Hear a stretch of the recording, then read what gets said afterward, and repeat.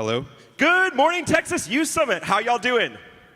Whoa, guys. Whoa. We got to be a lot more hyped than that because, folks, we are in the fight to save America. Amen? Okay, you guys are way too asleep. I know it's 8 a.m. on a Saturday. You guys don't have any tests today. Don't worry. My name is Nick Matancia, and I am the student body president of Baylor University. At Baylor, we have a cool little tradition where we will be in McLean Stadium, which is our football stadium. A total of about 35,000 people are in the crowd. And what we do is we divide the stadium right down the middle, and one half says Baylor, the other half says Bears. So we're going to do that tradition this morning, except I want you, if you're on this side, all of you guys, I want you guys to save. And if you're on this side, I want you guys to say America, okay? You guys cool? Okay, we're going to give it one test run here. If you're on this side. Okay, that was pretty good. That's pretty good. I think we can do better. All right, here we go. For real now. Save. America. Save. America. One more, here we go. Save. America. Awesome. Now it's my pleasure to introduce you all to Dr. Shelly Sakula Gibbs, who's going to lead our panel this morning. Good morning. Good morning. Welcome, Texas Youth Summit. It is a pleasure to be with you. My name is Dr. Shelly Sakula Gibbs, and I'm a former U.S. Congresswoman and serve currently on the Woodlands Township Board, but that's not what I'm doing today. Today I'm here to keep these young men in line, basically, and they're going to share with you how they came to be where they are, conservative, young policy enthusiasts, and that's what y'all are supposed to be too. So I'll introduce you right now. You ready? Met Nick Matancia, and this is Cole Mishagan. And Cole, go ahead and start up and introduce yourself. Hi, y'all. I am the state chair of the Texas College Republicans. We're comprised of at least 16 colleges and counting, over 1,000 members. And I'm also a senior at TCU, go Frogs, so we got a little rivalry going on. No. And then I also work as a policy analyst for America First Policy Institute, where I work for patriotic education.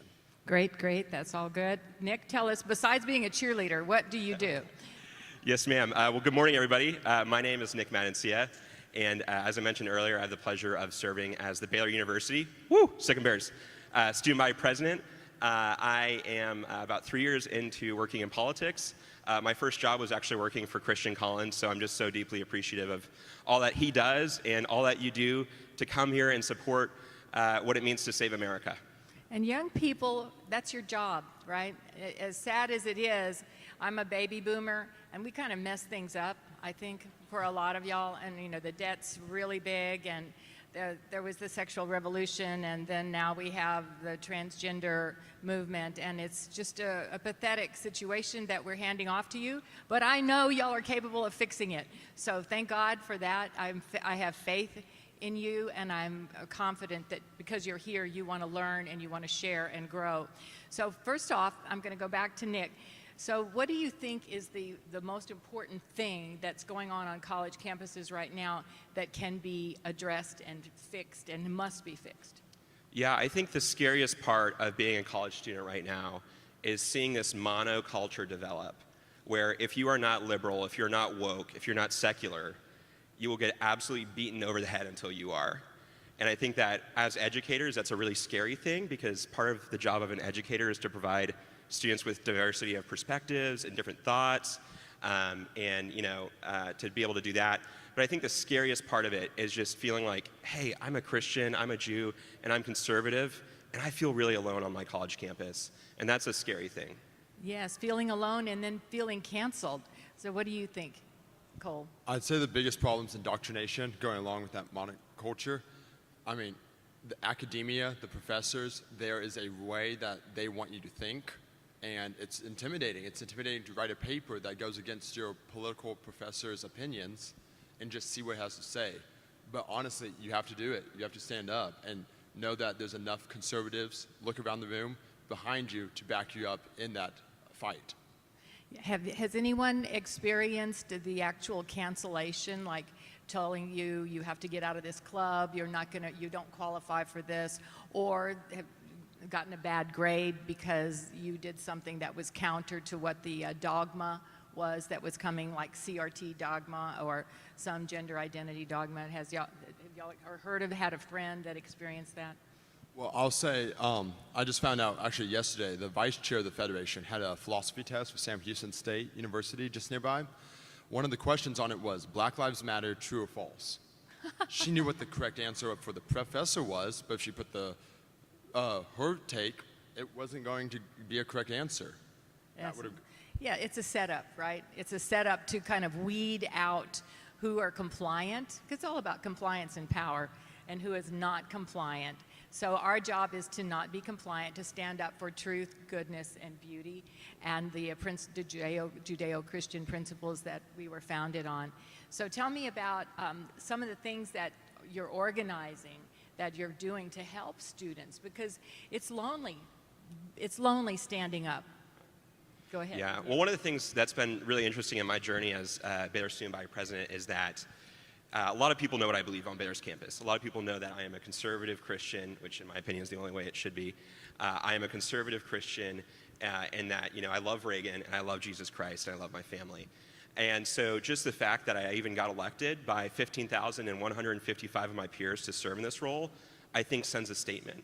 And let me just tell you guys, if you're here and you're a student in high school or college, just the fact that you're open with your beliefs and you tell people what you believe, and you step into settings where you are inherently the minority like you would in higher education, that is an act of service to all of us. Because, Dr. Shelley, I didn't realize how many folks were at Baylor who, going back to your previous question, had to do things like, hey man, I'm in this liberal arts class, but I can't tell my professor what I believe. And it's always funny when they get a overtly political, something like an essay question, where it's like, how do you feel about the murder of George Floyd? And it's like, well, there's not really a way you can answer that in a way that would get anything other than an F, because your professor already has the answer to that question. So it's been amazing hearing all of those stories and knowing that I'm not the only one on campus who feels like the conservative Christian voice is being oppressed. Good, good. And so if you have an incident where you experience some sort of cancellation or some discrimination that you know is against conservative values, what's the best step to take? Do you have an idea? Is it to go public, like you're saying, go public with it? Or are there other organizations that will stand up and help you in your fight? Like, besides waiting to come to Texas Youth Summit and air your grievances, which are, it's valuable to share, but what are some of the steps that we can take and offer students, giving them support? Yeah, definitely. Honestly, reach out to the conservative clubs on your campus. They really do know solutions. One personal experience, right before fall break 2 years ago, the honors professors sent out an email requesting that TCU includes mandatory vaccinations. That was not going to happen. So we decided, me and along with the Turning Point president of TCU, met with the chancellor. Amazing conversation, expressed our beliefs, and he assured us that he would not do that. There are, especially once you get to the higher level faculty, the administration, they want the college to succeed, and so they're going to work with those conservative clubs. And conservative clubs are not just a way for you to meet people, they are a way to be represented on campus along with student government. So you mentioned two. What are some other conservative clubs that are out there? So you're the Texas College Republican state chair. Yes, ma'am. But there are other groups too. You mentioned Turning Point. Tell us a little bit about that. There's YAF, Turning Point, Young Conservatives of Texas. All of these are the only, we work with all of them because the only difference is they're nonprofit organizations. We are the collegiate arm of the Republican Party of Texas. And so we all work together. They bring in one type of speaker, we bring in politicians, but we're all just standing for the same stuff. Judeo-Christian values, free liberty, free enterprise, American exceptionalism. Pro-life. Pro-life. I know there's some people out in the audience that are Students for Life. Students for Life. There's great groups out there that are representing the innocent life that is being extinguished nonstop in this country. And I know that there's Students for Life, and then there's Susan B. Anthony List, there's Texas Right to Life. Here in Montgomery County, there's Life First. And we need young people to stand up for life because it's the first liberty, right? Life is if you take life away, you have nothing else. So anything else that you want to add about that for people to join, to support, to put your time in? Yeah, I mean, that's a great question. I would say, if you're here in high school, the moment you get to your college campus, if you do decide to pursue a college degree, get involved in whatever club it is, whether that's Turning Point, Leadership Institute, something else, Young Conservatives of Texas, College Republicans. Just get involved to have that community because they will support you immensely. And the biggest thing there is that you will know that you're not alone. Yes, it's very important to have somebody to stand up. And there are also, I've seen national organizations who, should whatever incident is going on rise to the level of a lawsuit, they will join you and help you, so that you might say, well, I can't afford to fight this on my own, right? But there are big organizations. Are you familiar with some of those groups like First Liberty and the Thomas More Society and various other groups? They will back you if you really need something. Because I've had students come to me that say, look, my teacher is giving me a really bad grade because I'm not going to comply with what their thought process, this CRT or something else that is very negative about America. Like, I'm not going to buy that, but yet I'm going to get an F, and then I won't be able to go to law school or medical school, because medical school has become, from what I hear, pretty woke in a lot of its acceptances. You know, they want to accept people that are more on the liberal side versus the conservative side. So if you're facing that, again, don't feel like you're alone. Reach out to some of these organizations that these young men are involved in, and I know there's a bunch of young ladies out there who are involved in these kinds of things too. Conservatives need to stick together. We really do that. We have to, because division will cause us to fail. Well, let's talk a little bit about the upcoming election. I think that's a very good thing. I'm a part of the Mighty American Strike Force. Has anybody here heard of that? It's a group that used to be called the Mighty Texas Strike Force, and we organize and move out to various what I call purple states or swing states and help win the presidential election. Sometimes we work on other elections like Senate. In fact, I tried to get Cole to come with me to Georgia whenever there was a runoff. Right before the January 6th invasion of the Capitol, there was a big 2-Senate runoff in Georgia, and that was in 2021. It was actually January 5th. And he did not come at that time. I didn't get to meet him personally, but it was a great opportunity. And what I was telling the gentleman in the back is that there was a lot of ballot harvesting going on in Georgia that I saw. There was a man that was a reporter. He went into a homeless shelter, and in that homeless shelter, there was nobody in there except the director of the shelter. And he said, well, today we have a report that 3,000 votes have come from this homeless shelter in the mail. 3,000 mail ballots have come from this homeless shelter. And he said, is that possible? And the man said, yes, it's possible, because we allow people to use this shelter as their address of record. But the point was, where were all these people, and who filled those ballots out, and who collected them, and who put them in the mail? That had to have an influence on the election, because that's one homeless shelter. Think about it. Multiply that by all the homeless shelters in Georgia. So we have to, as conservatives, be aware that the mail ballot is here to stay. We have to utilize it. We have to make sure it's going to work for candidates who represent the values of Judeo-Christian principles, the values of life, of family, and that is very important. So stay engaged.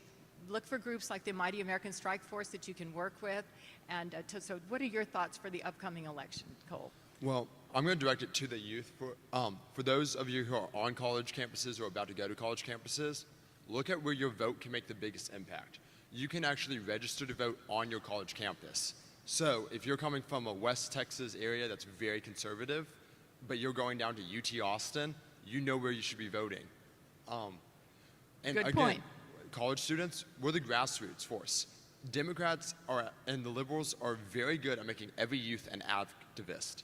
It is time we have that mentality where every conservative is an activist for conservative Judeo-Christian principles, and go knock every door, go make every phone call, and go get the officials that align with your views elected. Good point. What do you think? Yeah, so I'm just curious. Raise your hand here if you're under the age of 35. Okay, so most of us, you can put your hands down.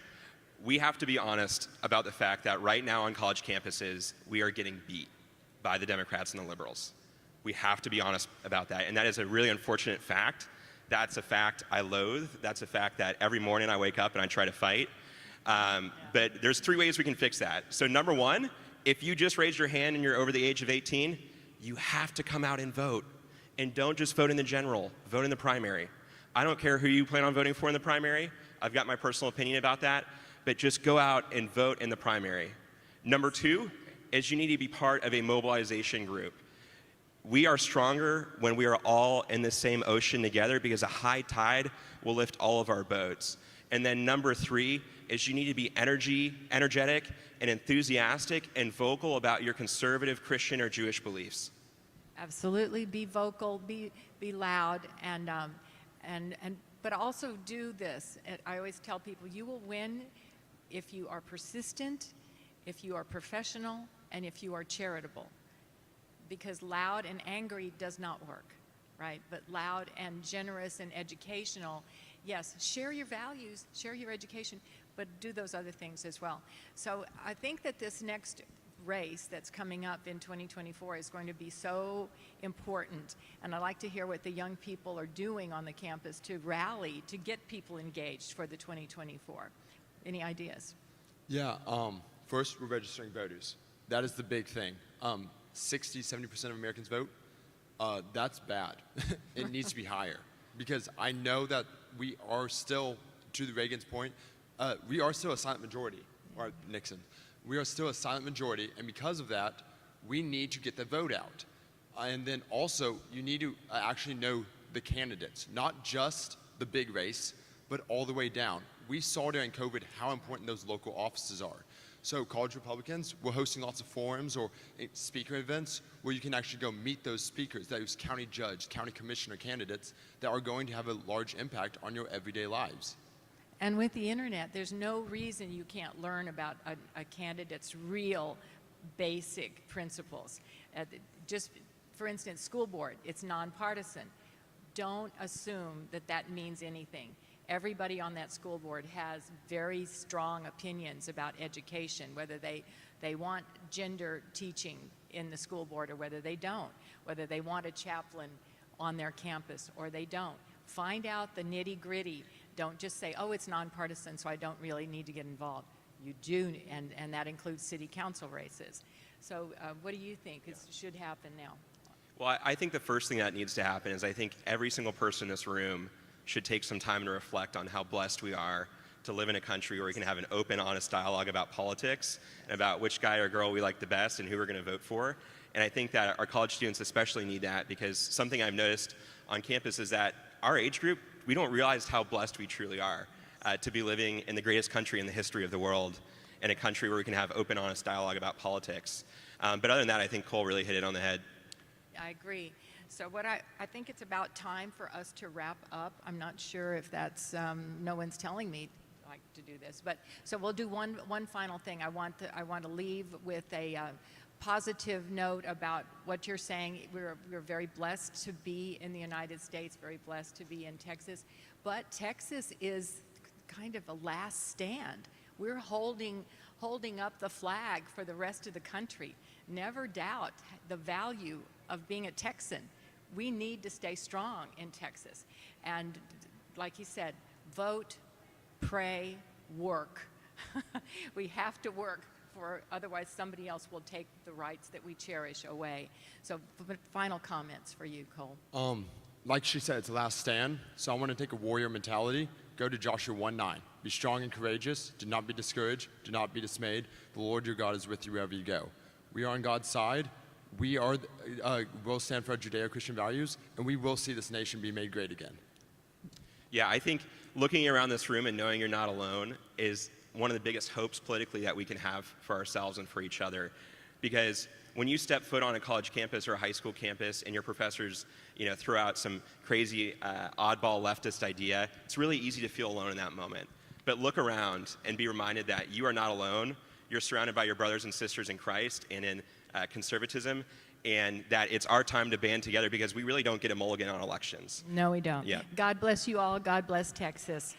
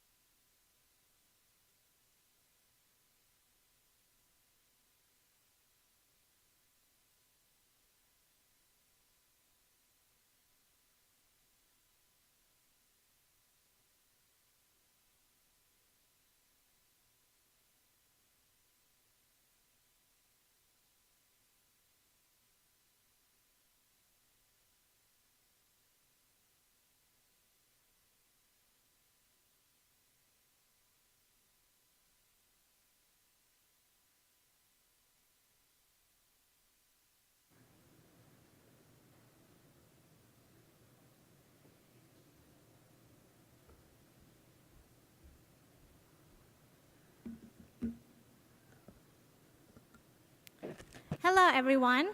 My name is Heidi Martinez, and it is an honor to be here this morning. I am so humbled to have this opportunity to be here today to share my story with all of you. I truly believe that me being here today, standing in front of this wonderful crowd, is a testament to God's divine intervention. Because the odds were not in my favor, and I'm going to tell you why. I grew up in a huge indoctrination camp. Yes, I was born and raised in communist Cuba, an island in the Caribbean that has been under a dictatorship for over 6 decades. 64 years to be exact. So I know what censorship looks like, and I know what oppression looks like, and all of its consequences. I was subjected to communist indoctrination from an early age, with a constant brainwashing from a totalitarian regime that controls all aspects of life. Yes, the government of Cuba decides what the people eat and when to eat it, with their rationing books. The government determines what to air on TV, what books people are allowed to read, and even what type of music they can listen to. The government forces children to attend events where they make them chant slogans like "Pioneers for Communism," "We will be like Che Guevara." You know Che Guevara, the cold-blooded killer? I remember chanting the sickening phrase when I was 6 years old. Now, while the tyrannical regime violates basic human rights like freedom of speech and freedom of religion, they use their well-oiled propaganda machine to tell the free world that Cubans actually love socialism. And the Cubans are grateful to Fidel Castro and the revolution for providing them with free health care and free education. Free? At what cost? Is it really free? When Cubans' salary is an average of $25 a month. Is it worth all the daily struggles Cubans face, like no electricity or running water for hours, even days sometimes? The food rationing, the lack of basic hygiene products and medication. So no, there is no free education in Cuba. There is no free health care in Cuba. But you know, Cubans are not allowed to disagree, complain, or even question anything. They are obedient and loyal figures in the background of a totalitarian regime. And they're just there, quietly suffering, just trying to survive. The ones that have been brave enough to speak up have ended up in jail with fabricated evidence and no fair trials. And many others have been tortured and murdered in Castro's gulags. I was 16 years old when, by the grace of God, I was finally able to escape communism. However, I was just a product of their indoctrination tactics.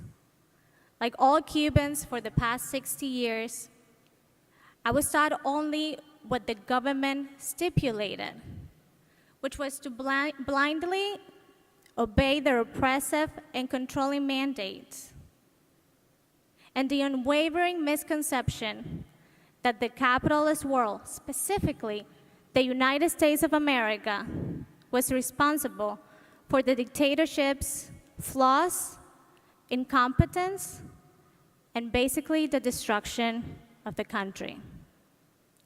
So you're probably wondering, Heidi, how does a 16-year-old girl, born and raised in the most revered utopian society of our times, embraces the American values of individual freedom, rights, and opportunity?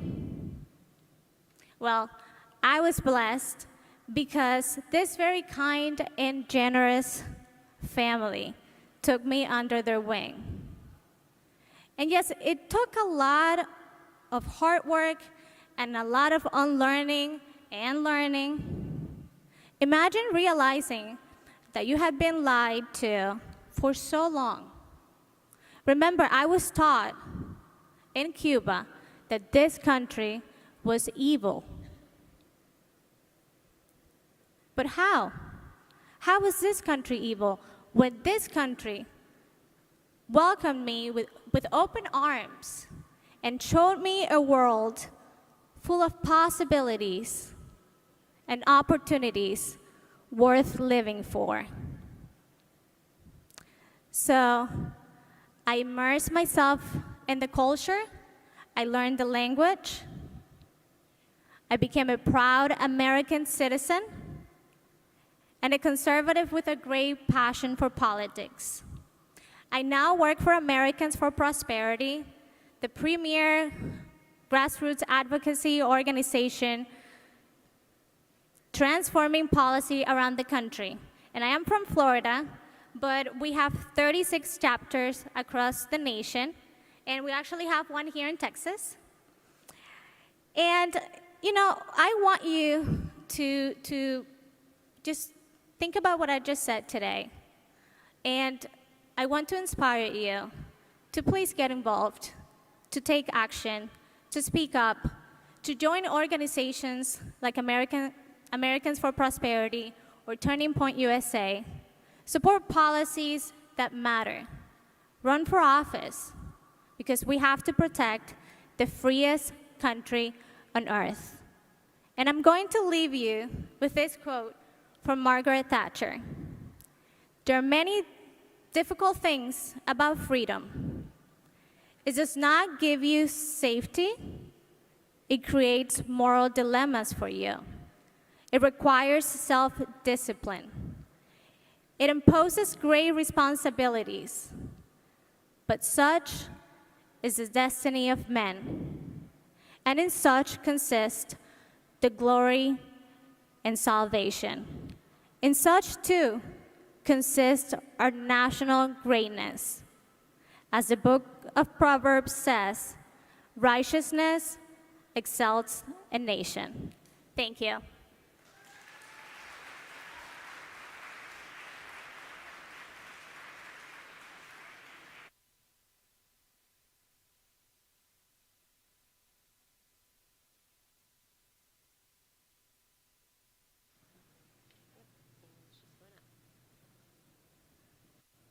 Good morning! Oh my goodness. Guys, stand up. Stand up. Stand up. Come on. Good morning. It's so good to see all of you guys. I'm Lily Kate. I live in the Woodlands, so if this is your first time in the Woodlands, welcome. I know it may not be as beautiful as California, but I'm so glad you're here. How was last night? I mean, come on. That was amazing. Okay, now that you have your morning stretches in, you have actually like some energy in you. I hope y'all had coffee this morning. Not yet? What? I mean, they did put this pretty early, but it's good to see you guys. Okay, you can sit back down. Who here is in high school? Awesome. Who here is in college? Okay, sort of even, a little heavier on the high school side. You're in a super special time of your life, if you didn't realize it already. You're finally being able to define yourself in the context of the real world, getting to decide your own life, your own decisions, your own culture, your own habits. You're getting to really figure out who you are. And so as you're doing that, I hope to be a word of encouragement and wisdom and perspective for everyone in this room because, as you probably know, the culture is going to be grabbing at you and trying to assert itself at every angle in your life. It's going to try and weave its way into being part of your life, whether you know it or not. And so as you're doing that in high school and college, you're going to learn that American feminism has been a movement that is only fighting for equality under the law. You're going to learn that feminism has actually been a force for good in society and that it's a completely harmless movement that women all around the world owe their loyalty to. So you will learn that feminism has delivered on the two things that it promised, which were freedom and happiness for women. But that is a huge lie. So let's finally put feminism in a coffin and send it down the river with all the other failed ideas like socialism or communism or like women actually believing that Pete Davidson is cute. I mean, where did that come from? So feminism in its early days promised women two things. They promised freedom and happiness, and they have delivered on virtually neither of those. Women are not more free today. Women have to work grueling 9 to 5 hours at their office to barely make it by. Women spend far less time with their friends and their family than before. Women are not actively being protected or defended by their male counterparts because women and men both stay single for longer amounts of time, and so how can someone be free if they're not being protected?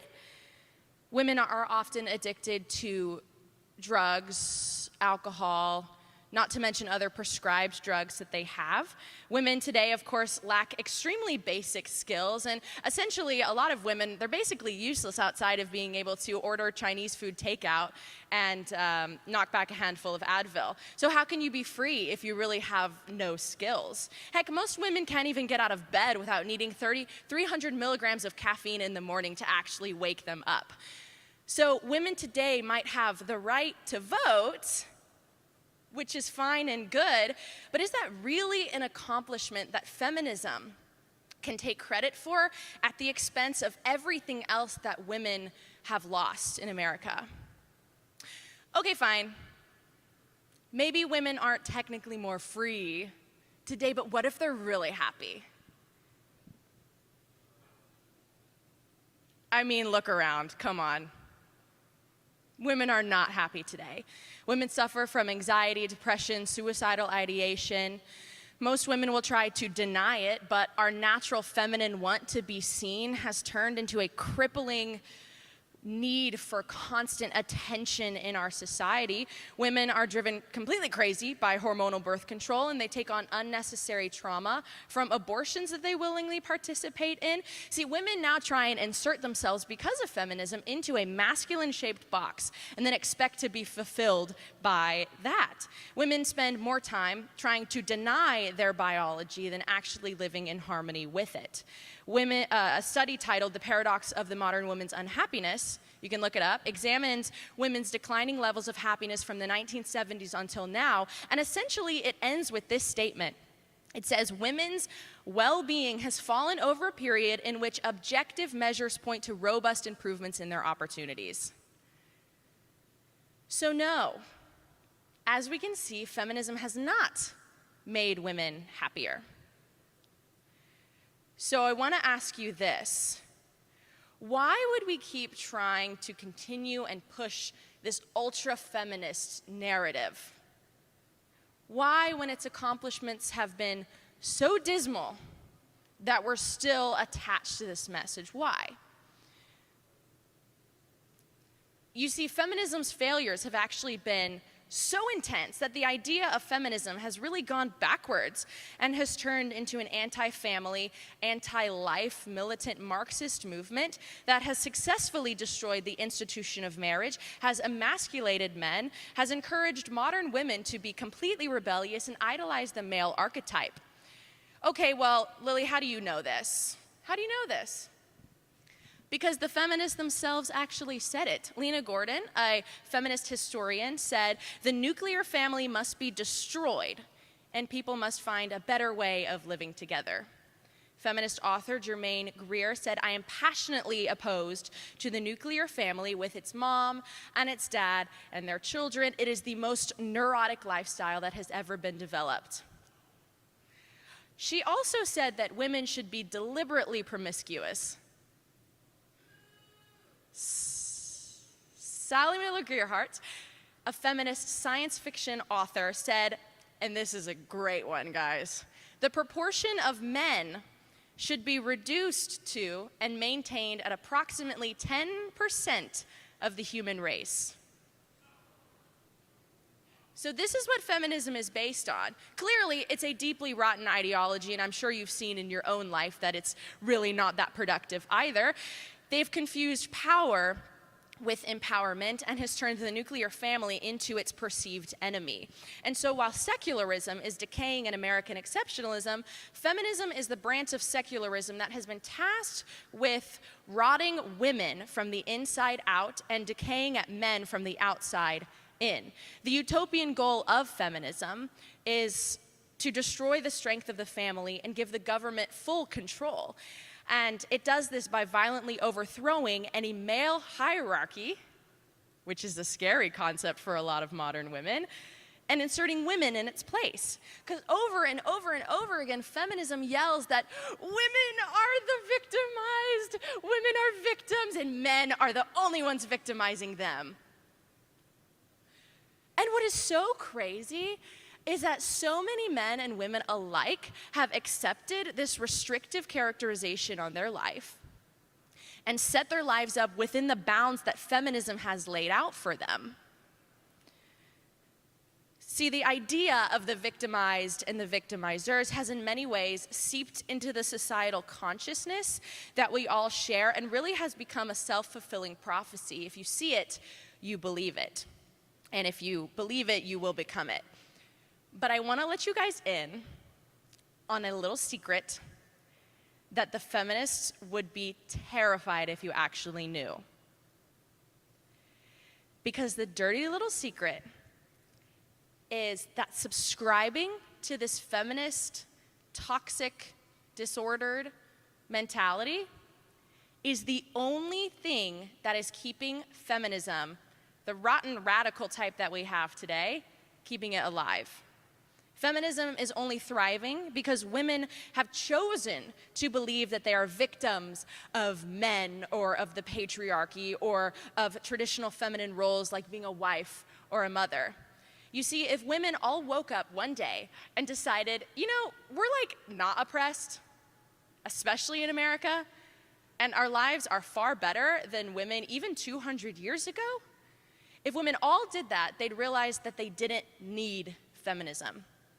Because feminism expends most of its resources trying to convince you, girls and guys, of course, that you need it. Feminism needs women to need it. You see, this blue-haired movement is really just a big bully trying to convince women that they have no ability to make their lives better. And so what now? You're in high school, you're in college, you're about to start really exploring and defining yourself. What do we do about this? Well, I think as a society and as a culture, we need to have a very serious conversation about what the proper roles of men and women are. Maybe we can have that conversation here. That's my goal. Because the feminists have gotten it so wrong. And so we must be able to point to something that is better, that is more constructive, and that is more keen to allow a society to flourish again. And so, guys, I want to start with you. Let's have the conversation that feminists have been trying to run away from for basically over 100 years at this point. So, guys, a good man, as you probably already know, but I'm going to remind you, he turns nature and chaos and disorder into order and structure. A good man runs to the horizon, well, not runs to, he runs toward. He pushes to defend from evil forces. He pushes for the highest civilizational advancement that he can. You see, society is deeply afraid of what you guys can do And they like kicking you down because they don't want you to band together. They don't want you to become brothers and fight in the trenches again and simply fighting for what is right. They are terrified of what you can do. So that's why they try and isolate you and encourage women to dominate over you. And so girls, you have a uniquely beautiful ability to create culture everywhere you are. You can turn a rigid, sterile, cold space into something that is warm and inviting and beautiful, literally just with your presence. You see, there is an ordained complementary relationship between men and women, and it's a beautiful dance, and it makes life so worth living. You see, men civilize nature, and women civilize men. Women give men the reason to build the things that they do, and men give women the stability to flourish and blossom and create the culture in those things. So, it's time for you to start choosing, to start being conscious of the choice that you have in front of you. You see that there is a life that can offer you something a whole lot better than what the feminists envision for your life, guys and girls. Feminists offer you a life of climbing the corporate ladder in resentment and bitter competition. And we, the Christian and conservative and mostly homeschooled movement, want to offer you a life of freedom that is filled with community and that is filled with just rich fullness. The feminists offer you a life of frustrated and tense relationships, a perpetual state of anger at the world, while we want to offer you a life of harmonious, fruitful relationships that seek loving words, that don't seek revenge and domination. Feminists offer you a life of misery and a life that is completely void of love, again, whether you're a guy or a girl, because feminism is an extremely imperialist idea. Feminists offer you a life that is just not even worth living, and we want to offer you a life of something so much better. And so, again, you're in high school, you're in college, you're for the first time at liberty to explore yourself in the context of the real world. And so I want to encourage you as you're doing this, as you're on your college campuses, as you're at high school, and you're presented with choices about how you want to live your life and what framework you want to live your life in, I just want to encourage you to choose freedom, to choose happiness, and choose the two things that feminists have completely failed to give you. Thank you.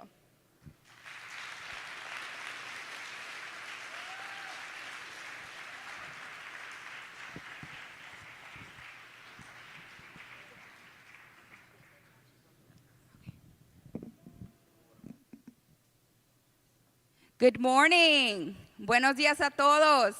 How are y'all doing? Are you ready to take back our country? Because it's going to take proud Americans like yourself to step up. Every single one of you needs to get involved. This is the most important election of our lifetime. And I know that y'all hear this every time. But no, really, this is the most important election of our lifetime. My name is Mayra Flores. I was born in Burgos, Tamaulipas, Mexico, and I was blessed to come here to the United States when I was 6 years old legally. And that is why it's so important for us to focus on legal immigration. We don't want no women and children to go through the abuse and trauma that they're going through. I want every 6-year-old little girl that comes here to the United States to have the same beautiful, amazing experience that I had. And I am forever grateful to my father for doing things right and bringing me to the most amazing country, the United States of America. My parents were migrant workers, so we moved a lot growing up. I lived in South Texas, but I also grew up in Memphis, Texas, in a small town by Amarillo, Texas. It's not Memphis, Tennessee, it's Memphis, Texas. And I had an amazing experience growing up there. I worked there since a very young age. I was 13 years old when I started working alongside my parents, which instilled in me the value of hard work. How many of y'all work already? Wow, amazing. And you should be very proud. It instills in us to work hard and to continue our education. I did not want to work in the cotton fields for the rest of my life. So I continued my education, but graduated in San Benito in 2004 and became a respiratory care practitioner. I am a proud mother of 4, but I am also a proud Border Patrol wife.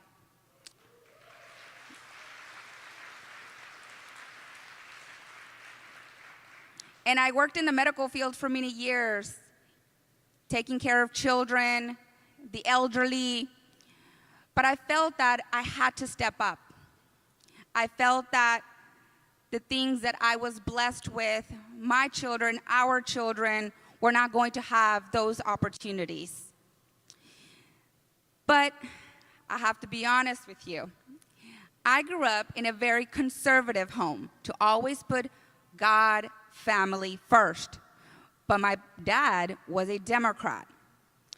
So when I told him in 2010 that I was walking away from the Democrat Party because he raised me a Republican, even though he didn't know that, he said, absolutely not. And I explained to him how our values align with the Republican Party. And he had a hard time understanding, because you got to understand that, you know, everything you hear on TV, especially in Spanish-speaking networks, is that the Republican Party doesn't want people that look like us here. And that's a complete lie. They've told us that the Republican Party is only the party of the rich, which is also a complete lie. See, the Democrat Party wants you to stay poor, to continue controlling you. They don't want us educated. And they brainwashed, not just my father, but they've brainwashed so many Hispanics, so many in my community. But I told him, Dad, I can no longer continue supporting a party that doesn't represent me and doesn't represent the values that you instilled in me. So what's more important, the values that you instilled in me or your political party? And it's time that we put our values first and not a political party, because no political party is worth you putting God aside.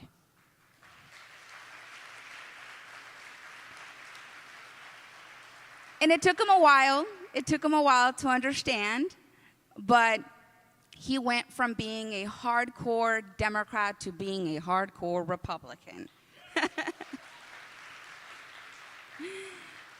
And he was the most supportive father in the world when I told him that I was running for office. And he said, "What? You're running for Congress?" And I said, "Yes, I'm running for Congress." And we have been told by so many people that you have to have, you know, decades of political experience, that you have to graduate from a very prestigious university. And look, President Biden has decades of political experience, graduated from the best university, and what good does it do? He has no common sense, no love for our country, so don't come at me, don't come at us and telling us that we don't have what it takes. Actually, we need more people like us, people like you, to start running this country. That's what we need, the everyday American that understands the struggle. So don't ever allow anyone to tell you that you can't or that you don't have the qualifications. Look at our vice president. I mean, no, don't look at her. She's irrelevant and does absolutely nothing and is an embarrassment. Not just for this country, but for us women. She's done absolutely nothing. So I want y'all to know that any of you could run for office and can become a member of Congress, a senator, and can run for president. Don't ever allow anyone to tell you that you can't. And when I told my family, they were very surprised because politics is not something that we do in our family. But I explained to them how I felt that I owed this to this country who's given me so much. This country allows us to be ourselves, allows us to embrace our culture, our language, and in return, just to love her back and respect her. So I had to step up and fight for this country. And a lot of people said, well, weren't you born in Mexico? I don't think you could run. And I said, I Googled it. Google says that I can, and I did. And I became the first Mexican-born congresswoman ever elected in history. And I'm very proud of the work that we're doing in South Texas and that we continue to do in South Texas to inspire more Americans, more Hispanics to get involved and vote Republican, the party that aligns with our conservative values, that stands for faith, family, and hard work, because that is who we are. And in this election, all Americans, conservatives, we got to come together. We have to put our differences aside, because even amongst us Republicans, we're gonna have some differences, and we're not gonna agree on everything, and that's okay. But on this election, after the primary, we have to come together. Vote for whoever you want in the primary. But after that, we have to unite. This is the most important election of our lifetime. I'm not going to tell you who to vote for in the primary, but I'm going to tell you who I'm going to vote for. I'm going to vote for President Trump. And let me tell you why. Because under President Trump, we had a secure border. My husband, who is a Border Patrol agent, we have never seen anything like this before in South Texas. I don't need to hear it from TV. I see it. It's in our backyards. Over 10,000 people cross illegally every single day. We've had over 7 million people cross illegally into our country. Some are good people, but some are not. And those are the people that worry me. And if we care about the good people that want to come here to work hard, to accomplish the American dream, we need to focus on legal immigration. They need to come here to the United States legally. It is a slap on the face on migrants like myself and the millions that are actually waiting in line right now when they're giving these people that just crossed illegally into our country a status and work visas. This administration encourages people to come here illegally and is rewarding illegal immigration. And that is why millions of people are coming to the United States illegally, because this administration is rewarding and encouraging illegal immigration, knowing that the Mexican cartel is making $13 billion a year in human trafficking. This cartel does not care about children and women. They abuse children and women every single day. They don't care. They have no respect for human life. I have family in the state of Tamaulipas. Tamaulipas is one of the most dangerous states in the country. My grandparents still live in Mexico, my family. I don't visit as much because I am afraid. Millions of Mexican Americans still have family in Mexico, and they don't visit as often because they're afraid. So why would we want, where we're afraid, to come here to the United States? That is why border security is so important. Children are being abandoned in the middle of nowhere. A 2-month-old baby a few days ago was found abandoned. 2 days ago. He's not the first baby that our Border Patrol agents save. And these children come in with a little paper in their pocket with the name and a phone number to call. And we sent these children to these sponsors, so-called family members. 30 days later, we call them, and guess what? They're no longer picking up the phone. And right now, we don't know where 87,000 children are. The United States of America is the #1 in child trafficking. Mexico is the #1 supplier. That needs to end. We should not be on that list. And when I am in Congress, and we need to continue putting pressure on those in Washington to put in place laws that protect these children, because I don't care where they're from. We should protect our children. And we should put these people that traffic with children in prison for the rest of their life. Anyone who hurts a child, traffics children, should not be given a second opportunity. Enough. We need law and order in this country. And I believe this is something that we should all come together and change. This shouldn't even be a Republican or Democrat issue. Putting child traffickers in jail should not be politicized. Securing the border is going to keep children safe, is going to keep women safe as well. Because if we actually care about migrants, we should be focusing on legal immigration, where they will not go through the trauma and the abuse that they're going through right now. And because our Border Patrol agents are focused on processing, we have less agents in the field. So we have drug traffickers coming in, terrorists coming in. God forbid we have another 9/11. Stay vigilant. Pay attention to your surroundings. Because we are not safer than we were in 2001. We're not. We're actually less safe. So pay attention to your surroundings. And that is why border security is very important to me and to Republicans.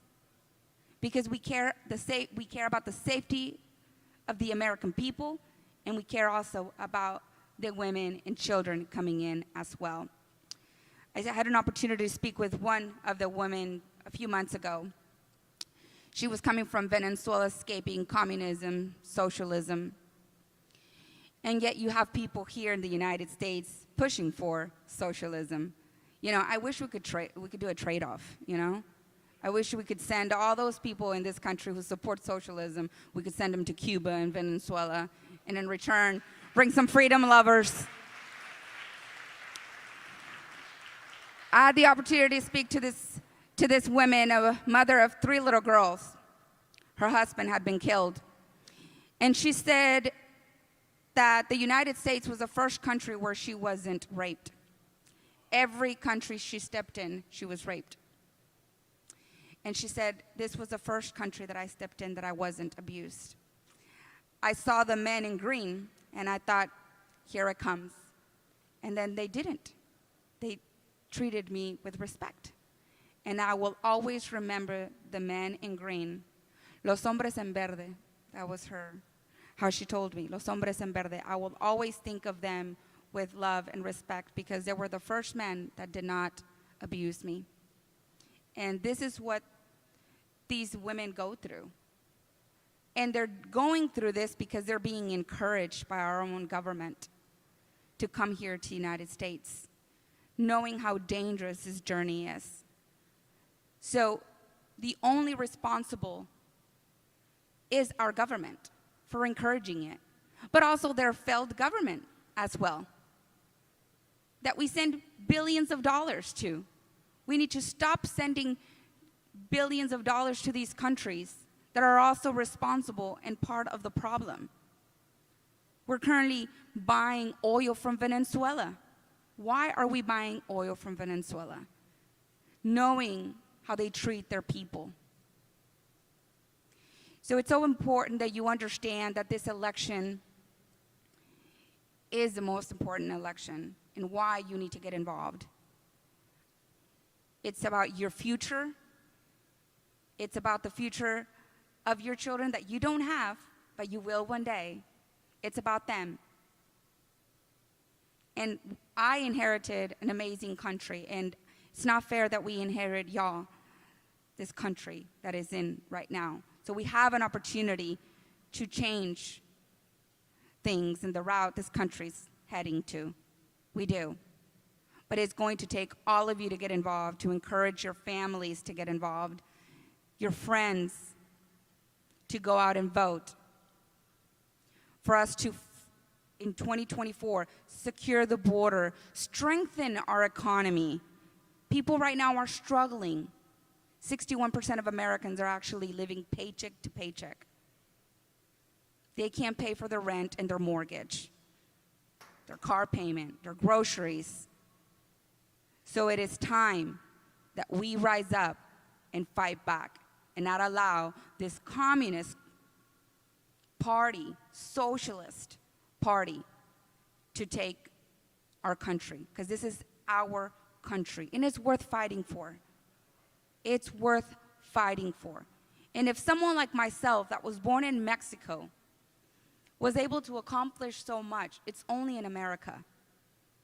I want you to be proud of being an American. I want you to wave the American flags proudly. People tell me all the time, well, aren't you Mexican? And I said, I'm proud of my culture, and I'm proud of my heritage, of where I'm from. I will always embrace it, but I am a proud American. I am a proud American, and I love this country very much. And it's time that we put America first. And those of you that are Hispanics, if there's any Hispanics here, the left will try to tell you that if you embrace America, that you're not proud of who you are. Not true. You could love both.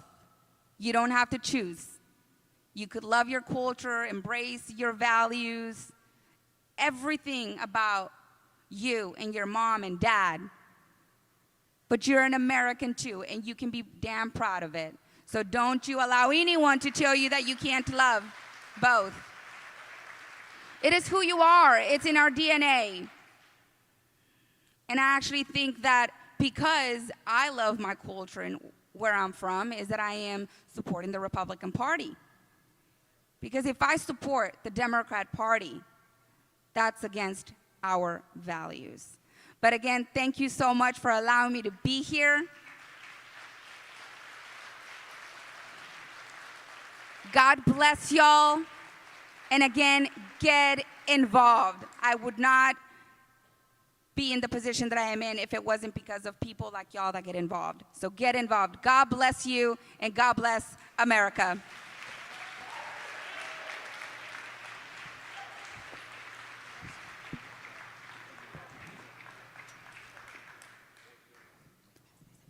Well, that was an awesome speech. That was a part of our 501c4 Texas Youth Action. So this event is by our 501c3 Texas Youth Foundation, and that was a carve out of our Texas Youth Action.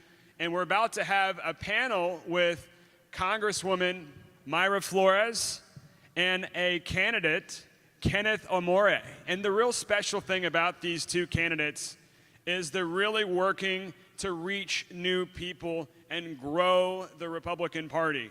And we can talk about that as a part of the 501c4. They are doing things that are unprecedented. And Mayra Flores is in a D15 district, and she's up by 2 points. That's incredible. Everybody should give that a round of applause.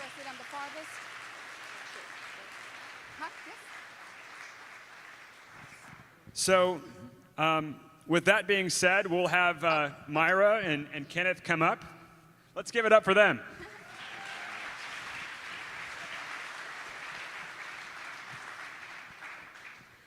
Well, there's so much that I could say about these two wonderful people, but I'm going to let them introduce themselves. And of course, Myra just gave a speech, but maybe she'll give a little overview for those of you who are just walking in for the first time. Well, I'm Congresswoman Mayra Flores, and I became the first Mexican-born Congresswoman ever elected in history. I'm from South Texas, and we're working very hard in South Texas to grow the Republican Party and get more Hispanics to vote Republican in 2024. I'm Kenneth Murray. I'm a first-generation American. I'm originally from Nigeria. And I am so grateful to today be called an American, because I tell folks, only in America would a child of a nobody become somebody without knowing anybody.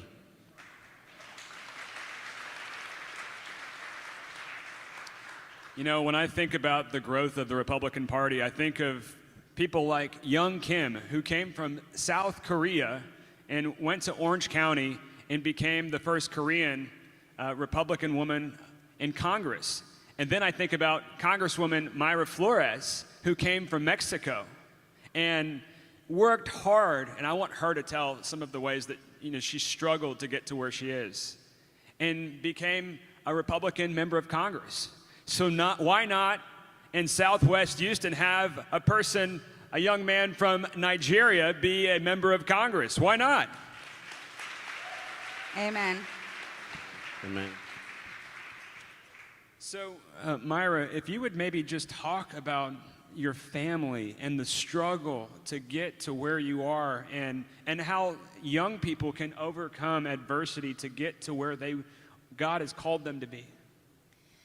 Well, my father and my mother had, no education, but they're very hardworking and full of wisdom, and that's what's gotten them to be where they are today. And I'm very proud of both my dad and my mom for all their, accomplishments, even though they didn't have the opportunities that they gave me. When my dad brought us here to the United States, I was 6 years old. And he always instilled in me the importance of going to school and getting education, because he didn't have those opportunities. He actually started working since he was 7 years old, taking care of goats and farms, and that's how he was able to provide for himself and his family. And then, of course, he had an opportunity to come here to the United States. My grandfather actually was born here in the United States, but fell in love with my grandma from Mexico. And my grandma did not want to come here to the United States, so he moved to Mexico, and that's how they raised their family in Mexico. And my father was born in Mexico as well, but because his father was born here in the United States, he was always able to come here as well. And I'm so grateful to my dad, because even though he had a very rough childhood, he always tells me that, yes, he grew up poor, but he never knew he was poor. He said, I nunca sabía que era pobre. I never knew I was poor, because I had so much love, in my family. And myself, we grew up with very little, but I always never saw poverty, because I always felt that if I didn't have the money, I could work for it. Because that's what my dad instilled in me at a very young age. I was actually 13 when I told him I wanted some Doc Martens, and I'm sure y'all know what I'm talking about.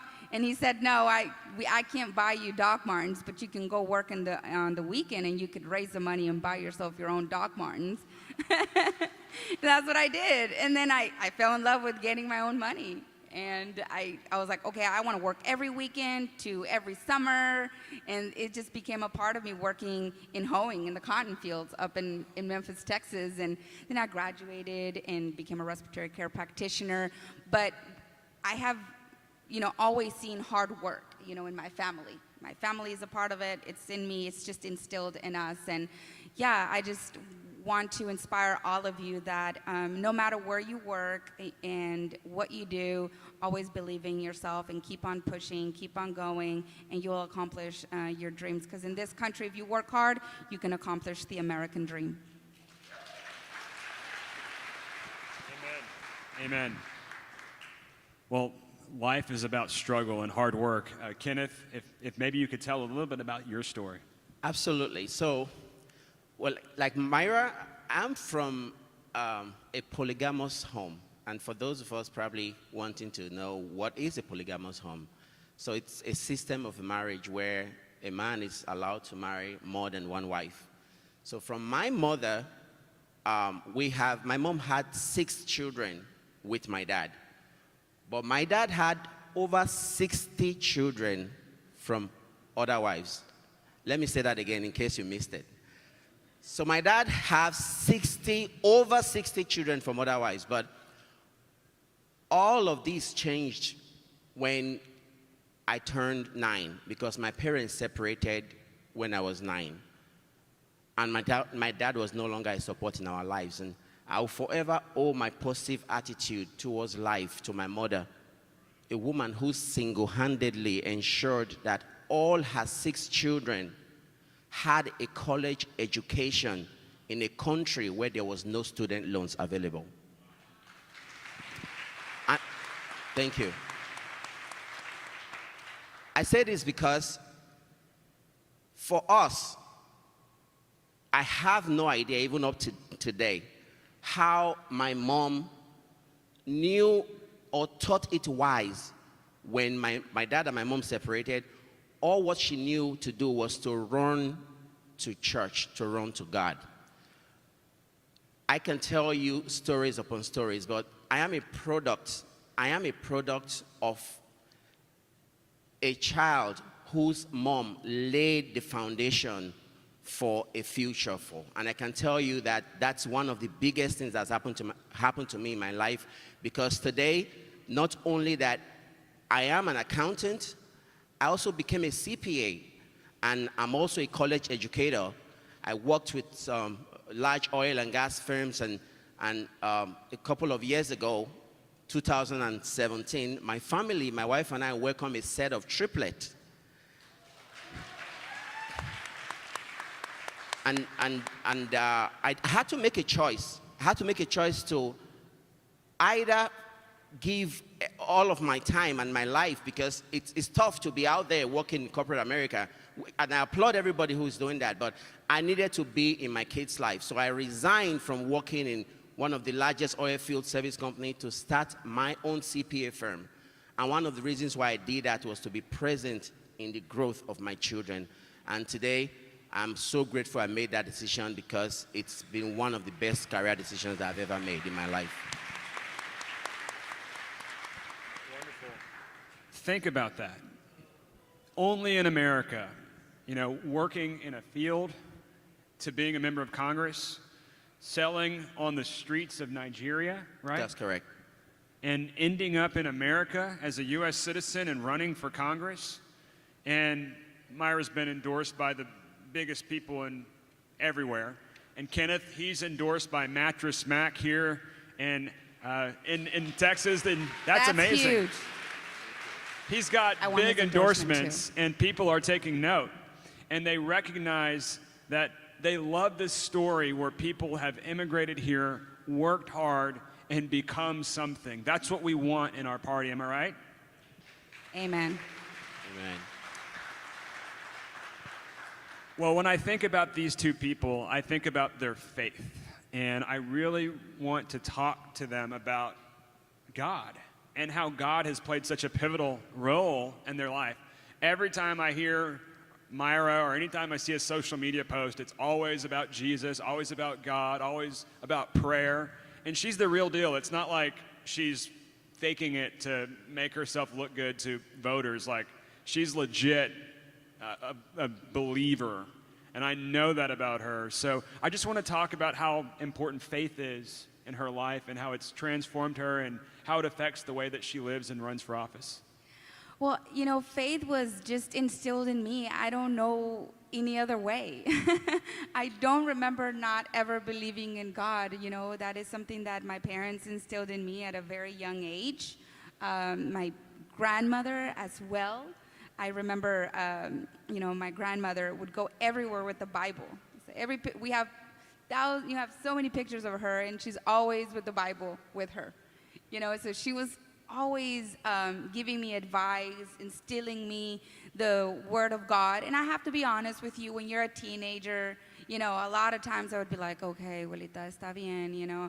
I would just, you know, she would always tell me, why are you listening to that type of music? And she would get mad at me when I would get there and I would be with my loud music, and she would always, you know, criticize my choices. And she would give me the list of people that she thought it was good for me to listen to, and I would be like, that is so boring. No, you know, but she always just kept on going and always instilling in me, you know, the Word of God, both my grandparents. And I look back now and I catch myself listening to that music now. And to all of you that are grandparents, it's so important that you are present in your grandchildren's life. You have no idea. I would not be in the position that I'm in without them. My grandparents are everything. I'm blessed to still have, you know, my grandparents on my mother's side. And I don't think my faith in God would be as strong as it is. And I always saw them on their knees praying. And I really do believe that God has protected me in so many ways, because their prayers still live. Even though, yes. So if you are a mother, pray for your children, because no one else will if you're not praying for them. Pray for your children, pray for your grandchildren, and those prayers will live for many generations. And even though my grandma on my father's side is not here, you know, when I think of her walking to church with that Bible, you know, with her, and me stopping her and asking her if she needs a ride, and she says, no, I could walk to church by myself, you know. And I was like, she would walk everywhere. And this is in Mexico, you know, so people are very used to walking everywhere in Mexico. But she was always so in love with God, you know, and she inherited that love for God in me. And I'm just so grateful. And my parents as well. I don't know life without God.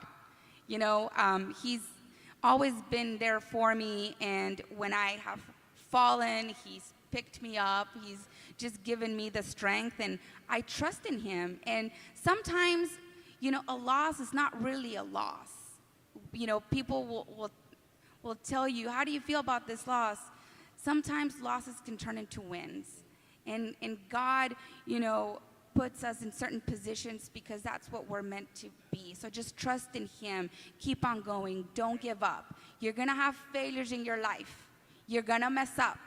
All of you young people, you're going to mess up. Learn from them. Stay in prayer. He's going to give you the strength that you need to accomplish what you want to accomplish in life.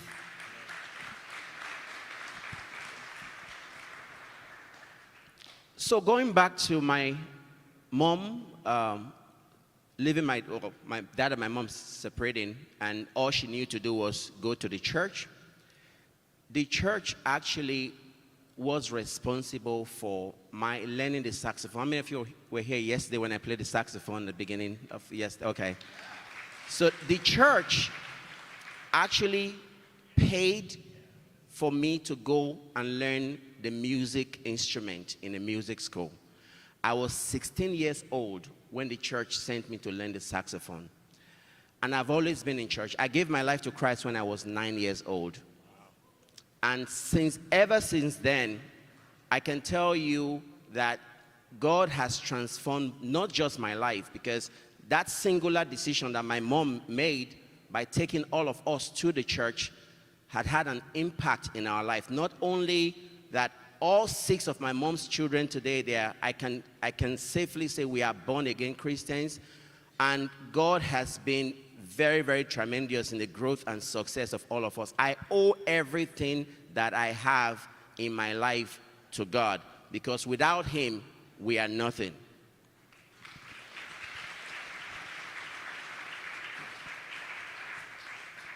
We have time for one more question, and I just want to preface this question with, you guys both have Texas Youth Action's endorsement, my personal endorsement. I'm 100% behind y'all. And I wanted to ask about the inroads that you are making in your district, because Myra Flores, of course, as I mentioned, she's in a D plus 15. That means she's 15 points behind starting out in this district, and she's up 2 points. She's way overperforming.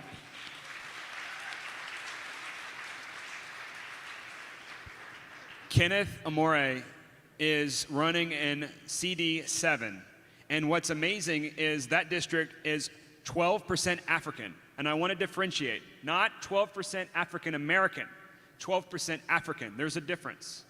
And he's reaching so many people. I've seen him. He speaks to huge crowds of Africans. And I see him talking to them saying, you need to switch from Democrat to Republican.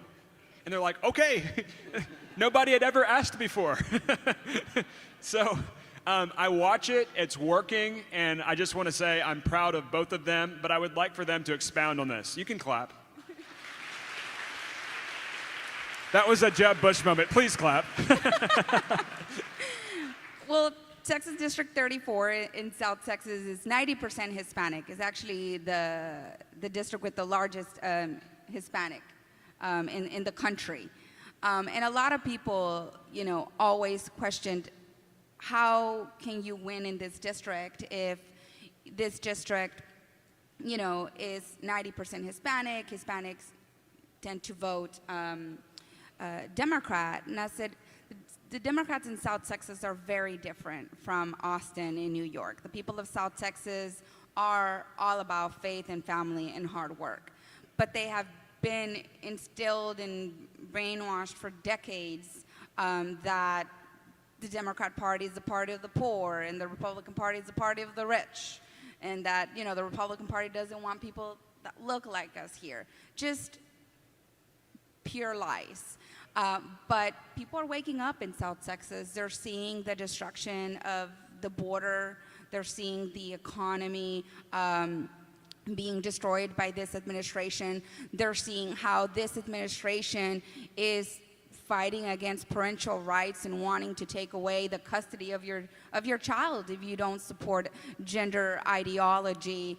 And we are very protective of our children and the nuclear family. And they're waking up and realizing that the Democrat Party wants them to stay poor, wants them to stay uneducated, to continue controlling them, and that they are not representing our conservative values. And I'm very proud of the work that we did last year in 22. This was a district that was very difficult, but we overperformed, and we're going to overperform once again. This district, by the way, was a Clinton 36 in 2016. And we just kept on investing and kept on investing. But this was all organic, because the first time that Republicans invested was in 22. Prior to that, we were out there on our own. But I'm very happy that, President Trump made a huge impact in South Texas in 2020. He made a Clinton 36 into a Biden 15. That's 20-point gains, in South Texas, and that's how we were able to continue making inroads in the district. And I'm hoping that with the presidential election and the work that I'm doing as well, focusing on kitchen table issues that matter to the people, is what's going to win the souls of the people of Texas District 34 and the entire country, because I have support not just from people in South Texas, I have support from people all over the United States, and I'm truly grateful to all of you who are a part of Team Myra, so thank you.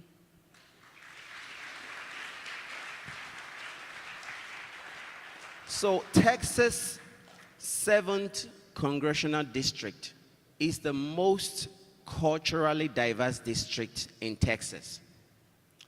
It's about 72.5% people of color, so it is a minority-majority district. And it's a district that we are running.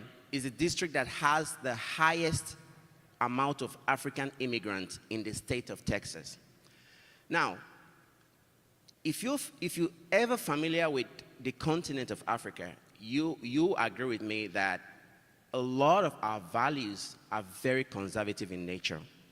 For me, I have no idea when it became so difficult for us to be able to differentiate between who a man and a woman is. And this is how I tell them. Your mother is a woman and your father is a man. It's as easy as that. There is no definition for that. You know, and I think we are making a lot of inroad because it's not just a problem of the right or the left or Democrats or Republicans. It's a matter of common sense. I mean, it's a matter of common sense. Think about it. It is a matter of evil versus good. And until, as Christians, as believers, we become so tired and upset, and we, you know what we call the holy anger? When Christ went to the temple and people were trading in the temple, and he picked up a whip and whipped them out of the temple. He was not being mean or being just trying to be upset with it, but that was what we call holy anger.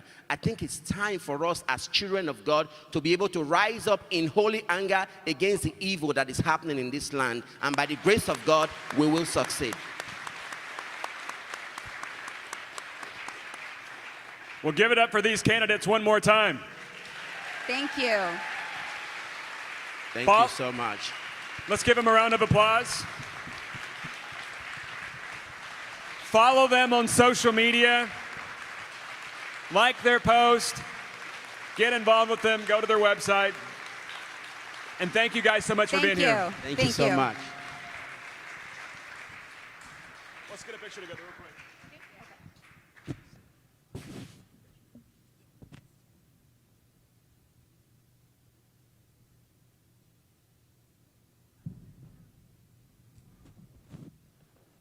Should we take them or leave them here? I think we leave them out there.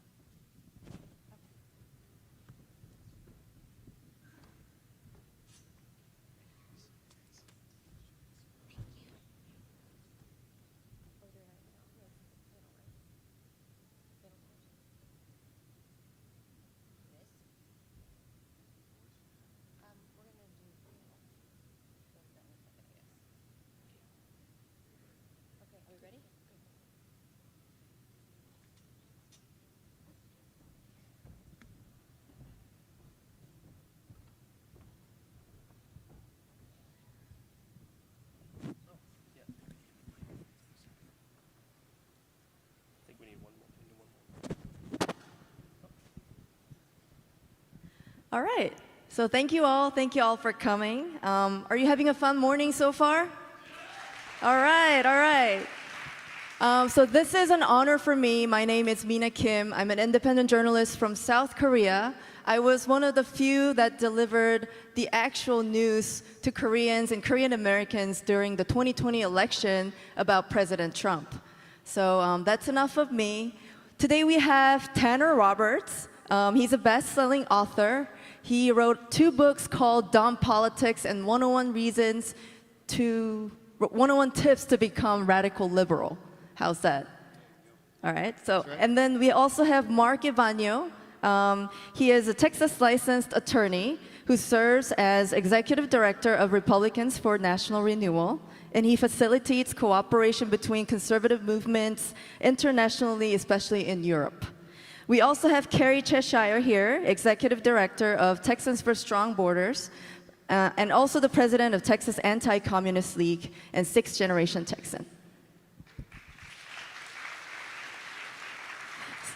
Okay, so it is so great to have you on board. Today we'll discuss border crisis, China, Ukraine, and how Trump has changed the GOP. So let's get right into it. So let's start from home. Here in Texas, the U.S. is being invaded by illegal aliens every day. Recently, I've heard about the city north of Houston called Colony Ridge.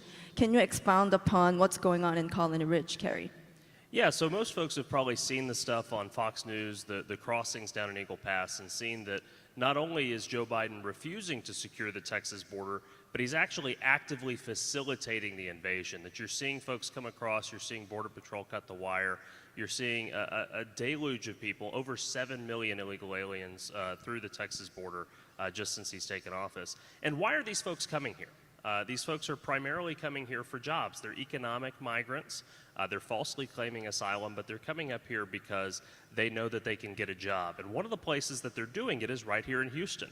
And you know, most companies don't require E-Verify. Sadly, the Texas legislature failed to pass a bill requiring E-Verify despite the efforts of right here in Montgomery County, State Representative Steve Toth, who carried our bill on that issue.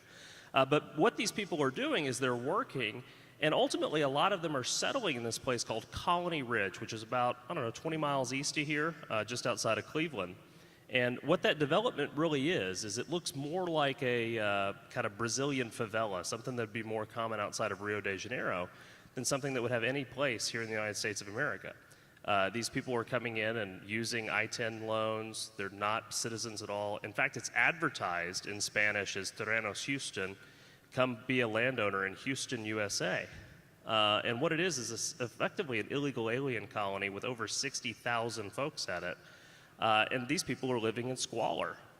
There's bad septic, there's bad drainage, and what it is effectively setting up an environmental disaster. You're flooding Houston with illegal aliens, and then when we actually get another Hurricane Harvey or something, like Huffman, Spring, Kingwood, et cetera, are probably more at risk of flooding because of the way this has been developed. So what is the biggest difference between how Trump handled the border and how Biden is handling the border in terms of what actual actions he took that were effective? Yeah, I think that the biggest difference is that Trump instituted Remain in Mexico and Biden has instituted Come to America. Under the Trump administration, we actually saw apprehensions at the border. They said, hey, if you're going to claim asylum and you're from Honduras or El Salvador or Guatemala, maybe you fear for your life of all the stuff down there, but you've passed through 6 or 7 countries along the way where you probably don't fear for your life, and you can wait on the paperwork over there. Joe Biden actually came in and flipped that on its head. He removed Remain in Mexico. He actually also instituted the CB1 app, which is basically Uber for illegals. I didn't know, y'all probably don't know about this, but if you're in Mexico, you can schedule a pickup on a bus as an illegal alien, and they'll come down, Border Patrol will come down and drive you up into our country. We're also seeing patriation flights of folks who are coming from Kazakhstan, Uzbekistan, Sri Lanka, other places, flying directly into the United States that Joe Biden's allowing, encouraging, and enabling. Trump had a policy of putting Americans first. I think Joe Biden's policy has been putting Americans last. Right. So I've also heard from the news that New York City is gearing up to pay over $1 billion on hotels over the next 3 years to house illegal aliens. And now New York City is being flooded with hundreds of illegal immigrants, while the city is actually being flooded by the water, too. So, I mean, if there's no border, there's no country, as President Trump once said. So, Mark, why do so many American politicians from both parties, this actually came from the actual tweet X from Elon Musk, why do they care so much about Ukraine border but not so much about U.S. border? Well, that's a great question, Mina. Thank you very much. First, I'd like to extend a big thank you to Christian Collins and the Texas Youth Summit staff for putting on this amazing event. It's a pleasure to be here. And to answer your question, I'm old enough to remember, I think it was about 5 years ago when President Trump first wanted to build a southern wall, or the wall on our southern border. The fake news media, the Democrats, the establishment Republicans were saying, $5 billion for a wall, that's just too much. Sorry, the Treasury cannot bear this burden. But then it came to, how about $40 billion for the border of Ukraine? Well, sure, why not? How about 40 more billion? Yes. How about 20 more billion? Of course.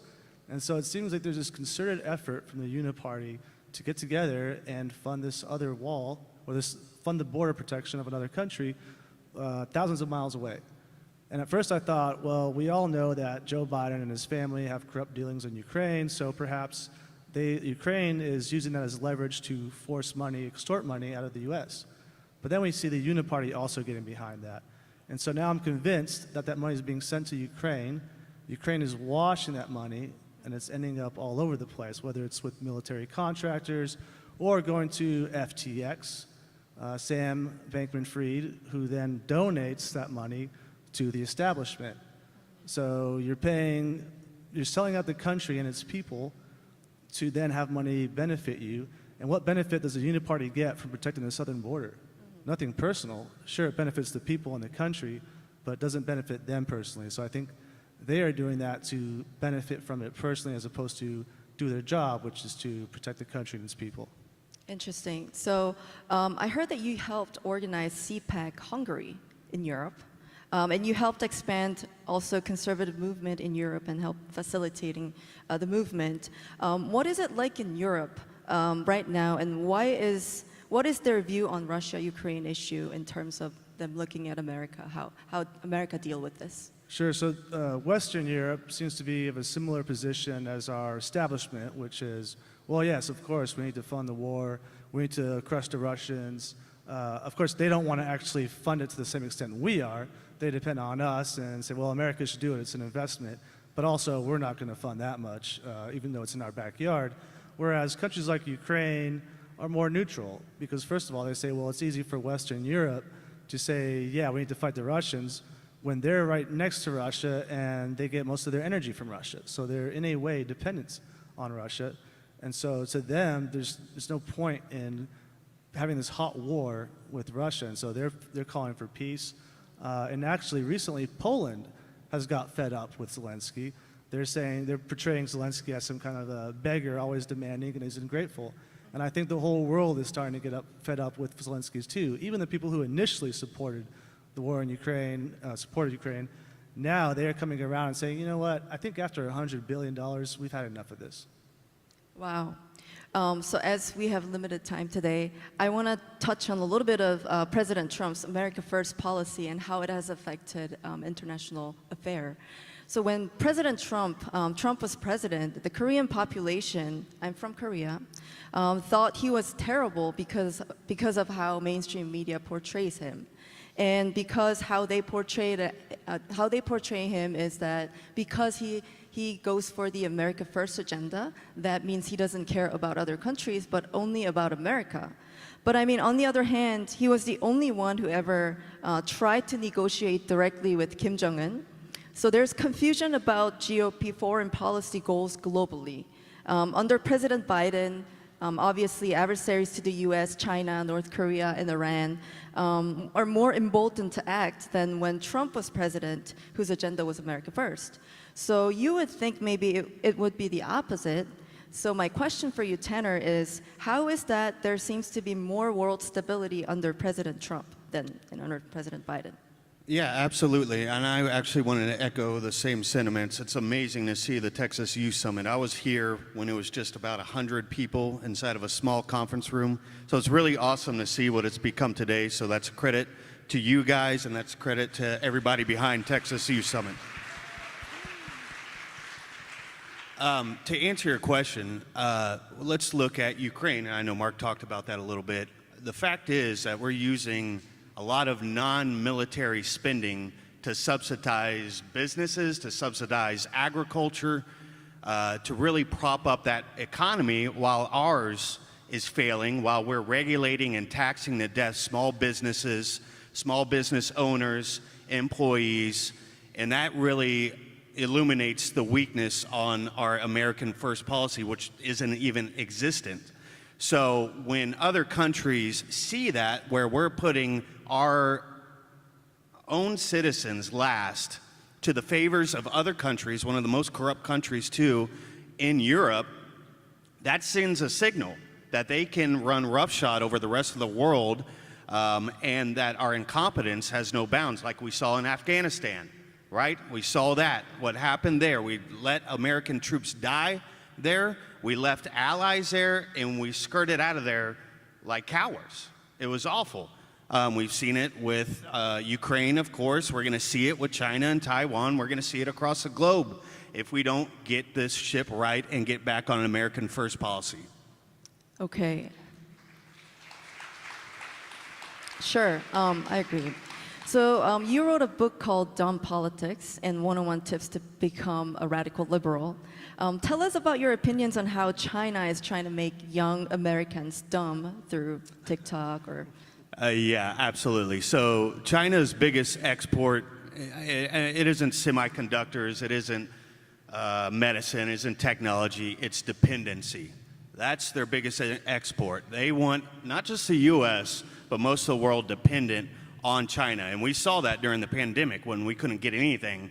We had all supply chain shut down because China was our biggest export. We were dependent on them. And so it's no surprise that they create a social media platform designed to just brain dead our American youth with TikTok.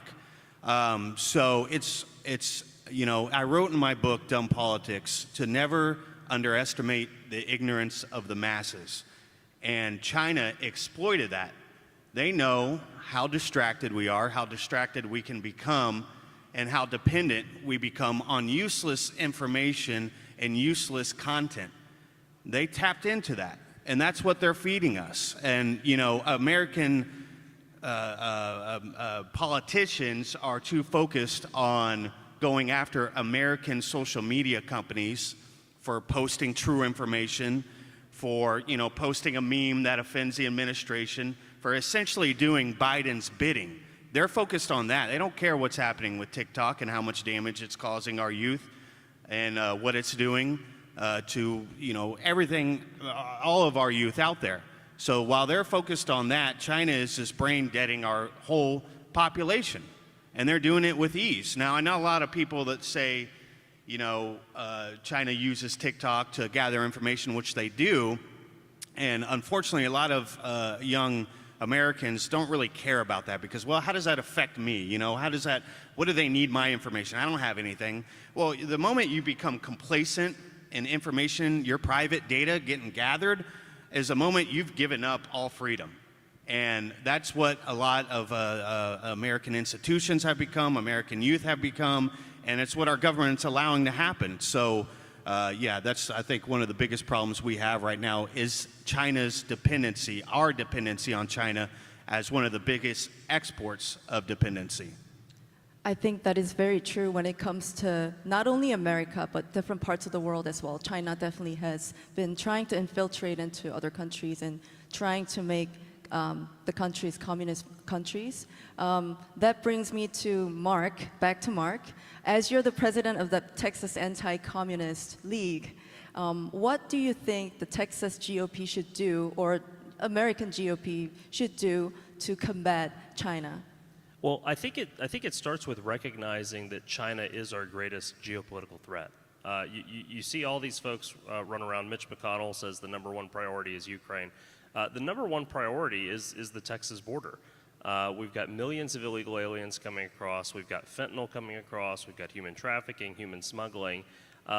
You've got folks from 160 different countries coming across down there. And China is weaponizing the border to bring in fentanyl, weaponizing the entire trade imbalance in the Pacific.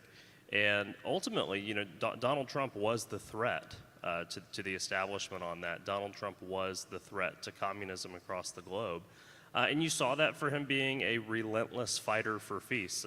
You know, meeting with Kim Jong-un and stopping a nuclear North Korea event was, I think, a courageous and bold and necessary action. Ultimately, we have to get leaders here in Texas who adopt a muscular and unapologetic tone of putting Americans first. We have to look after our own. What I always say is, if you get on an airplane, you know, they're going to tell you during the safety administration, you know, during an event of turbulence, the cabin might lose pressure, masks will fall down, secure your mask before helping others. And that's absolutely what we have to do.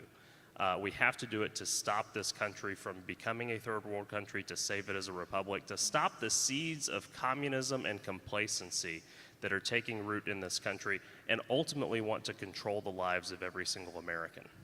That's great. Having the young voters on board is very important.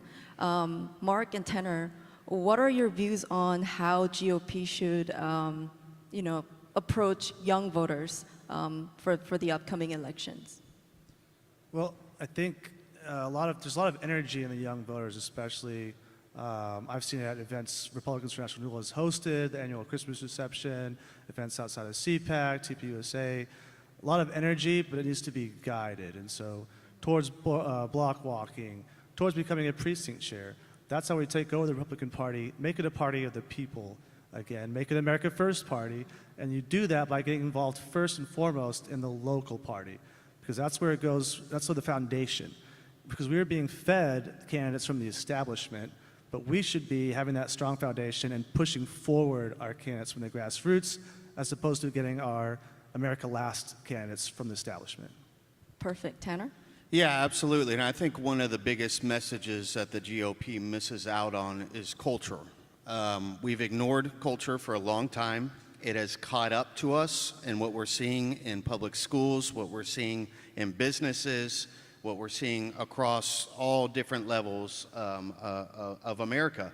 And I think, you know, of course, tax policy is important. I think, of course, domestic policy is important. But we're seeing a rot of our culture. We're seeing an attack to the nuclear family. We're seeing an attack against families. We're seeing an attack against personal autonomy, personal decision making, and it's, I think, one of the biggest messages that resonates actually with the youth today, because they are seeing it more and more, more so than any kind of foreign policy, tax policy, anything like that. So the left has always done a good job on taking hold of the culture, whether it's through Hollywood, whether it's through music, whether it's through social media, celebrities, whatever it is. I think the GOP needs to focus on those issues, which I think are the biggest issues today. So as long as we do that, we have a chance to grab a hold of a generation and raise them right, raise them to bring this country in a different direction that it's going,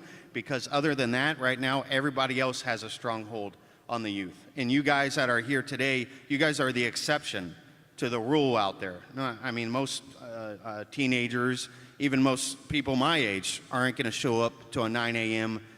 Conference on our country. So I think we're doing a good job of that right now. All right, so I believe our time is up already. I want to thank all the panel members for such a great insight and thoughtful discussion. And thank you all for being here. Thank you.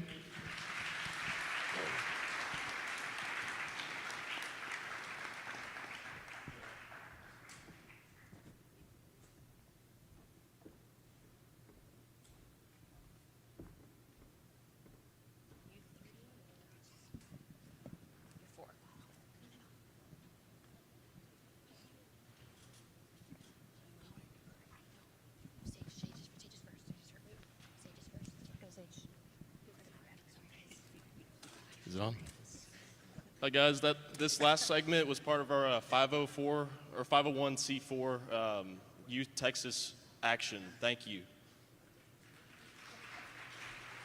Right now, our White Crow is going live.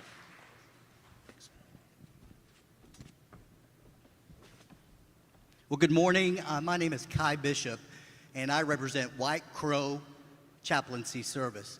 And for about 40 years, I've been in the ministry. I served as a pastor in churches. I served as a missionary on the field. And then I served as a chaplain for the last 15 years at a big oil and gas company. And so everything that I did as a pastor, everything I did as a missionary, I was able to do for the oil and gas company.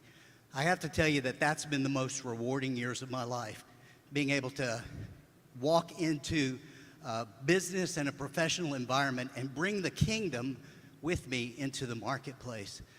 One of the benefits that the business saw by hiring a full-time chaplain was that they were able to help, it was able to help with retention and recruitment. It helped to build culture. It helped to build morale. It was just a great opportunity to invest in the lives of people who probably never darkened the door of a church. Of course, it was just rewarding to me in that I was engaging with people who didn't know Christ, engaging with people who didn't understand the Bible, but they all had the same thing in common. They would have someone that passed away, or they would need relationship counseling, or they were having difficulty raising their children. And so I was able to step into that environment by permission of the company and offer them the help and the assistance that they needed. So one of the things about that, I would always counsel from a biblical perspective, and always do counsel from a biblical perspective. But the people that I'm talking to may not know that. But I'm bringing God into every situation and introducing them, throwing breadcrumbs for them to come to Christ. Currently, I'm offering my services to businesses of all different sizes. I no longer work for the oil and gas company, but I decided to do it on my own. And Dub, which is a medical sales company, is my first client. And Andrew is here representing them. He's also my bodyguard, so. Hey, good morning, everybody. My name is Andrew Beard. I am not only a small business owner here in Montgomery County, like Kai said, but I am on the board of the Texas Youth Foundation that puts this great event on. So thank you all so much for being a part of it. And thank you all so much for spending your weekend and your time with us today. We really, truly means a lot to all of us. I wanted to give a little bit of my testimony. Kai has been my personal mentor for many years now. Him and I have grown deeply in our faith together, and he has been a guiding light for me, not just professionally, but for personally and spiritually as well. My business partner and I, we do own a smaller business, and when we started, talking with Kai about what he did for the bigger companies, we realized that small businesses don't have a chaplain or someone that their employees can go and confide into and practice good mental health even. And so we decided that Kai would be a great avenue for that. And so we've been implementing him for about a year now, and our employees have seen really great progress, not just in their own personal faith, starting their own Bible studies even, but the production and their work capacity has gone up greatly because they're just happy to be at work now. So if there's any small business owners in the crowd today, please go by, talk to Kai, go by his booth, see what he does.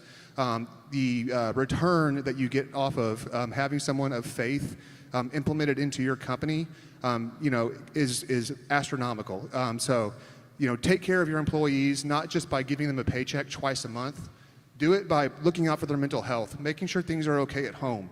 Even if it's that simple. Your employees come from different backgrounds, different walks of life, different upbringings. And so everyone's story is different, and having someone like Kai, who is not the boss, who's not a coworker, who can pray with you, who can just be an ear or a shoulder to cry on if they need it, is something that really will not just help your business, but more importantly, helps the lives of the people that work with you and for you. So please go by his booth. He's got great packages. He's got great opportunities for all the small businesses in America, or in Montgomery County. America someday, right? And so please go by and see him. Thank you. Thank you.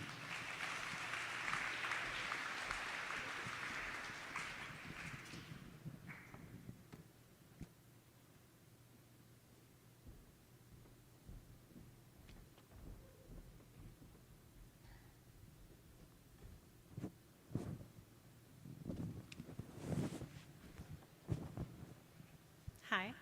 Okay. Hi, everyone. My name is Liz Willis. I'm from Atlanta, Georgia. Quick background on me. I did a lot of television hosting and rallies and events, stuff like that. Now I'm working at a tech company. But today's panel is going to focus on the deterioration of Harris County and the surrounding areas. So before I begin, I want to take a moment and just let our panelists introduce themselves and a little bit about them. Charles? Awesome. Good morning, guys. My name is Charles Blaine. I'm originally from New Jersey, but like everyone says, I got to Texas as fast as I could. I live in Houston, and I run an organization called Urban Reform. We focus primarily on local government in Houston and Harris County. So we try to get people engaged and informed about what's happening at the local level and try to get them to understand that the things that are happening at the local level are equally, if not sometimes more important than what they're seeing happening at the state and federal level. We encourage people to really look at their city councils and county governments because those are the places where you have an opportunity to reform government and change what's going on every single week of the year, unlike sometimes at the state level where they are only meeting, for 4 months every other year. So I'm going to be encouraging you guys to get involved with your local government today. Hi, I'm Jessica Hart Steinman. I'm the General Counsel and Director of Litigation at America First Policy Institute. So America First is a think tank that's based in DC. We started after the Trump administration, actually from the Trump administration. So we have former cabinet members, former senior officials, started this think tank to further Trump policies. And the Trump administration, I was a senior official at Department of Justice. I oversaw about $9 billion in funding that went towards victims of crime. And our big focus there was human trafficking. So we were the largest federal funders to combat human trafficking. And so, like I said, I'm at America First right now, and I'm the director of litigation, so we really further and bring active litigation to further Trump policies and protect our Constitution. My name is Alex Mueller. I was the Republican nominee for Harris County Judge, ran against Lena Hidalgo. I spent my career in the U.S. military, was in the Army Bomb Squad. I'm a West Point graduate, and after that went and moved here to Houston, similar to Charles, got here as fast as I could, worked oil and gas investment banking, and most importantly, proud wife and mom of 2 toddlers.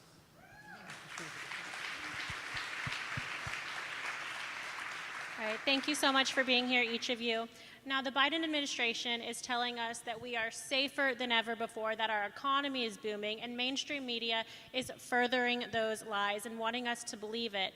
But I have these experts here today, and we're going to talk to them about the truth about what's actually going on. I'm going to start with you, Charles. Americans seem to be fleeing larger cities for more rural neighborhoods. Is this a trend that is happening here in Texas as well? Yeah, it definitely is. So when you look at urban areas as a whole across the country, just from 2020 to 2022, we saw about 2 million people leaving urban centers and moving into suburbs and exurbs, places like the Woodlands and other surrounding areas of Houston. And in Houston and Harris County, we've seen growth stagnation in terms of population in recent years as well. And a lot of that is attributed to the policies that we're seeing in many major urban areas, which we can talk about a little later. But we're definitely seeing that in Houston and Harris County. And a lot of that can be attributed to overall quality of life issues. And so if you're in a city, you're paying a lot of money to live in a city, and traditionally millennials would pay that in exchange for, being near their friends, being near their workplace, having the amenities, living near a ballpark. But when you're starting to look at your bottom line now and you're paying to live somewhere, you have crime that's just running rampant, you have infrastructure that's breaking down, you look at this return and you're not getting a return on investment that you think you should be. And so we're starting to see more people move out. And we've done a number of events out here with organizations in the Woodlands, and what they're now seeing is that a lot of younger families and just younger single millennials are starting to move out here as well, which isn't traditionally the case. I mean, in the past, the Woodlands was a bedroom community for older families who wanted to get out of the city, but we're seeing that transition now, and I think we're going to continue to see that in the coming years unless we start to see some reform at the urban level. Well, yeah, I'm seeing that in Atlanta as well, and I'm actually thinking of leaving where I am for many of those reasons. You mentioned it just a second ago, but what policies are hindering economic growth the worst that you've seen here? Yeah, I mean, one of them that start off is we all look at our cost of living, whether that's buying a home or renting an apartment, and it's a lot of these democratic policies in our major cities, these regulatory burdens, these permitting processes, all these things that come with development that are driving up the cost of housing. And so a lot of millennials just cannot afford to get a house or can't afford to get an apartment that they would like to live in, and so they move out to an area where they can. And so that's one of the primary ones, but also just letting crime run rampant. I know Alex is going to talk a little bit more about that as we move on, but letting crime run rampant is something that has an economic impact and the social and societal impact. No one wants to live in a city where you have crime just plaguing you on a day-to-day basis, and you have homelessness, and your cost of living is high, and you pop a tire every time you drive down the road. It's unsustainable. Thank you. Now, Jessica, I've noticed a theme amongst the Biden administration, and that is overreach of power. Fortunately, lawyers like you are fighting back for our constitutional rights. Can you tell us about some recent cases where Americans are actually winning? Yeah, so I think, and kind of building on what Charles said, you see the left's policies in these bigger cities, but also at the national level, we see the left really overreaching, and that's what Liz is talking about too. So we have one case, we represented 36 members of the Air Force, and they were mandated by the Department of Defense to take the COVID vaccine. These were healthy young men, most of them had already had COVID, so they actually had a religious liberty right to not take the vaccine. On top of that, and an issue that we were just talking about is this overreach. You see the Biden administration and the Department of Defense reached in and tried to grab that power that actually is a legislative branch power. So the legislator actually gets to decide in our Constitution that power. You know, it's not given to the Department of Defense. And so we fought that case, and we had another case too that we actually took to the Supreme Court and won on. And you see this nationally. You see the Biden administration really reaching out unconstitutionally and trying to grab power that was never delegated to them. And I think we'll talk a little bit more locally too, but we have a local case. This is actually in Colorado. We have a 12-year-old girl and a 13-year-old girl, and they went to an after-school art program, which their art teacher invited them to. They were excited, and they go there, and it's actually a program, a secret transitioning club program, nothing to do with art. Luckily, this is in Colorado, not here, but doesn't mean it isn't happening here as well. The two girls went home, told their parents, one of them told her parents that she decided to transition, that she went through a really hard couple of months. The other one went home, didn't tell her parents, and actually tried to commit suicide. Both, luckily, are doing really well right now. But this is a kind of another overreach that we're seeing even at the local level, where actually it's a parent, in our Constitution, it's a parental right that the parents decide the education of your children. It is not the government, it's not your schools, it's not your teachers, it's your parents' right. And so, and I think especially to a lot of people in this room, the art teacher told the kids that if you don't feel comfortable in your body, you're transgender. And I want to let everyone here know, that age gap, from 12 to 18, you're gonna feel uncomfortable in your body. I mean, you're going through so many changes. I did, I think probably all of us did. So if you have problems like that come up, talk to your parents about it, talk to your grandparents, your aunt and uncle, your pastor. There are people to talk to about it, but don't just assume that you're going to be transgender. So these are the types of cases that we're trying to push back on some of these policies that, again, you see from the left at the national level, really, reaching way too far in unconstitutional authority they don't have, but even at the local level and at, school districts, reaching into things that they don't need to be a part of, that's, part of the family life. And again, that's guaranteed by our Constitution. That's absolutely horrific, but thank you for the work that you're doing. Now I want to get over to Alex. You recently ran a campaign as Republican nominee for Harris County Judge, and it was a very tight race. You got to see local politics and experience it firsthand. What did you learn about Harris County and the importance of getting involved in state politics? Well, just would like to echo Jessica's comments and sentiment. The government overreach was a very decisive driving point for my decision to run. It seemed, particularly in Harris County, government was everywhere I didn't want it to be. So I had a toddler, she was forced to be masked. We had very aggressive lockdowns in Harris County. Even kept mandates well past what CDC recommended, which was, years too long. But then in the things that we did need our local government, particularly in the criminal justice system, that's where they could not be found. And what's so appealing on the local side is that it is immediate. You don't have to wait through these long years and delays. You're talking about local entities that have multi-billion-dollar budgets and are making critical decisions about those core issues that touch you every day, including parental rights, where we saw actually our local government start trying to do COVID shots in the high schools when the parents didn't know. Obviously, transgender, much more serious issue, but it's that same mentality of government knows best, while at the same time abdicating their very core services is, do we have effective infrastructure? Flooding doesn't stop at the border, nor does the crime that's impacting this whole region.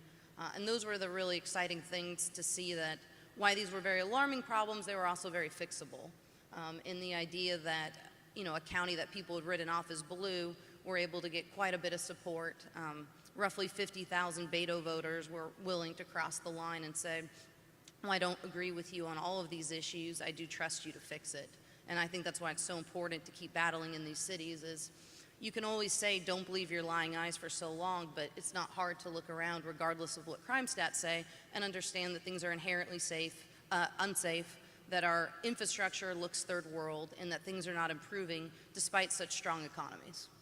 Now, despite starting off as a grassroots activist, you actually really got combated by what I call the Democrat machine. Do you mind sharing some of that experience and what Hollywood even did here in Texas?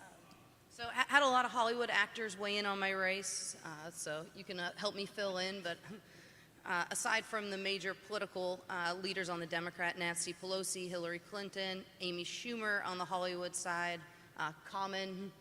Lin-Manuel Miranda. Yep, so Hamilton producer, Jane Fonda. That was very interesting having her campaign against me as a combat vet, telling me how I'm a threat to our country.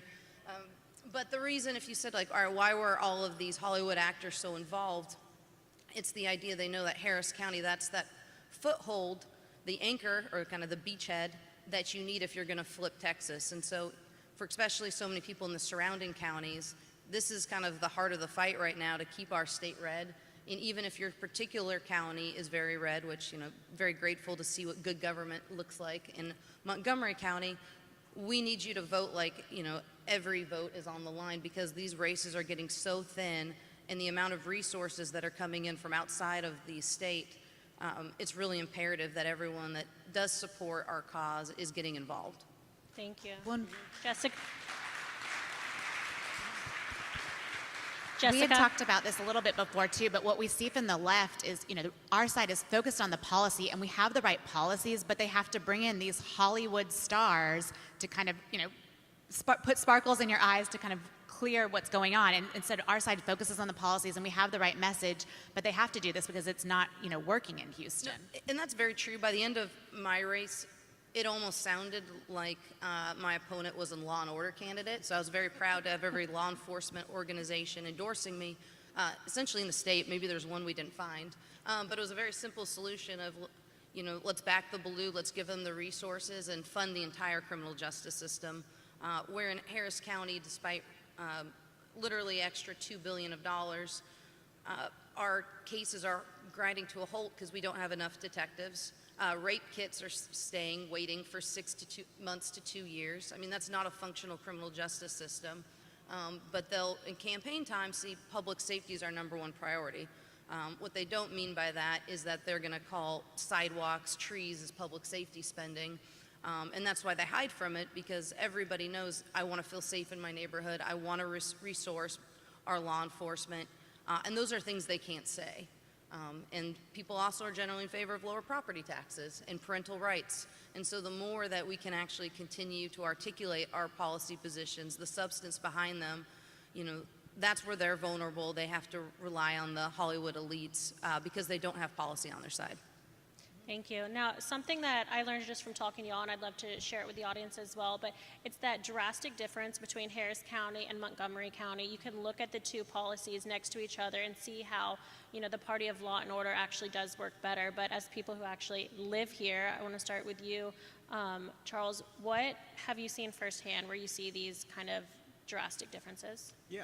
Well, I want to let Jess take that, because she brought that up first. I don't want to steal your thunder. Yeah, I can. And so I actually lived in Harris County, lived in the Heights area before, and then moved up to DC for the Trump administration. But now we actually live here in the Woodlands. And so I would say, you know, it's just a drastic difference. And I know our sheriff here in Montgomery County, Sheriff Rand Henderson, will tell you that his people are out on the road, and they'll catch a criminal near the border, and they will actually ask, am I in Harris County or am I in Montgomery County? And they're hoping that they're in Harris County so they can get let off. And if they're in Montgomery County, they know our DA, Brett Ligon here, is going to enforce the law, and they're going to have to pay for their crime.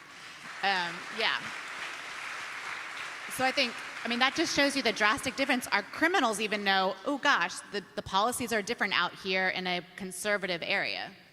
And I think to kind of just add on to what Alex and Jess was saying before, was that even just the idea of what public safety is. I mean, in Harris County, during the election, they created this early childhood education program with using federal relief aid, COVID relief aid, and then framed it as public safety, because they assumed that if they create an early childhood education program and they get these kids in the program 10 years down the road, they won't be committing crime, so technically that's public safety. Whereas in Montgomery County, I think you can understand that public safety means public safety, which is probably just cops and, you know, people on the street. And then I think it even, when you're talking about other policies that we're seeing, can you just show of hands, have you guys heard of guaranteed basic income, or is anyone here familiar with this? Okay, so we've got a smattering of hands. Well, what's interesting about this is that we're here in Texas, this is something that we don't talk about very much, but our state has not banned this. And because we have not banned this, we do have 3 major areas, Houston, Austin, and San Antonio, which have implemented some form or fashion of this. And what this is, it's a monthly stipend that they give to individuals that meet a certain, set of parameters that they set out. There's no work requirement. They use your tax dollars to give it to them on a monthly basis, and it's reoccurring.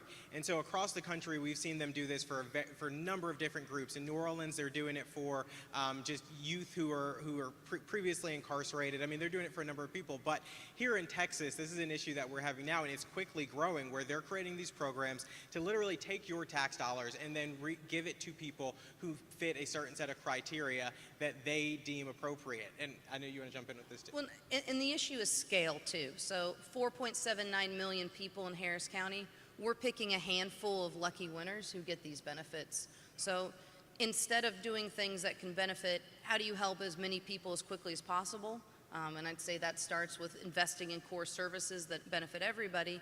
We've been picking these various social programs, all funded by one-time COVID dollars, that do not have a sustainable source of funding, that now several thousand families are going to get significant checks without strings attached, but that's also showing who gets selected, how, that we're picking this system of government winners and losers and doing it very fast and aggressively at the local level. And we call that public safety as well. Well, and I'd hate to not mention too, I mean, look at our national politics and the weaponization that we're seeing by the FBI. And, I used to work at, Department of Justice, so it's just so hard for us to see this 2-tiered justice system. We're seeing it at the national level, we're seeing it down here too with some of the, I think, local ethical issues in Harris County as well. Thank you, guys. Now, I also want to mention how just proud I am of each of you. Teenagers, I'm seeing so many audience, and that's kind of a first for me at many of the conferences I go to. This is different, and I admire you so much for being here today. Something I want to end on, we have a couple minutes left, but that's what can we do to save Harris County? And if you can, I'd like for each of us to, encourage the youth and give them a little bit of information or a tip on how they can get involved so that one day we get to watch them up on stage. For me, I just want to encourage everyone. It sounds silly, but get involved on social media if you can. I know some of it's not great, but some of it is, and it amplifies your voice tenfold. So whether you have 5 followers or 500, people are watching you, and don't be afraid to speak out, stand up for what you believe in. And I'd say just look for ways to be involved in your community and show your values and your principles through that, whether that's through volunteerism, whether that's through engaging with your neighbors and talking about the issues that matter most, learning how to debate in a constructive way so that we can articulate our values and convince other people of the benefits of them. And also just use whatever avenue you have to get your voice out there. So if it's showing up at City Council and talking there, whether it's submitting an op-ed to your paper, even if it's a liberal paper, guess what? They're looking for people to publish, and if you don't submit anything, they're only going to publish the other side. Or it's being a citizen journalist and getting out on social media and putting your voice there. Just look for different avenues for you to get involved, because it's not that hard, and the left understands that, and they take full advantage of that. And I think too often we sit on the sidelines and we just complain that our voice is not heard, but we miss out on these great opportunities to make it heard. Absolutely.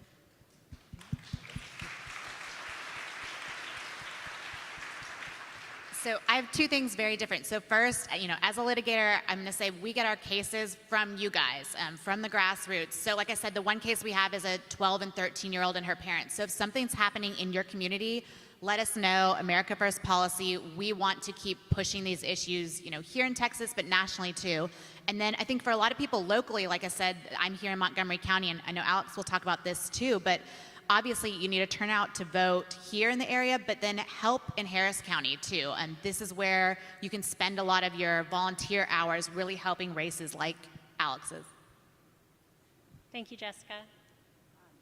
So first, just wanted to thank everyone for giving up your morning. You're now in probably the 1% of the population that would be willing to do something. So very much appreciate that effort. And what just gets startling is just how low engagement is. So we were talking about local races. City of Houston, 1 in 5 registered voters will show up to pick a mayor. So, you'll be selected mayor by winning a little over 100,000 votes out of a city of over 2 million people. That's going to impact the surrounding areas. So that's the exciting part, where just being willing to have these conversations, start articulating your view. Like I said, your local newspapers, being willing to write and start expressing these policies and getting comfortable with those conversations, because a lot of people that you might find unlikely are actually supportive of probably a lot of your beliefs. And there right now is this fear culture that there's only one approved message, and just finding those outlets where you can start to articulate your views. And would also echo with 2024, this is going to be one of the toughest races Texas has had. But if we can show up in numbers, bank those votes early, can have a nice decisive win and keep Texas, Texas. All right. Thank you guys for having us. Harris County is not lost, and it's up to all of us to fight for it. Thank you.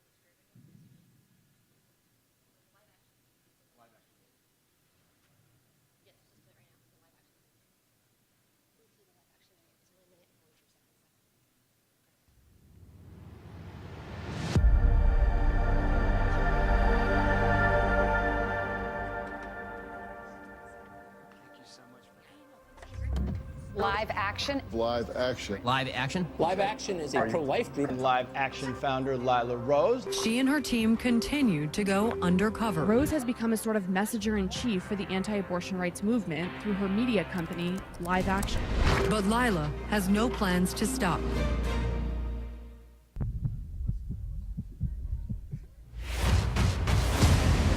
And I've seen people flip from pro-choice to pro-life simply by learning what abortion actually does.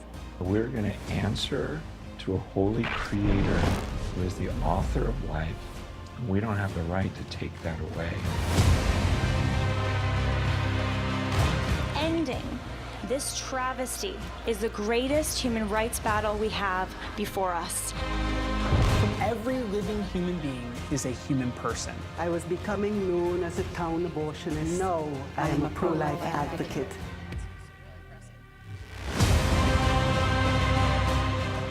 It's not a normal medical procedure, I think. I didn't know they had to crush brains of something that was like the size of your hand. I'm pro-life now. Now it is the time to turn our attention as a movement to the new North Star, which is equal protection for all.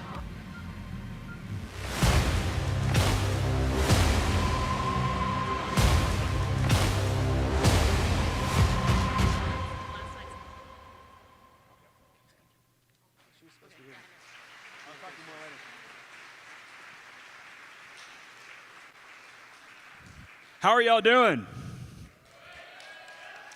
Well, we'll have our next speaker in just a second, but I want to encourage you to stay connected to what we're doing here at Texas Youth Summit. How many of you have your phones? What all of you can do right now is go to Instagram and follow us on Instagram. How many of you can do that real quick? Awesome. I want you to stay engaged with what we're doing, so go to Texas Youth Summit on Instagram. Give us a follow. Also, if you're on YouTube, go to Texas Youth Summit and subscribe. And you can follow us there. And this way, you can watch all of the content that you may have missed when you go outside, go to the restroom, or talk to your friends, or go to the different booths. But that'll give you more material that you can come back and look at later. So the goal here at Texas Youth Summit is to educate you with Judeo-Christian and conservative values. It's so important that you know why you believe what we believe. And we've talked about this. You have to understand why something is true. Don't just accept it at face value just because your teachers or whomever say so. You have so much power as young people. You have so much power. It's more likely other young people are going to listen to you than they are anyone else. You have so much power. And so I want to encourage you to take the time to get registered to vote here. And that's another way you can get involved. We have a booth right out there where you can register to vote. If you're in Harris County or in Montgomery County, get registered to vote. And encourage your friends to get registered to vote. Doing so will help take back our country. Are you guys fired up to be here?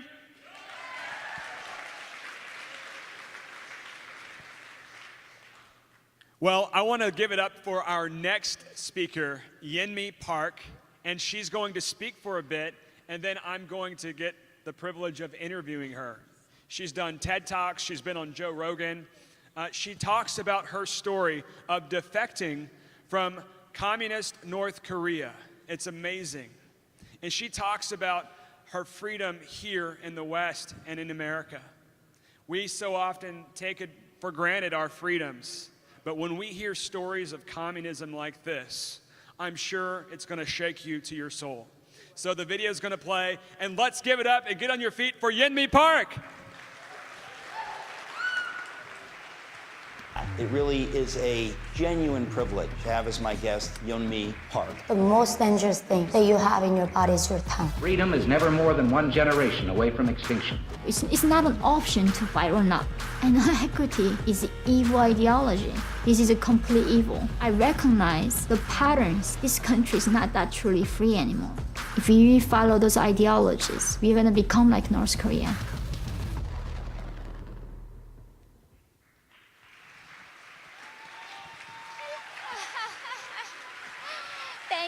Thank you so much, everyone. Thank you. Good morning. Please sit down. Wow. So Houston is a very special place in my heart because when I came to America for the first time, the first place I came was actually Houston, Texas. Thank you. Thank you. I still remember the day when I was getting on the plane and at the airport, crying with my mother in South Korea. I was not knowing what America was waiting for me. And I remember how anxious I was in that plane. Because until that moment, I wasn't really 100% sure about the things that North Korean teachers taught me about America. So until that point, my life was very different. All my life, when I was not here, but back in North Korea, I believed that Americans were bastards. Americans were monsters, cold-blooded reptiles, were trying to eat North Korean people. And then I remember getting out of that plane at Houston airport, and I was like so ready. Is this people gonna attack me right now? What's gonna happen? And then I saw this guy, and he's just like hoodies, eating chips and saying, "Hi, how are you?" And that is when I realized, guys, lies do not have power. Yes. We do not need to fear lies. But what we need to fear is that right now, currently, I live in America, and actually, I became American ambassador myself. I became American myself last year. Thank you. Thank you. And I see the same playbook. It's in a way, if there's a dictator's handbook, there should be one, right? The same playbook that was played to North Korean people is happening to American people. So let's compare a few examples why I'm saying this. When I was born in North Korea, to a country that was built upon the idea of complete equality of outcomes, where everybody's equal, everybody's happy, and everything is taken care of. When I was born there in North Korea, there were 51 different classes. Governments divided us into 3 different groups. The first group is tomatoes, because you are red inside and you are red outside. Therefore, you are complete communist. And that's how you're in the royal class. The second is what we call wavering class. Government named them apples. You're red outside, but you're white inside. That means you deserve surveillance for government. But the last group is called hostile class. You're completely screwed because you're a grape. You're not even red inside or outside. That third of the population constantly persecuted by the government. And this class system was not our choice. This class system determined by the Northern regime what our ancestors did. If my great-grandfather owned the land, that means he was a landowner. Therefore, anybody who born in that bloodline, their blood is tainted. Their genetics is oppressive. So, in America, this same story is played with differently. American currently, the leftist government uses race as the same thing to divide people and control the people. Thank you. I have a son who is he's half Caucasian, half North Korean. And then now he's learning about white privilege at his school in New York City. Even though his mother was an actual slave, his dad never owned a slave, the society asking him that he supposedly be responsible for the crimes that happened for his ancestors. Something called guilt by association is a collective crime. The first thing my mother told me as a young girl was, don't even whisper, because the birds and mice could hear me. What an irony right now, I'm standing here speaking so loud.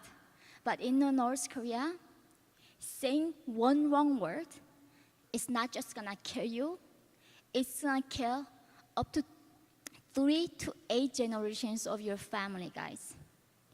Cancel culture is the beginning of that spectrum. That's where it begins.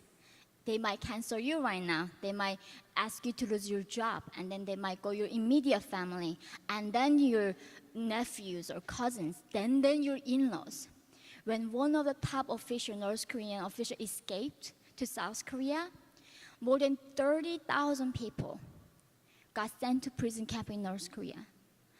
Those people, a lot of them did not know that they were related to this guy who escaped. And now in America, that guilt by association is happening. Your ancestors' guilt is your guilt, therefore you need to be punished. The second one is happening is redefining the words. I came to America believing that this was the promised land. And I went to Columbia University in New York City. And thinking, this is a place I can grow and I can learn to think critically. And when I got there, professors were telling me, Columbia University is a safe place. We have safe space, therefore, you cannot talk anything other than the things that we allow you to talk about. That is a complete opposite from safe space for North Korea myself, right? And that, thank you. This is it's a redefinition of language. Recently, the Chicago mayor saying, instead of you calling the rioting or go on the mob, we call them as a large gatherings instead. This is scary because if we governments keep doing this, how many guys read the George Orwell's 1984? Yes, a lot of you. In that book, George Orwell talks about doublespeak. Why is it important to have a word to describe your situation? And the reason is that if you don't know the word, you don't know the concept. So for instance, guys, in North Korea, we don't have word love. We don't have word freedom. We don't have word human rights. So if nobody told you about those words, would you have known what that was? There's no way you would know. That is why currently in America, the leftists is so obsessed on getting rid of certain words and controlling what we can say, what we cannot say. And thank you. If we let them keep redefining these words and push us, the end is like North Korea, where you do not even know what love is, and where you do not even know you're oppressed. The common question I get when I talk about North Korea is that often people ask me, why there is no revolution in North Korea? It's been 80 years. Same fat Kim dictators. 3 of them been running North Korea for last almost 100 years. And there hasn't been one single revolution. And they do ask, are you guys dumb? Why not thinking about rising up someday? And I'm like, how do you fight to be free if you don't know you're a slave? That's the ultimate leftist goal. They want to push it towards the point where we don't know that we are enslaved. We don't even know that we are oppressed. We think this is somehow the norm. And that is painfully the reality of Northern people. Under the same sky, in the 21st century, 25 million human beings inside North Korea, not knowing that they are even Asians. In North Korea, our calendar begins when Kim Il-sung was born. That's called the Wijuche-1 calendar year. They tell us that we are not Asians, but we are Kim Il-sung race, our dear leader's race. We have a different time zone. It's a different planet. They don't even know what the internet is, and they've never even seen a room like this, where there is electricity, where there's air conditioning, where there's a carpeting. And that could be simply our reality if we stop fighting for freedom. And that's, thank you. Thank you. I feel like by now I lived 1,000 years.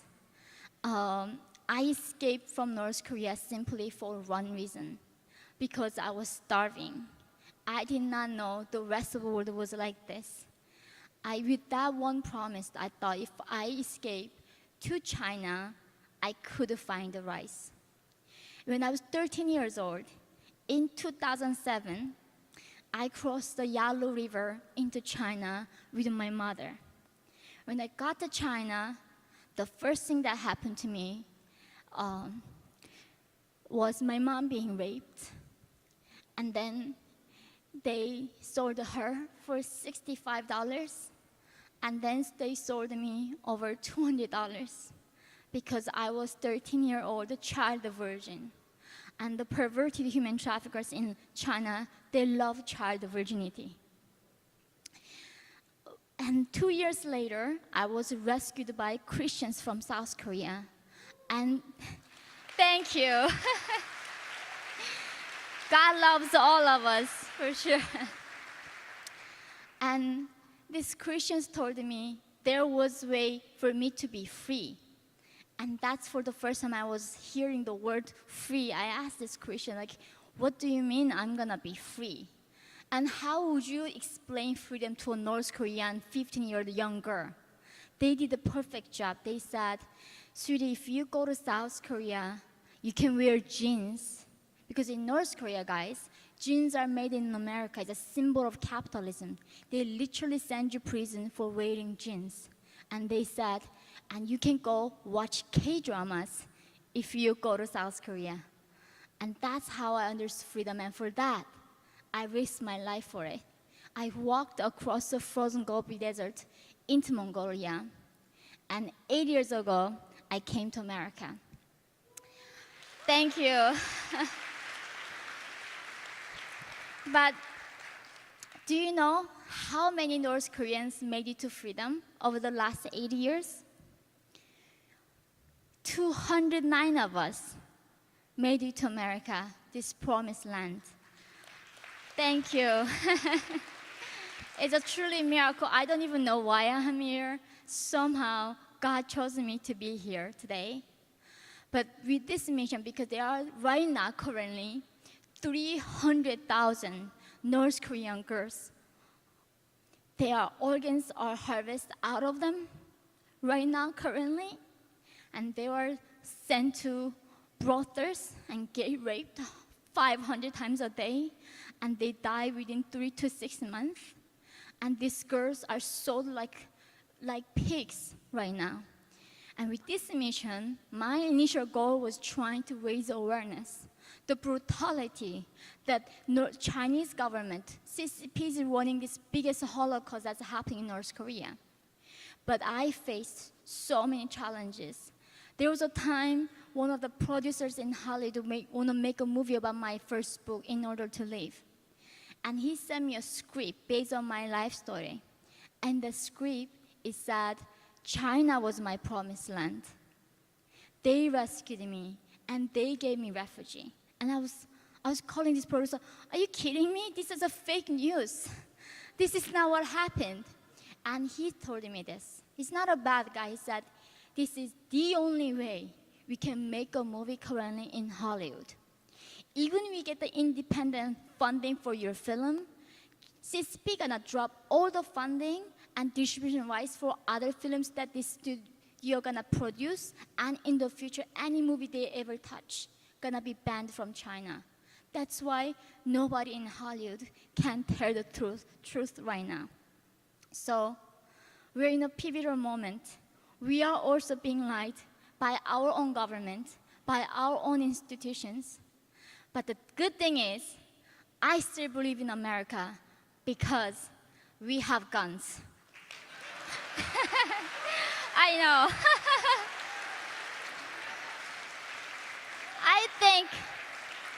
I know. People think like, oh my God, you're saying all this right-wing stuff. I did not even know this was a right-wing stuff, right? Because imagine, when government come to take your child away from you, if you're a father, are you not gonna shoot them back?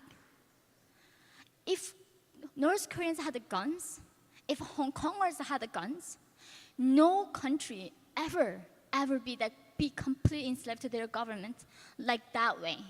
That's why when the governments want to enslave people, the first thing they come for is guns. So, thank you so much. Thank you so much, and we have a Q&A with our CEO of... Give it up for Yeonmi Park. Thank you so much. Thank you. Yeah. Thank you, everyone.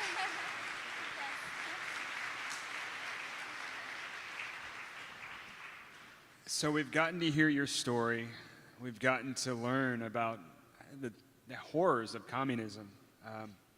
What do you tell young people about having faith and grit to pursue something in your life, to pursue a dream, to pursue a calling, to pursue your freedom?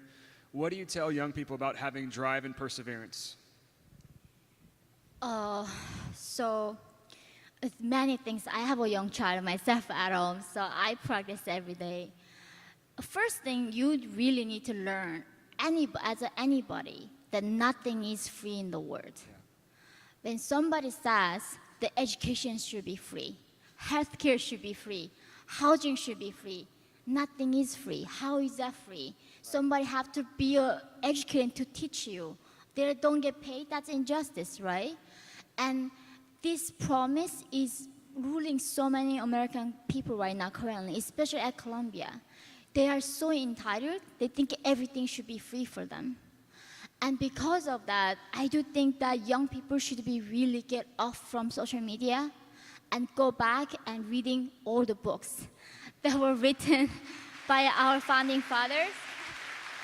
I mean, I do that myself. I do that. Like, understanding world is a very complex thing, right? Like how are we here? How our country was built?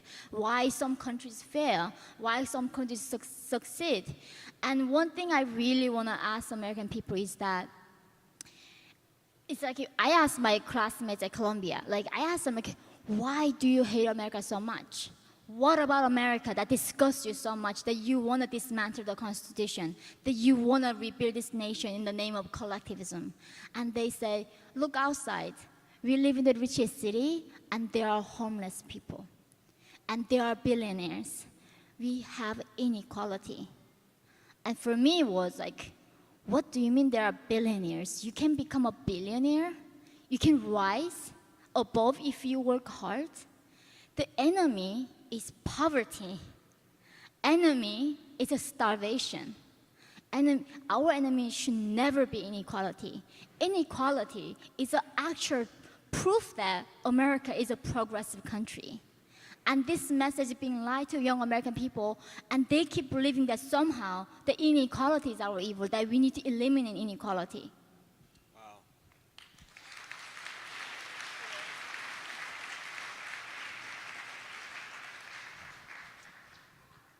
When you talk to people about America, and you've learned so much about America, and you contrast that with other places in the world, what does it take for people to have gratitude? I mean, what does it take for people's hearts to change? What is it you see when you speak for people to understand the magnitude of how blessed they are to live in America? What does it take for them, for the light to go off for them to change? I always wish if there's a magic I can do is that anybody who complain about America, I want to ship them to North Korea with a one-way ticket, right? If you love socialism so much, go for it. There's a socialist paradise waiting for you right there. It's called North Korea. I don't think that's a practical option. Remember, so many people saying they're gonna immigrate to Canada when Trump became a president. None of them have left. And I think there are two groups of American people. One is actually know what's happening, that they know that socialism sucks. But they know there are people who are truly brainwashed and following this ideology. So in order to appease this group, I do think the corporations being woke is really trying to make profit out of it. They are monetizing by being woke because it sells, right? Why Lululemon says they're the anti-racist yoga pants. Everybody at Columbia wearing Lululemon yoga pants. There's a reason for that. But then there's a real, genuine young people I see that they are brainwashed. That I think is gonna be up to parents. It's really, I see that failure in parents. I don't believe that it's a government job or teachers' even job to educate your children.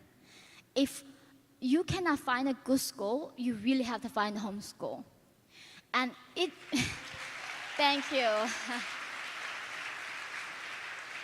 I do think that it really starts with like a self-government. It's that if we were there for our children from the beginning and made sure they understood what it means to be free, right? What it means to live in a country where there's a freedom, I think we wouldn't have this generation of young people believing that America is so truly evil. So I think that we need to fix education system somehow. I don't know, it's so big beyond me, but I try my best to educate my son so he doesn't turn out to become a communist. I mean, can you imagine? I'll finish that sentence. You come from communist North Korea, you come to America, and then in America, leftists at the public schools teach her child communism and promote it. Unbelievable. And these people, they have no idea what it's truly like. They read books and they think it's a good idea, but they have no idea because they've never experienced the horrors of it. Wow, profound.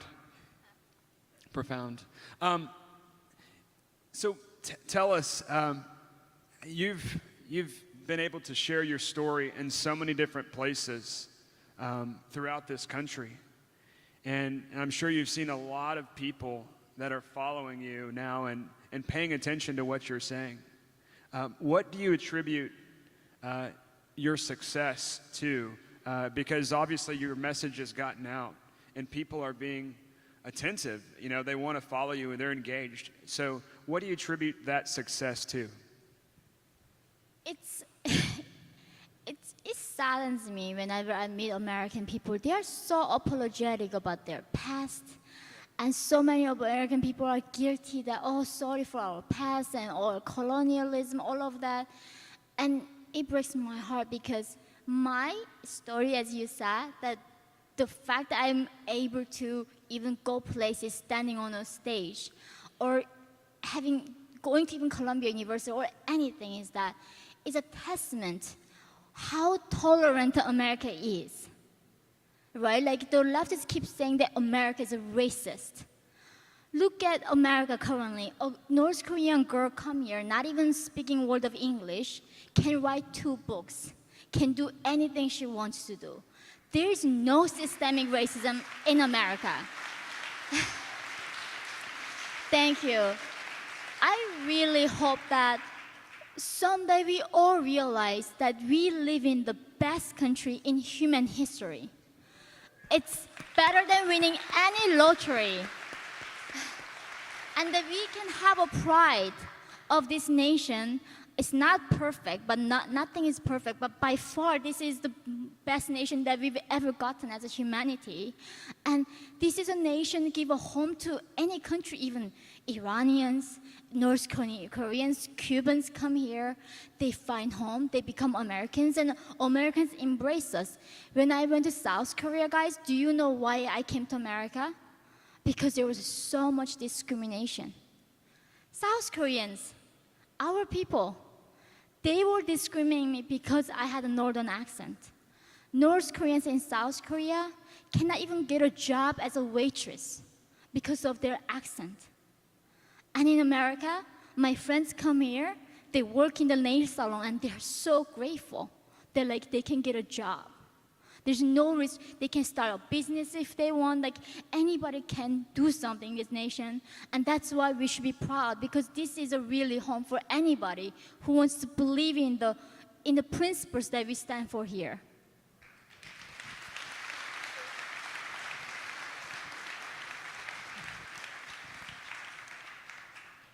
Well, I think we have time for one more question.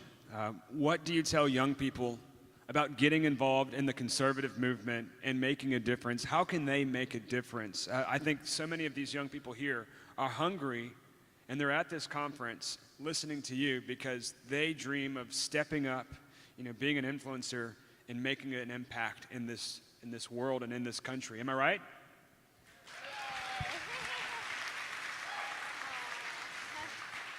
I mean, we needed so many young people like coming out, talking about how wonderful America is. Because do you see TikTok? I mean, there are so many, these youngsters, they lost their mind, literally, and trashing America, disrespecting this nation. But I think to me is that it's in a way, it's random, as I said, or it's God's plan. It's however you want to put it. Nobody moves a mountain alone, right? You need to have that faith. You need to know why you're doing this mission and what you're trying to do, what you're trying to help. And if that's your calling, believe in it. Don't ever give up. And if that is the case, I know how God led me through the literally Gobi Desert. I know He can lead us all to that promised land. So I think it's keeping that faith in the higher being. I think that's the most important thing to me, at least. Amen. Well, let's give it up for Yeonmi Park one more time. Thank you so much, everyone. Love you guys. God bless you. Thank you. Thank you so much. Can I get a picture with you?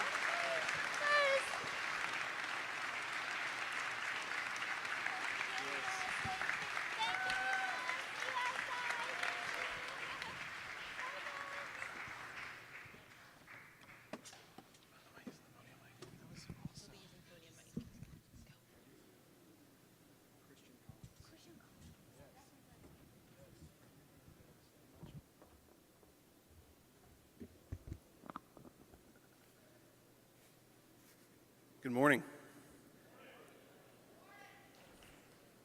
How many middle school kids do you know that love going to school? Mine does. Optima has been life-changing for my son in 6th grade. Traditional school just wasn't working for him. He had turned from an A, B kid to D's and F's. He hated going to school, and he got in trouble for not paying attention. His self-esteem crumbled, and for years he couldn't tell our family that he had made any new friends. Standardized testing only made things worse. Then we found Optima. Some of the changes I've noticed in my son from this past year: he is happy, like legitimately, truly happy. A couple of months ago on a Sunday, he asked, "Is there school tomorrow?" I said yes, and he started celebrating. Not sarcastically, actually happy that he had to go to school the next day. He has made great friends. The time they spend together has created meaningful bonds, even though they haven't met in person yet. The social connections he has made virtually are stronger than the ones he made in a face-to-face environment. He loves school. When I used to ask what he liked about his day in a traditional school, he would say recess. Now he tells me things like, "Math was fun today because we got to fly as part of the lesson." That was an email I received from an Optima Ed parent last spring. Hello, everybody. My name is Dr. Dan Sturdivant. I'm the head of school at Optima Academy Online, the world's first school of record that meets in virtual reality.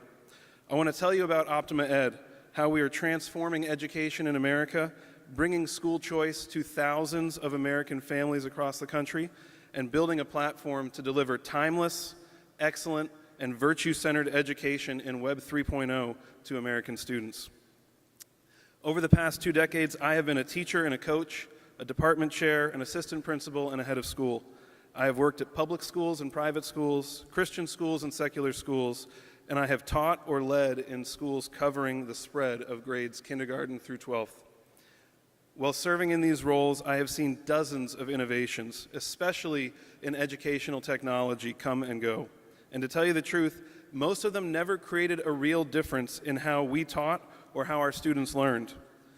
My frustration with these incomplete innovations drove my own research as a graduate student, and I spent several years examining schools and school data to discover what innovations would have a meaningful impact on student learning and what would make schools more efficient so they could innovate and implement those innovations.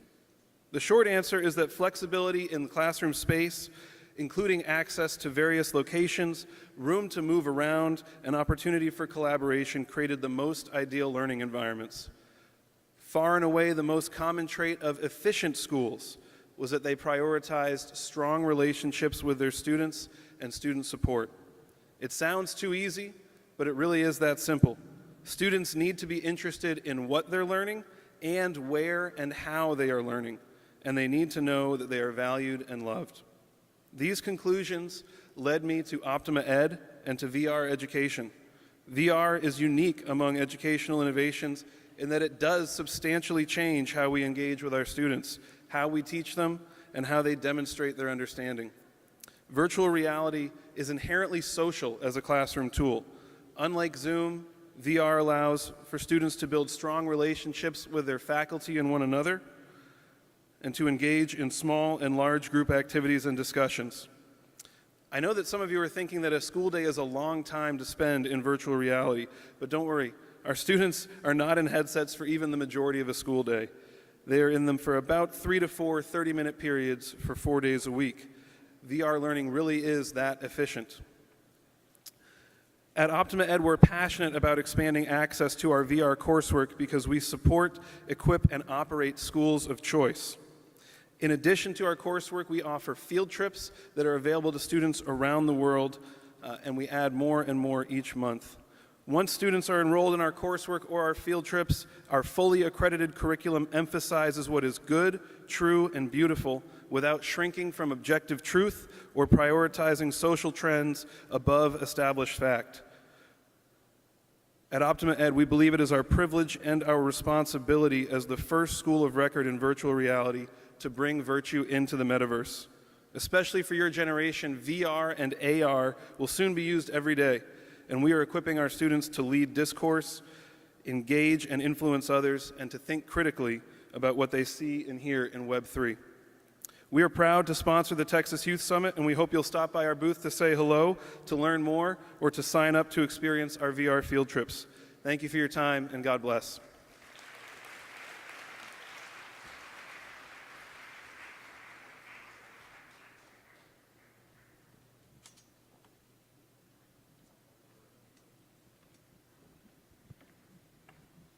Good afternoon, guys, or late morning. I'm Jakub Boyens.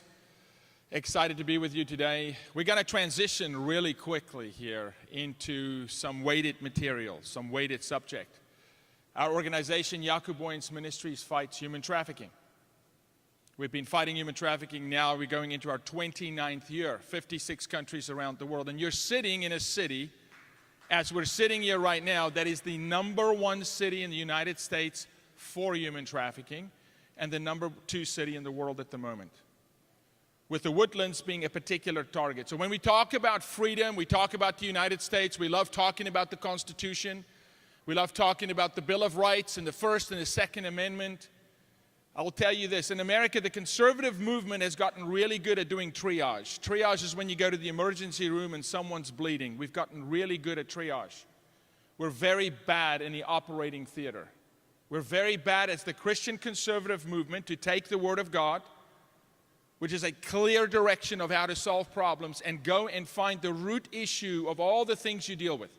So whether you talk about abortion, transgenderism, comprehensive sex ed in the classroom, drag queen story hour, double mastectomies for teenagers, the border that is open, trafficking through the border, homelessness, fatherlessness, the fact that 90% of the incarcerated were raised without a father. You can take any issue that was said on this stage, any, and the root issue is a nation that is veered off of its true purpose and its true identity.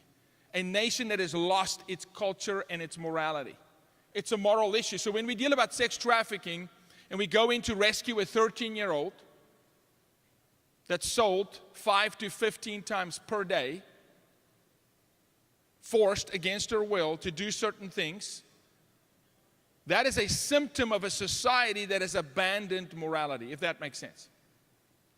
So to really solve these things, to fix problems in America, we've got to go way back.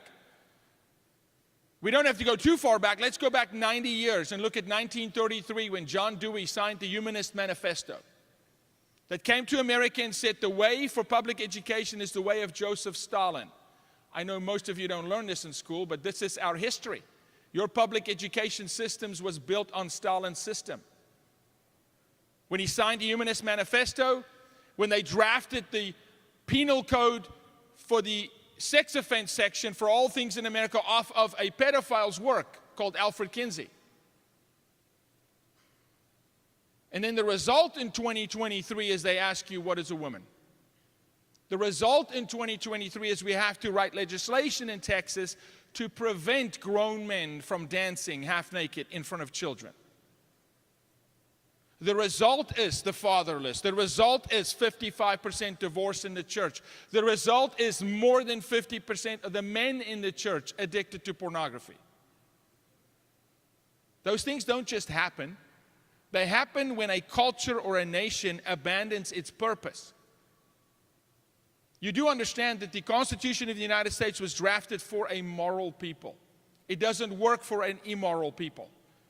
You're watching today has your own legislators, conservatives who's sitting on Capitol Hill or in Austin, Texas, abandon your values. Do not fight for liberty and justice. Do not fight for the unborn. Do not fight for the afflicted, the oppressed, the child sex traffic victim. You will not hear a single question on any of the presidential debates regarding child sex trafficking. They won't touch it. Because to touch it, you actually have to expose the root. And the fact is, it's not a Republican or a Democrat issue. This is a bipartisan issue. It's a moral issue. We arrest as many pastors and police officers as we arrest people who you think should be the pedophile. This is an abandonment of God's value on life. This nation was formed to be set apart, to be marked by God, to be a lamp on the hill, to show the rest of the world this way to righteousness, which, by the way, righteousness means the ways of God. Self-righteousness is the ways of Jakub, or the ways of you. Now let's talk about a Me Too movement. This is how I identify. This is how you should change language for me. This is how you should no longer call it pedophile, but minor attracted person, because that makes me feel more comfortable. You're in the greatest me movement of the history of mankind, where it's all about self-righteousness, selfishness. This nation was not set apart to become selfish. This nation was not set apart to have an open border where children are trafficked across the border. You may not know this. Let me share a little nugget with you. We are burying, as a nation, infants in Texas soil without their parents knowing that they're deceased. Do you understand what I'm saying? The United States of America, I don't care if you're a dolphin or a Smurf or however you identify any way you want to. But you cannot have children ravagely raped and murdered by cartel, and then you bury them in Texas soil, and their parents who live in Guatemala, Honduras, Venezuela, maybe Turkey, don't even know that their child is alive or dead. That you bury a child with a plaque that says, Baby John Doe, no DNA. That's not America. That is not what we were set apart for. That is not what founding fathers gave their lives for, all of them. That is not what our men and women in uniform fight for every day. That is not the legacy that the baby boomers and the Xers and the early millennials should be passing down to you. So at the Texas Youth Summit, what do you do with this? You course correct, and you course correct quickly. You have to abandon all things that is not absolute truth. You cannot participate in it. This is how culture works.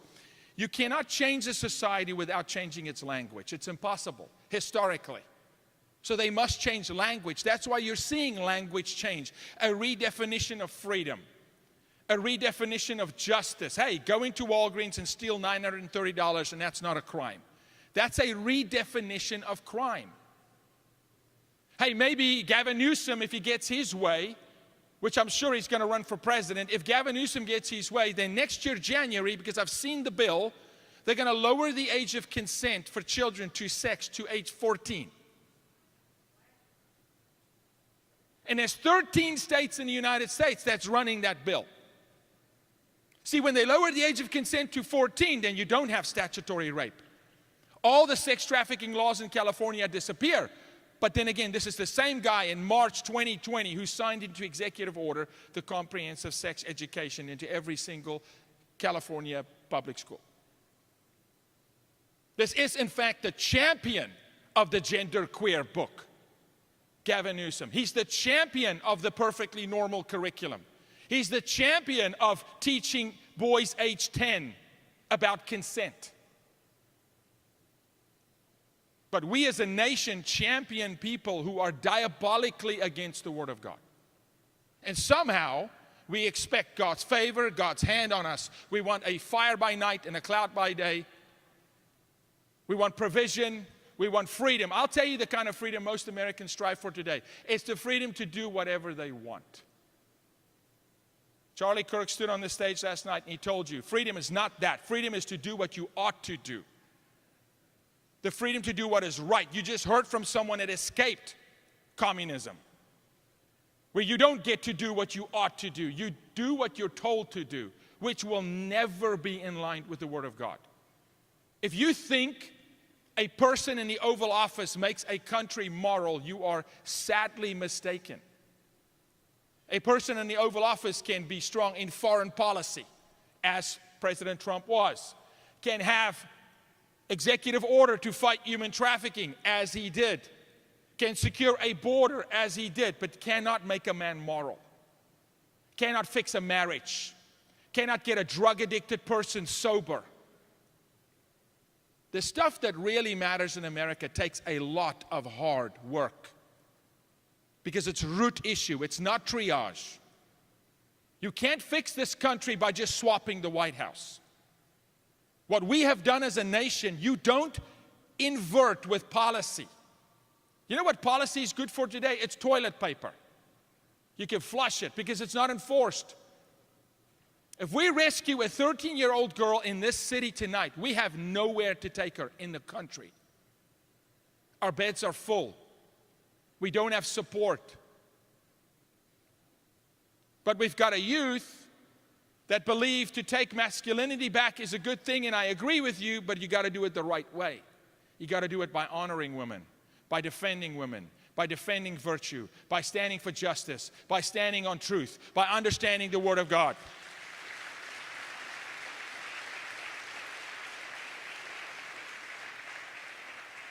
You don't do it like Andrew Tate that says, I got 3 bees who make me coffee in the morning. That's not the way. Because if you do, you might as well fall into the crowd that asks, well, what is a woman? Do you understand how broken a culture is? The African tribes, I'm from South Africa, I'm an American citizen, but I'm from South Africa. I live in Dallas, Texas. I know Texas. Do you know the African tribes were laughing at America? I got phone calls from Africa. They said, you guys don't know what a woman is? Are you out of your mind?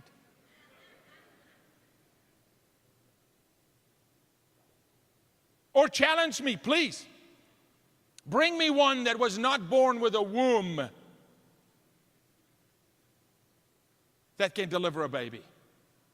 It's a simple conversation. It's a one-liner. What is a woman? One that was born with a womb, and she's sacred. She's to be protected. She's to be honored. She's to be valued. She's to be defended.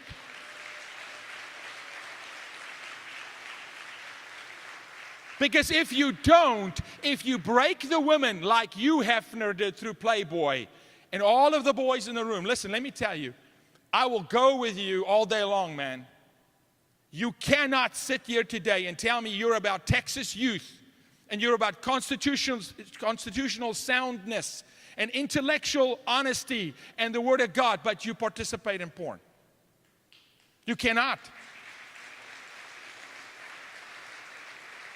And I'm not your judge, God is, and I'm not here to ostracize you, but I'm here to tell you, you got to get help, because you will not, when the chips are down and the bullets are flying and you're in the middle of a war, you will not stand for justice in that moment if you are bowing to the spirit of lust, because that spirit has no place in the kingdom of God, and you can't cohabitate 2 spirits. It's either God or Satan. Make a choice. So this is, at the Texas Youth Summit, Christian, a truth moment, some truth serum. Where you want to fix America, start in the mirror. You want to fix culture, start in the mirror. You want to honor women, start in the mirror. You want to defend the voiceless, start in the mirror. You want sex trafficking to stop? It's so cool today to say, fight sex trafficking. 29 years of fighting sex trafficking. Do you know why? Because when I was 18, my sister was 12, and she was trafficked for 6 years. You have no understanding what it looks like when you look in the eyes of a 12-year-old that had been raped by so many men that they can't count. You don't understand what it looks like when you have a 31-year-old that's been sex trafficked by her own father since she was 4, and he's now trafficking every one of her children, and he's protected in law enforcement in this country. You don't understand what it looks like when a woman is living under sexual abuse her whole life, trying to make it, trying to survive. And then a nation asks, well, what is a woman? It is an absolute disgusting abomination of acts going on in this country at the moment. And we engage like the other side of the conversation has any merit. Scripture says this, do not quarrel with a fool. It is foolish to ask what is a woman. When you engage in a conversation or you make a movie about it, here's what you're doing. You're giving it merit. You're giving it voice. It's like taking the face of a mass shooter and naming his name and giving him attention. You don't do that. You don't quarrel with a fool.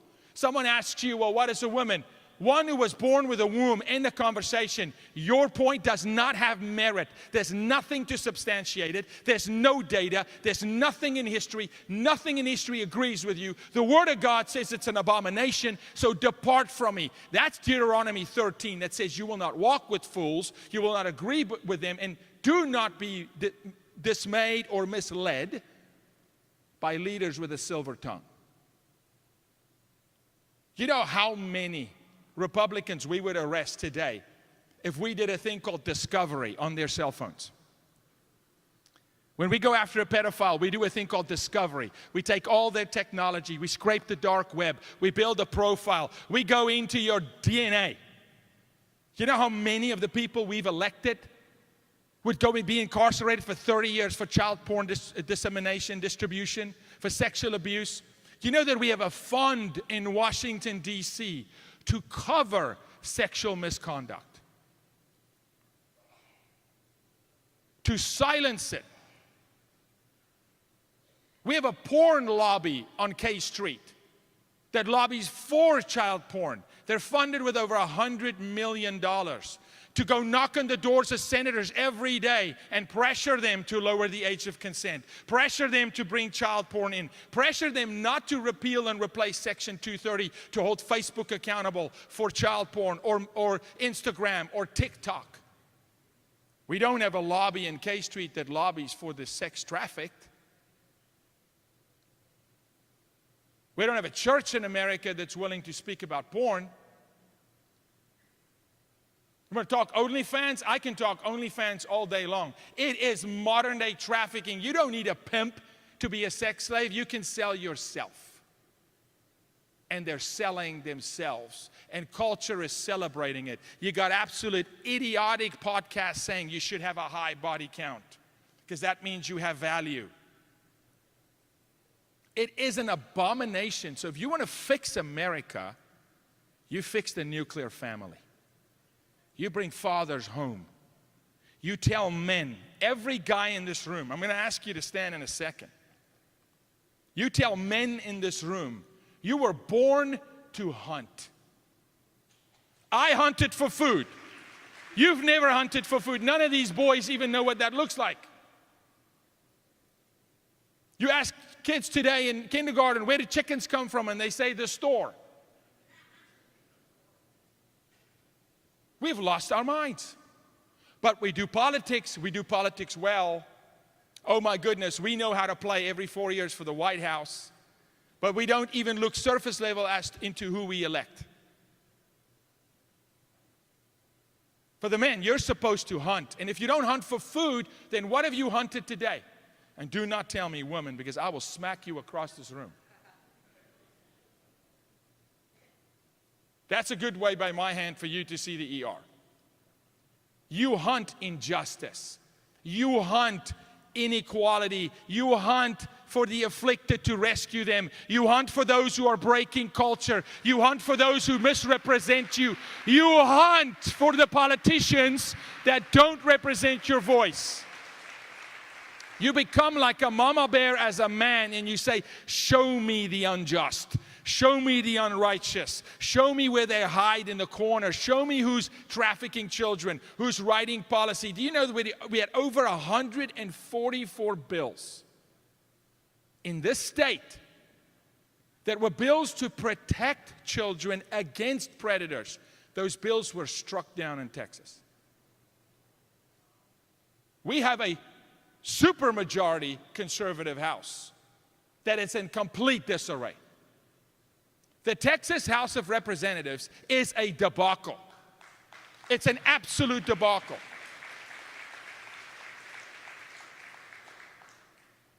Take me into any capital, show me the bills that went to the floor, take me straight to the bills that protect children, and I will tell you the moral state of that House. Like I can go into any one of your homes, and if there's a father or a mother, do you know we did a study? This is truth. If there's nightmares in kids in a home, if children have repeated nightmares, one of the parents watch porn. That's a fact. Why? Because it's spiritual. Sex is spiritual. It's designed by God for a husband and a wife to come together to become one. Why? Because when they're one, they're strong. When it's a three-stranded cord, husband, wife, and Jesus, they cannot be broken. That house will serve God. Those kids will not fall away. They will defend the Constitution of the United States. But what if Satan uses sex to break apart, not to unite? What if Satan gets the adults to engage in sexual immorality so they can't defend the children from it? No. So much so that in our country, The mothers drive their 5-year-olds to the drag show. Because I haven't seen a 5-year-old drive himself yet. But we don't want to have these conversations. We want to talk politics. We want to talk about restore America. Let's go. Come on, the land of freedom.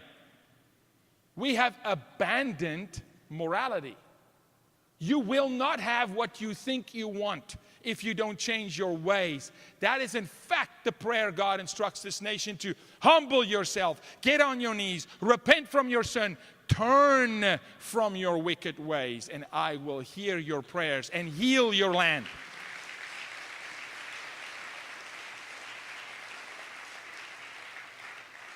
No, but we want to defund the police. Very good idea. Let's defund the police, and somehow children who are being raped by grown men will be protected. That's a brilliant idea. Do you know which groups were defunded first through defund the police? Special victims units for children. Dallas, Texas was the first. Remember, we lost 6 police officers in Dallas through a shooting by absolute radical criminals. Within a week, Texas lost funding for the Vice unit, and for 2 years we had no child victims unit in Dallas, Texas, the #2 sex trafficking city in the world. Does that sound like sound policy to you? Or does it sound like it's by design? Because it's by design. Because in 1933, when John Dewey signed the Humanist Manifesto, he met a guy named Fritz Belusek. Fritz Belusek came to Alfred Kinsey and said, we will sexualize America's youth. They sodomized boys 6 weeks old. They wrote the model for American sexuality. They birthed a Hugh Hefner, which brought porn into this country. Then we had the Love is Love movement. And then we show up in 2023. And children are being taught things in school that you can't imagine. And moms are saying, what the heck? How did this happen? It's been happening. So when I dig in prayer and I ask God, you got to show me where to go. You got to show me how to fight. You got to show me how to find that child. 29 years is a long time. We've learned a lot. We've seen a lot. You give me 5 minutes with any man and I will read him like a book. We have the wrong people representing us. You've got the wrong people who you think, when the chips are down at 5 o'clock, cocktail hour in Washington, D.C., you think when they walk into that hotel that they represent you. They don't. It's a uniparty. Or you would have heard Mitch McConnell or Lindsey Graham or Kevin McCarthy, the Speaker of the House. Have you heard him talk about children being sold for sex in this country? Do you understand that we have over 500,000 women and children today being sold like slaves in this country? If that doesn't move your heart, maybe you're not alive. You will not have America that you think you want if you don't fix it in your home first. So you, the youth, have to take ownership. You've got to educate yourself. Pick one thing. If it is education, then that. If it's pornography, then that you want to fight. If it's the fatherless, if it's the homeless, if it's the sex trafficked, pick one thing. Get enough information so that you're confident enough to speak about it when it's not popular. And then speak. Start opening your mouth and speak truth.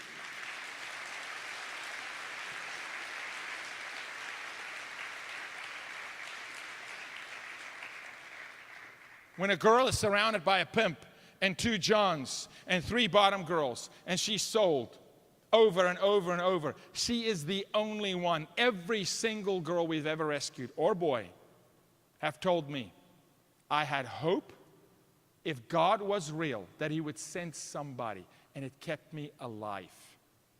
They're the only one. We are so comfortably numb in the American church and the American conservative movement where we love to come into a room like this and we've got friends. And nobody disagrees. And then you give me a microphone and I'm going to challenge the base. Because I don't pander to the base. Because the base is addicted to porn. The base is trapped in divorce. The base is being trafficked. The base goes to church and their pastor lies to them, preaches around the gospel, doesn't tell them that sexual immorality is an abomination to God, not to be negotiated.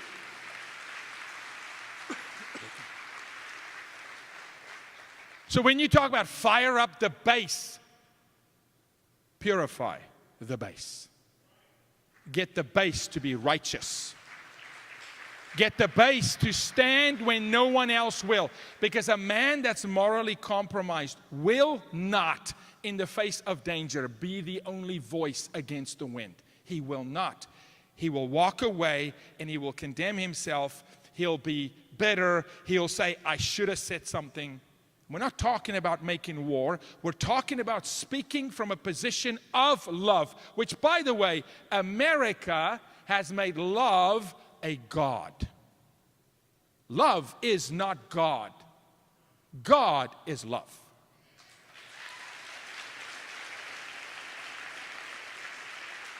So you love everybody. You are not to love everything.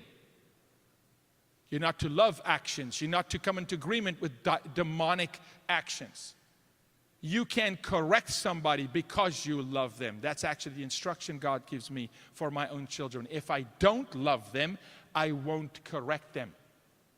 So Mayor Adams in New York does not love his city. Do you know why? Because he arrests a pedophile and then he releases the pedophile onto the street within 2 hours. That's not love. That's demonic. That's the opposite of love. So, 49 seconds and counting left. Challenge hour. Not for your masculinity or your pride. And by the way, just real quick, pride is the sin that got Satan, Lucifer, kicked out of heaven with a third of the angels. And then Satan goes as an insult to America and he names his movement Pride. And we celebrate the sin. That's not love. We're out of our minds. So, 12 seconds. We'll close with this. For the women in the room, I pray that you get to see something cool right now. If there's a guy, I'll do it. If there's a guy, a man in the room that's willing today to go stand in the mirror and say these words, do not be part of the problem, be part of the solution, and you're willing to morally return to righteousness, then I'm asking those men to stand.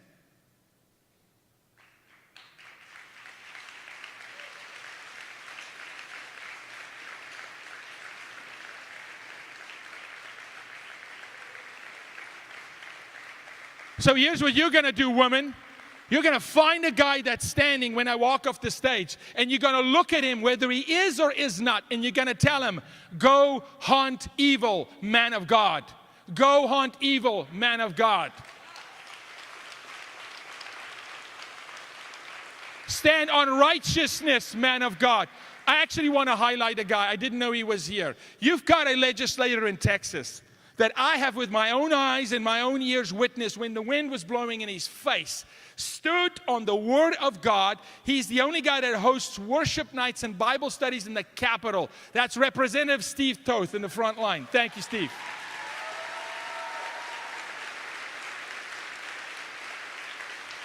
So for the young men, in my closing, if you don't know how to do it God's way, reach out to Steve Toth, a House Representative in Texas, because that man needs your prayer and your support. I pray that you are the righteous. I pray that you're the defenders of freedom. And I pray that you don't just do triage, but we go to the root cause and we fix this nation. God bless you.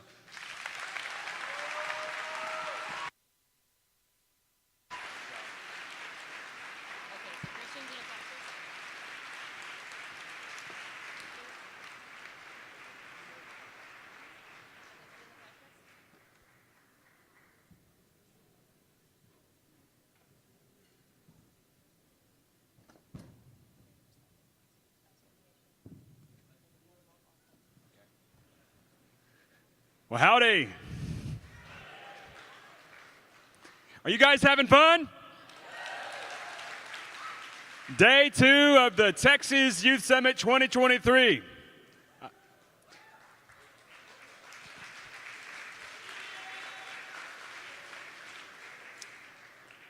Just a couple of notes. If you want to get involved in Texas Youth Summit, one way that you can do so is you can scan this QR code to donate.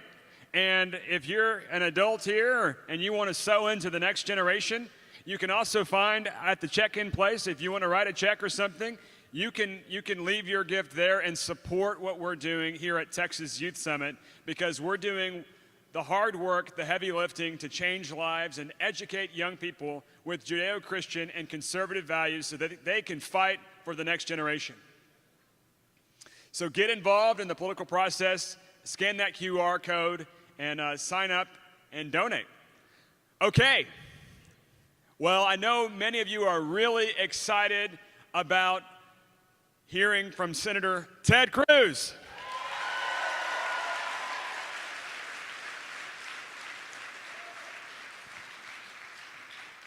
Well, Senator Cruz has blessed us by bringing Ben Ferguson, and Ben is an amazing radio personality, and they do the Verdict podcast together. How many of you are involved with the Verdict? Well, what you can do is you can go on Apple or on your iPhone and subscribe to the Verdict right now. Can you guys do that right now? Can you subscribe to the Verdict on YouTube? And subscribe to it on iTunes. Subscribe right now. It's really easy. A lot of people don't want to get their news anymore from places like CNN or MSNBC or different places like that. That's a boring way and a leftist way to get your news. If you want up-to-date and real-time understanding of the news, there's nobody better than U.S. Senator Ted Cruz. If you want to understand the world, then that's the way to do it. So please subscribe on YouTube to watch the video version, but if you're in your car and you can't do that, do not do that while you're driving. Never do that. That's not allowed. Okay? Then what you got to do is just subscribe on Apple and places like that. Well, Senator Cruz is dealing with the shutdown today, and so he's going to have to tune in virtually. And I know that you wanted to see him here physically, but I know Senator Cruz and his team, they want to get him, back and engaged to be here physically. But Senator Cruz has no choice because it's his job. That's what takes him away. So this is a great way to connect with him. You're going to get to ask him questions, and Ben is going to facilitate this. And so the Verdict has over 700,000 subscribers nationwide. It's syndicated.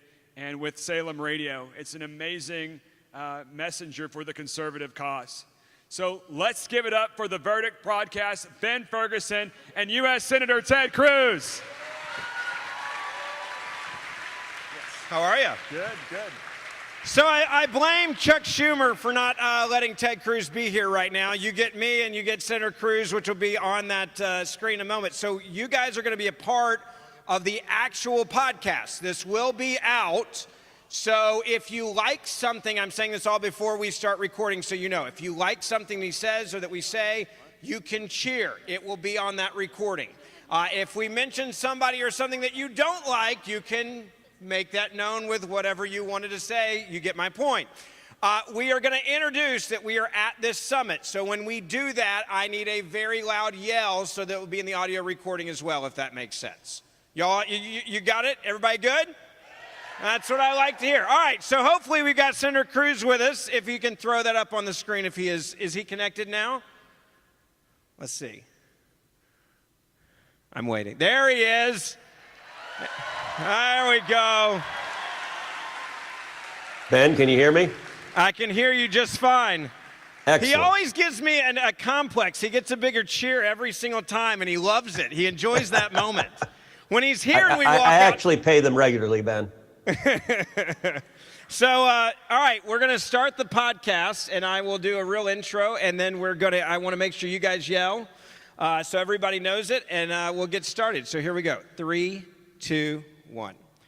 Welcome. It is Verdict live on the road at the Texas Youth Summit.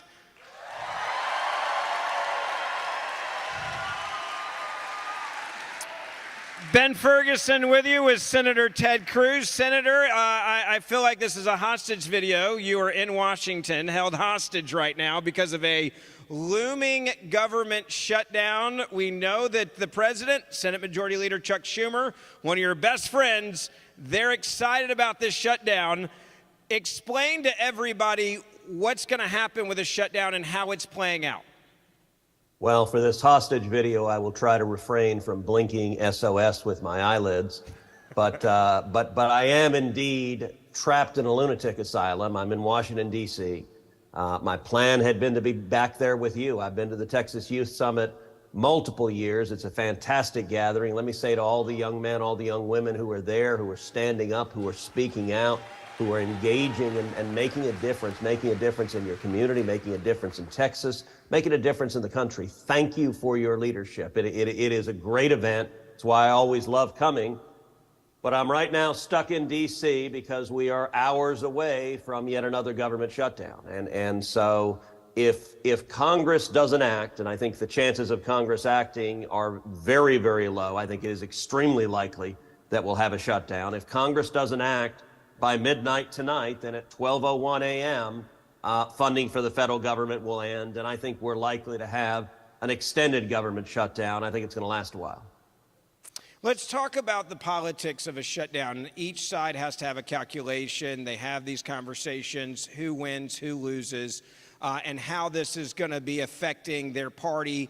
What is a shutdown? You've been through a couple of these. What are your concerns? And also, there's some civility that should be in these shutdowns, that certain people get paid, and yet there are good men and women that protect and defend this country who Democrats seem to be wanting to play politics with them not getting a paycheck. That really bothers me. Well, there's a constraint of two things. One, a basic constitutional principle that the federal government cannot spend money unless Congress has appropriated it. So what's causing this shutdown is the fiscal year. The federal fiscal year ends today, September 30th.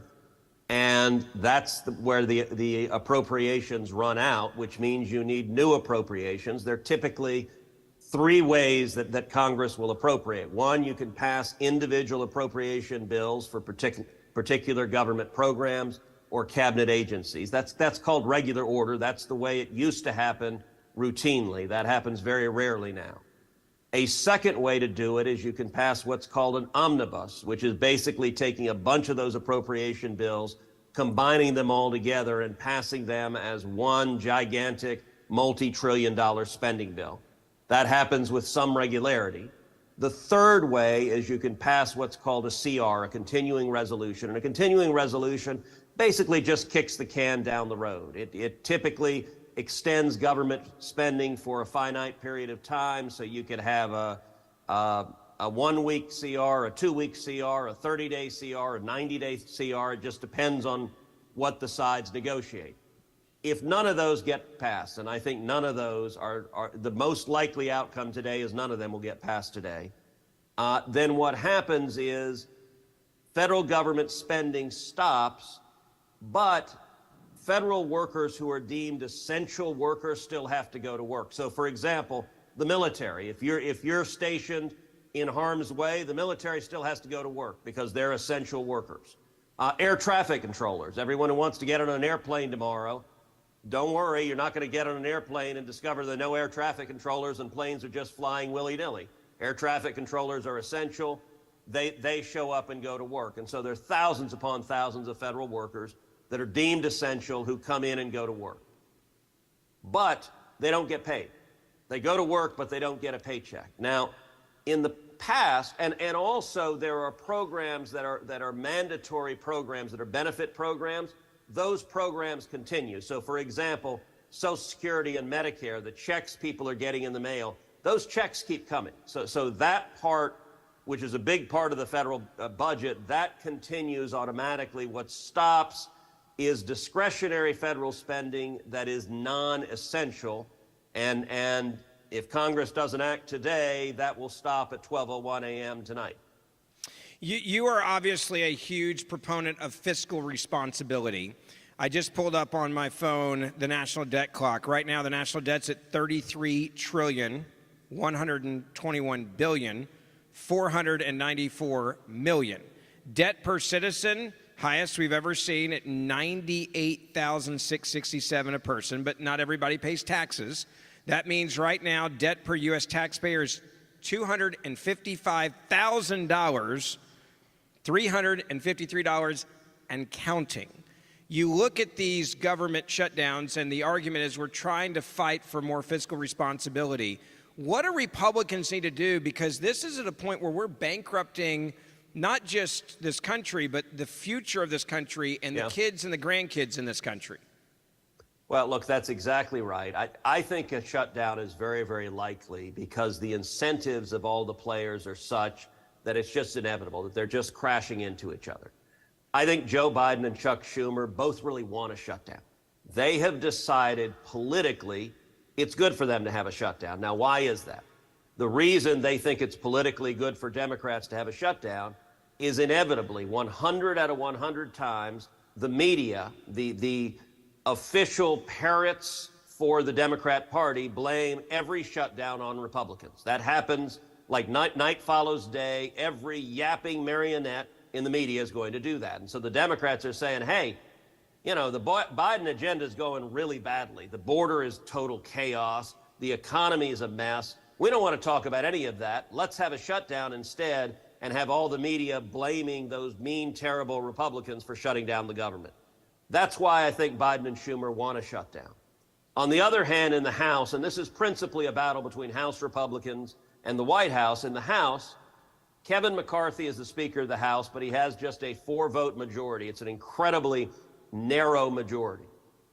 What Biden and Schumer are demanding of McCarthy is complete and total surrender. Surrender altogether. Fund every single one of our big government left-wing priorities. And if you don't, we'll shut down the government.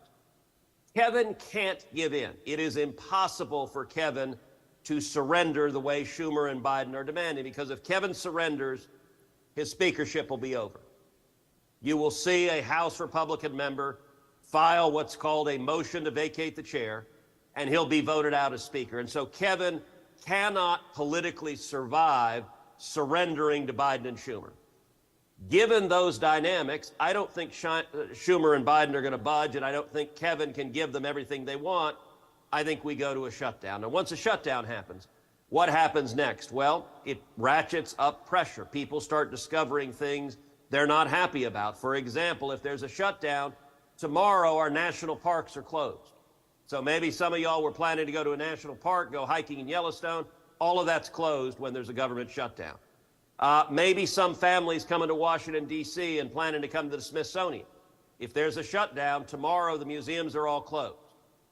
Those tend to be some of the things early on that really tick off people interacting with the government. Now, the nightmare for Democrats is you have a government shutdown and the people by and large don't notice. And I'll have to say an awful lot of people, if you're not specifically using some federal asset or activity, you may notice very little is different during a government shutdown. And that's a dangerous lesson. Democrats don't want the American people to learn that. That being said, the breadth of a shutdown varies because often Congress will have passed some appropriation. So in past shutdowns, we've always paid our military.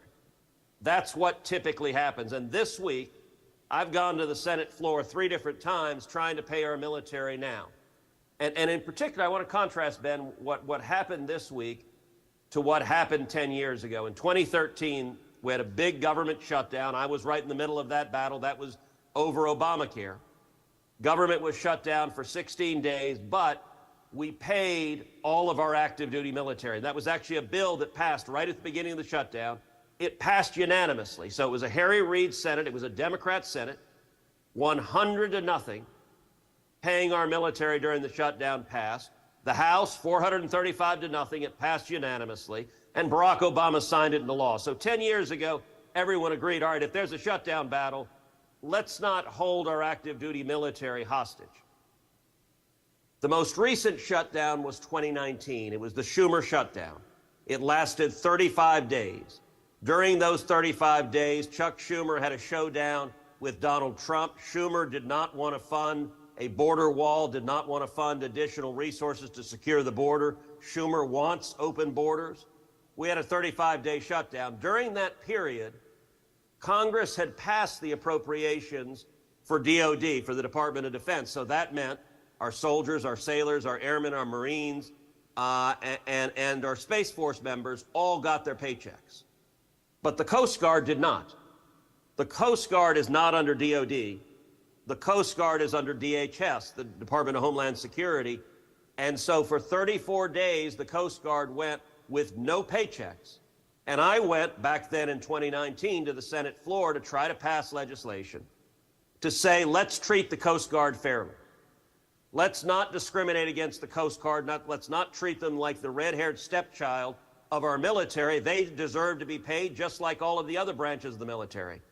And in 2019, Democrat leadership stood up and blocked it, objected to that legislation. And so Coast Guardsmen went for over a month with no paycheck. Fast forward to today. This week, Dan Sullivan, senator from Alaska, good friend of mine, and he's in the Marine Reserves. He's also a colonel in the Marines.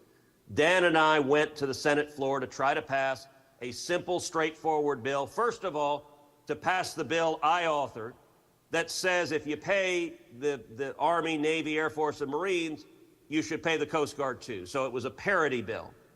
The Democrats stood up and objected. Pat Murray, who's chairman of the Appropriation Committee, Patty Murray, she objected on behalf of Schumer, and what she said is, well, I object because this doesn't mandate that we pay everyone, it just says you treat them equally. And Sullivan and I said, okay, great. So we came this week with Sullivan's bill, which is pay all of our active duty military, pay our soldiers, sailors, airmen, Marines, Coast Guardsmen, Space Force Guardians, pay them all. The Democrats objected. They've objected twice, and so tomorrow, if our active duty military loses their paycheck tomorrow, it is because Democrats said two words yesterday on the Senate floor, and those two words were, I object. That killed the bill. What is your gut on Democrats? Are they going to feel the pressure to do the right thing? Because you shouldn't hold these people hostage that are protecting and serving, but my gut is they probably say no just because this makes too much sense and they want this to hurt. They want it to hurt. This week, one of the arguments Patty Murray made, she said, well, gosh, I want to pay the military, but I want to pay everyone else too. I want to pay all the federal government, and so we need to fund the entire federal government. I made clear, look, there's a 19-year-old Marine right now at the DMZ that is facing North Korean machine guns, and that's fundamentally different than an ordinary federal worker. And the Democrats' view is they care more about the IRS agent coming to harass small businesses and Texans. They care more about the regulators trying to shut down oil and gas in Texas. They care more about the bureaucrats at the EPA trying to destroy jobs than they do actually the brave young men and women who defend us. And you know, Ben, it's worth reflecting what's changed. So listen, 10 years ago, everyone agreed on this. I pointed out repeatedly on the Senate floor, Patty Murray voted for this 10 years ago. Chuck Schumer voted for this 10 years ago. Dick Durbin voted for this 10 years ago. What's changed? And I'll tell you what's changed. When we had this debate on the Senate floor yesterday, I looked up in the gallery. There were no reporters. Completely empty. What has changed is the corrupt corporate media has become so thoroughly corrupt that if you rely on CNN or MSNBC or ABC, CBS, NBC for your news, you have no idea that the reason our military is not going to get a paycheck tomorrow is because the Democrats decided to block it to hold them hostage.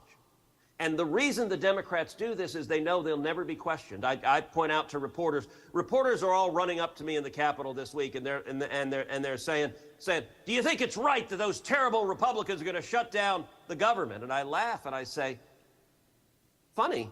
How come you're not asking if I think it's right that terrible Chuck Schumer and that terrible Joe Biden are going to shut down the government because they want to continue spending trillions of dollars we don't have. They want to continue driving inflation up to hurt people all across the country. And by the way, because they refuse to do a damn thing to secure the southern border because they want these open borders and they're willing to shut the government down on it." And I turn to reporters. I say, "Did you write a story about the Democrats blocking paychecks for our military?" They're all like, "No." And I'm like, "Shut up. Why are you talking to me?" You are a parrot. You are a hack. You are a propagandist. You lie for a living. And if you want to prove me wrong, go sit down at your little typewriter and type a damn story about what I said and what the Democrats said so that the soldiers back in Washington State know they didn't get a paycheck tomorrow because Patty Murray objected because she thought it was politically advantageous to hold their paychecks hostage. This is why I love doing Verdict, by the way, because this is the call to action. I think it's clear. Everyone needs to call their senators, their congressmen, and advocate for the pay of our men and women in the military. We've had great success, Senator, with Verdict, changing policy. But this is one of those moments where everybody listening, everybody watching, they need to make sure they call and reach out to their congressmen and senators and say, do the right thing. Well, and I'll say also, right before we started recording the podcast, Christian Collins came out, welcomed everyone. Christian's a good friend. I appreciate his terrific leadership.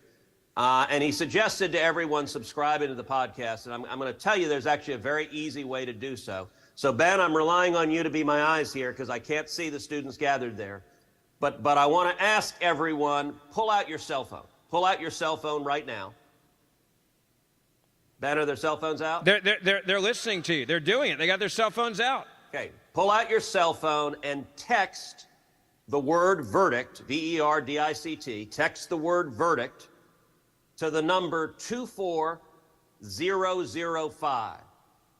Let me give that to you again. The number is 24005. Text the word verdict to that number. What happens is you'll get a link back that you can click on the link and it'll subscribe you to this podcast. We do this podcast 3 days a week. We do it Monday, Wednesday, and Friday. And the reason we do it is the corporate media is utterly broken. You cannot learn what is happening by watching CNN. All you can learn is the regime's talking points of what the Biden White House wants you to know. And so this podcast is designed every week. We are breaking news and explaining what's going on that you can't get anywhere else. And really what it's designed, look, you got a couple of thousand young people gathered there right now. Each of you has a circle of influence around you. You're talking to your friends and your family, and you're able to be champions for liberty. But you got to have the information. You got to know what's happening. And so this podcast is designed to give you the tools, give you the equipment, so that when you're talking with your classmate or your next door neighbor, or your buddy or your boyfriend or your girlfriend, you know what the heck's going on, you know the facts, and you're able to be a whole lot more effective. Final question, Senator, for you, and this is an important one before we get to do what we both love, and that's Q&A, when we do live verdict events, is there is one story that this government shutdown is going to cover up. That is the impeachment inquiry to the Biden crime family and the President of the United States of America, Joe Biden, and also some shocking news this week that there was money, 2 payments, more than $250,000 in the summer of 2019. We talked about this on a previous verdict, and if you missed it, go back and listen to it, that went to the Biden family, and the address used was the address of the sitting President of the United States of America now, his Delaware address. Now, what's interesting is, in Hunter Biden's own memoir, he said during that time he lived in California. We also know that in the sweetheart plea deal that Hunter Biden got, in that plea agreement, it also stated that he was living in California at the time of that wire transfer. I know the media is hoping this story gets covered up, but you combine that with this impeachment inquiry that's happening. This is a very important time for truth and what's coming out against what the Bidens were doing.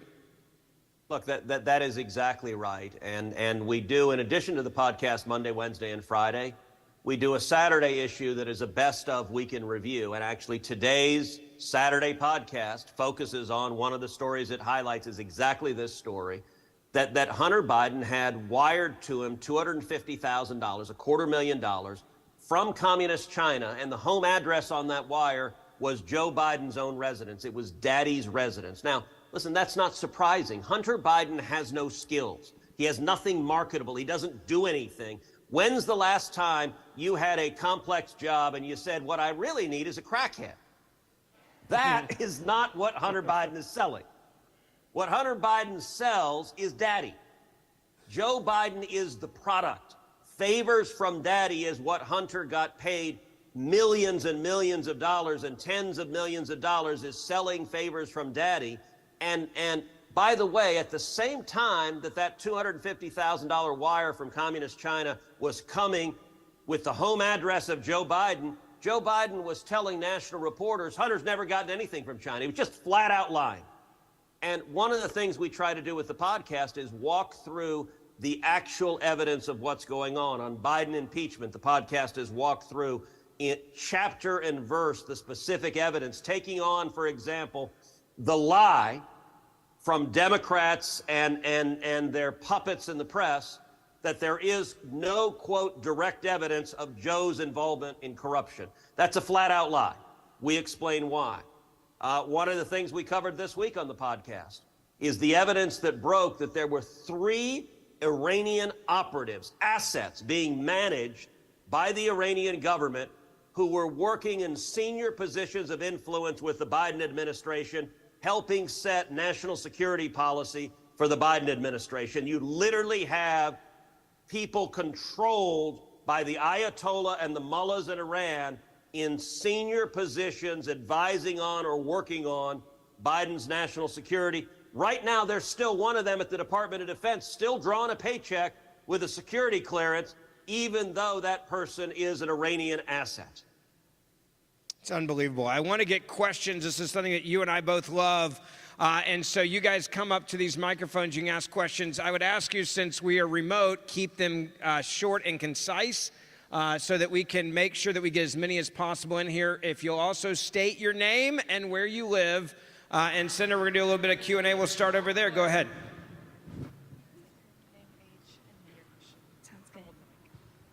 Hello, my name is Chloe Castillo. I'm from San Antonio, Texas. Thank you so much for being here today, Mr. Cruz. So my question for you is kind of a cultural question. With your recent pushback on Uganda regarding homosexual crimes, what are your thoughts on how the Western popular music culture actively pushes the LGBTQ agenda on our youth? Look, Chloe, it's a great question, and there's no doubt that Hollywood and the entertainment media as a whole pushes a radical left-wing agenda, and that includes LGBTQ, LMNOP. I can't keep up with all the letters that are attached to it now, but they push all of that. They push the transgender agenda.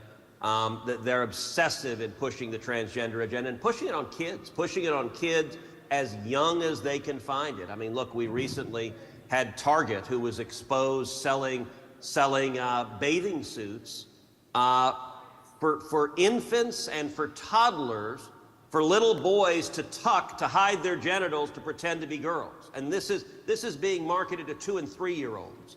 There is a pervasive effort to brainwash, and in particular brainwash kids. I think it is incredibly dangerous. I've got a new book that is coming out next month in November. The name of the book is Unwoke: How to Defeat Cultural Marxism in America. And what the book does, it talks through every major or many of the major organs of society that the radical left has seized. So it starts with universities. It goes to K-12 education. It goes to journalism. It goes to entertainment, music, sports. It goes to science. It goes to big tech. It goes to big business. I actually talked quite a bit about Target and Bud Light together. That's a big chunk of the chapter on big business, because the reaction to that between Bud Light and Target, that's the first time we've seen real consequences to corporate America undermining our basic values. And so, you know, you mentioned Uganda. Uganda made it a criminal offense to engage in homosexual conduct.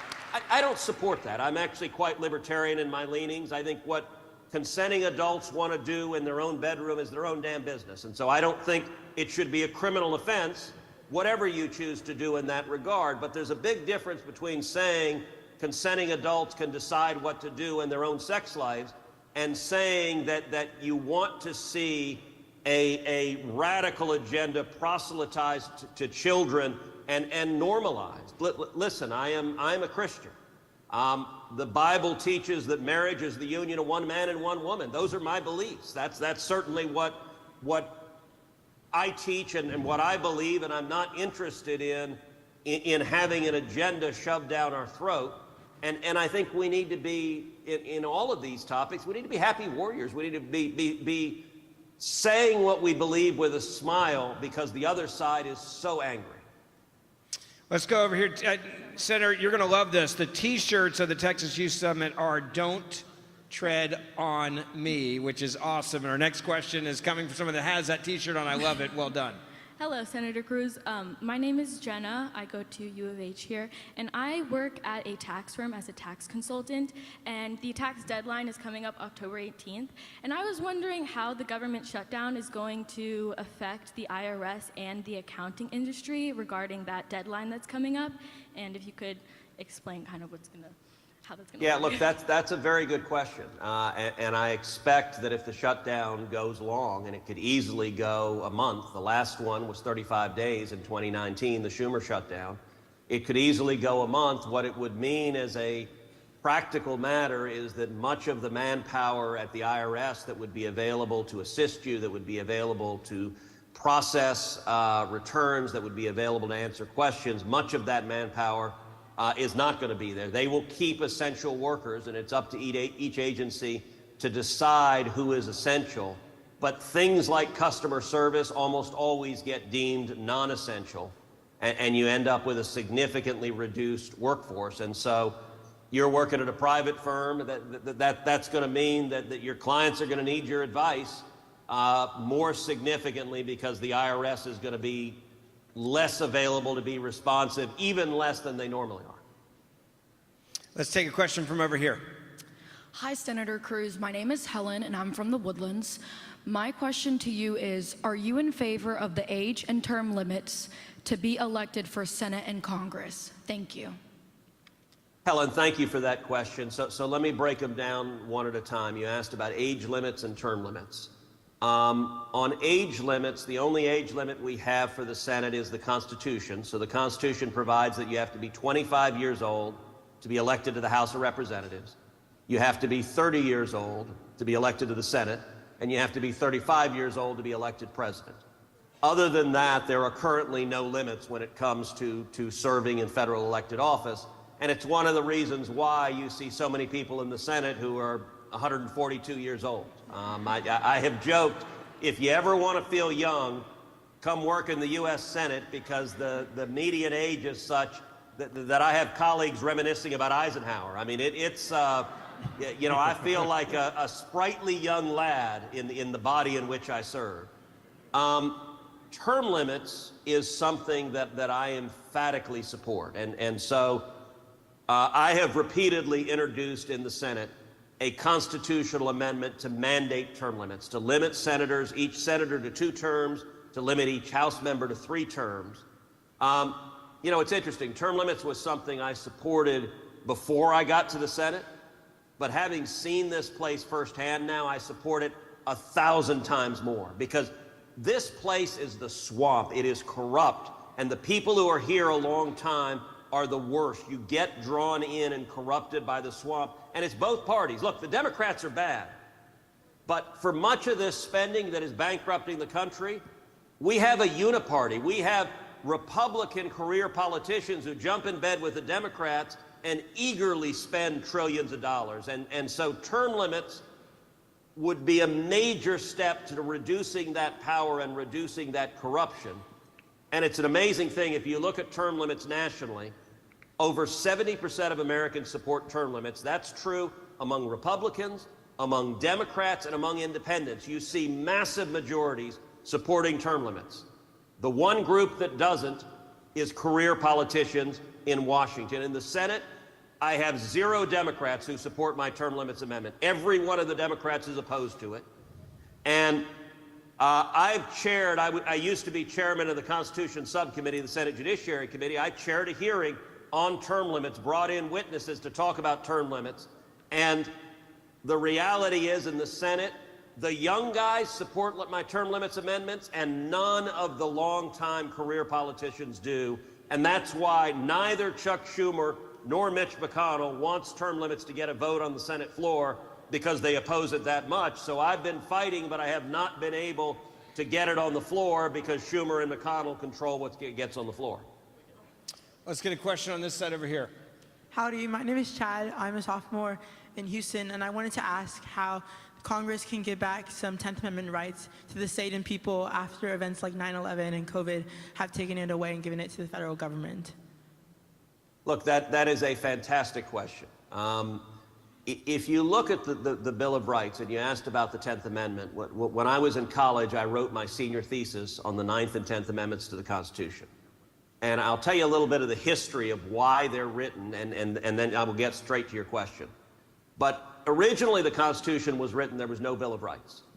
It was just the Constitution itself. And then there was a debate over whether to ratify the Constitution. And the two groups, there were the Federalists and the Anti-Federalists. And the Federalists were advocating the Constitution's a good idea, we should ratify it, we should have it be the organic document forming our government. The Anti-Federalists were arguing against it. And one of the big arguments the Anti-Federalists had is they said, well, there's no Bill of Rights. This is a flawed document because there's no provision in it protecting our fundamental liberties. Now, the Federalists came back and they said, no, we don't need a Bill of Rights.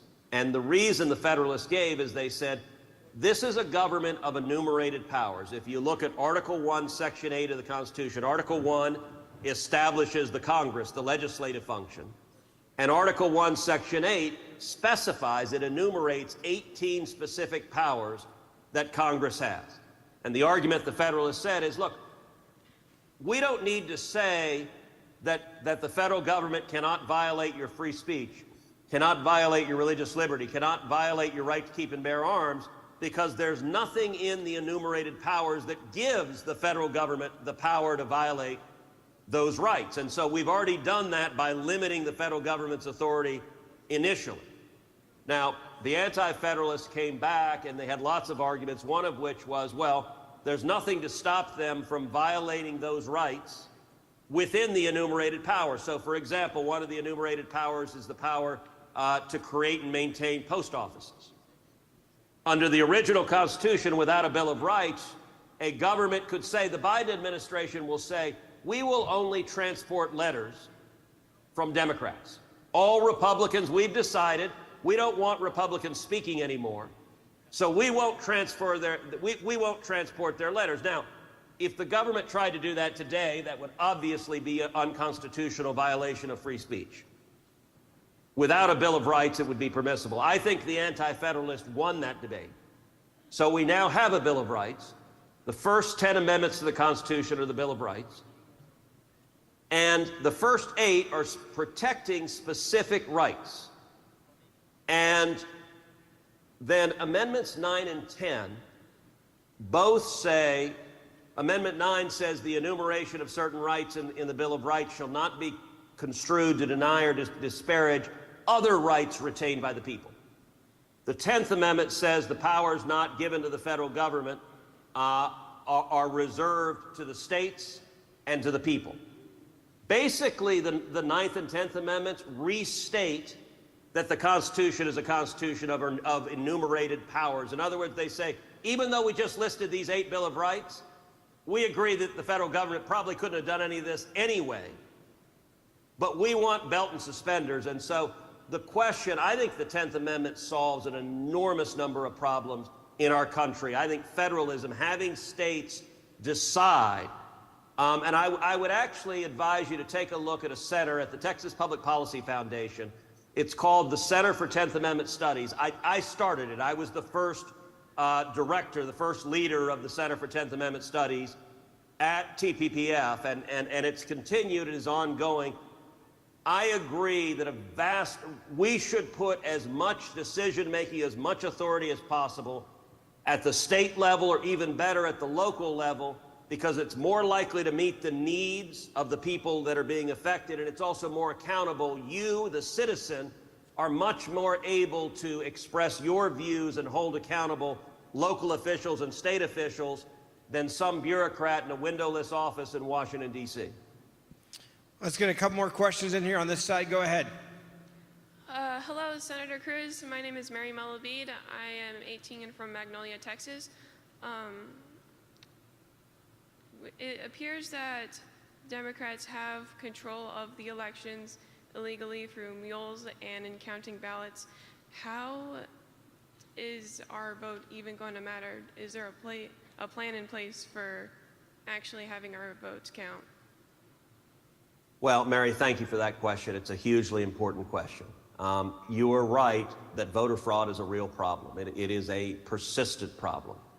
It's a problem that has been around since the dawn of time, since the very first elections. I'm convinced that when the cavemen got together to vote on who was going to be Grand Poobah, somebody stuffed the ballot box. That's just human nature. That we have crooks, and crooks try to steal things. So we need to fight against voter fraud. We need to fight to preserve voter integrity. Now, the good news is we're in Texas. And Texas, the Texas legislature has passed legislation, strong legislation, designed to prevent voter fraud. It's not perfect, it still exists, but we have tools in place to prevent voter fraud. There are things like requiring photo ID, which we do in Texas. That reduces fraud. There are things like prohibiting ballot harvesting, prohibiting paid political operatives from handling someone else's ballot. That reduces voter fraud significantly. Ballot harvesting invites voter fraud. Things like limiting mail-in ballots. In Texas, we do so only in limited circumstances, typically seniors or people with significant disabilities. But for the vast majority of Texans, the way you vote is you go vote in person. We have a 2-week period of early voting, so it's actually pretty easy to vote, but you vote in person. In-person voting reduces the chances of voter fraud. I think we need to be vigilant fighting against voter fraud. I've spent 20+ years fighting against voter fraud. At the same time, if you look nationally, they're blue states, they're purple states, that they're not going to pass legislation to protect election integrity because the Democrats have decided they support voter fraud. It helps them, and it's the way the world's changed. 10 years ago, there were Democrats who would work with you on something like photo ID. There are none today because they've decided voter fraud is good for them. In blue states and purple states, they're not going to change their laws to stop voter fraud. Here's the good news. Historically, voter fraud typically only matters at the margins. It matters in a close election. So the answer is, in those blue states and purple states, we got to win by a big enough margin they can't steal the race from us. Now, that's not fair, it's frustrating, but the alternative is give up on our country. And I got to tell you, there are a lot of Democrats and a lot of people in the corporate media that want all of us to give up on our country. They want conservatives to say, well, voter fraud is still there, so I'm not going to vote, to hell with it. And I'll tell you what, if we do that, that becomes a self-fulfilling prophecy. Then our country truly is lost. And I'll point as a moment of encouragement, look no further than the state of Virginia. Virginia went for Joe Biden by 10 points. Virginia has been blue for the past decade. Biden won Virginia by 10 points. 1 year later, in 2021, Glenn Youngkin, who's a good friend of mine, I campaigned with Glenn Youngkin all over Virginia, spent 2 days barnstorming the state of Virginia with Glenn. 1 year after Biden was elected, Glenn Youngkin was elected as a Republican in Virginia. Now, Virginia had not changed a single voter integrity law. They had the same lousy election laws they had the year before. But a whole bunch of moms who had voted for Joe Biden, got ticked off at what the schools were doing to our kids, and they flipped over and voted Republican. That gives us a roadmap to what we can and I think what we have to do in this next election. Senator, it's always a pleasure to see people in person. I love doing these Verdict Lives for that. Don't forget, we do this show 3 days a week, Monday, Wednesday, Fridays. We have our best of recap on Saturdays. Make sure you subscribe. And those days in between, download my podcast, the Ben Ferguson Podcast, as well. I'll keep you updated on the biggest news. I want to give a big thank you to all of you that are here. Senator, I know it's a pleasure. I know you wish you were here, not being held hostage in D.C., but give Senator Cruz a big round of applause. You guys are awesome. And hopefully next year we'll be back in person here. Thank you guys so much. God bless, and we'll see you again soon. Thank you guys so much. You're a great audience. Really appreciate you. Have a great rest of your day.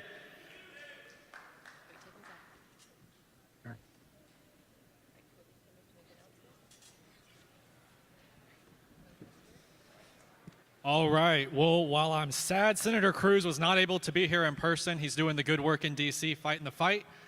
Good news is Riley Gaines is here in person, and she will be back after lunch. So please come back at 1 p.m. to see Riley, okay? See y'all later.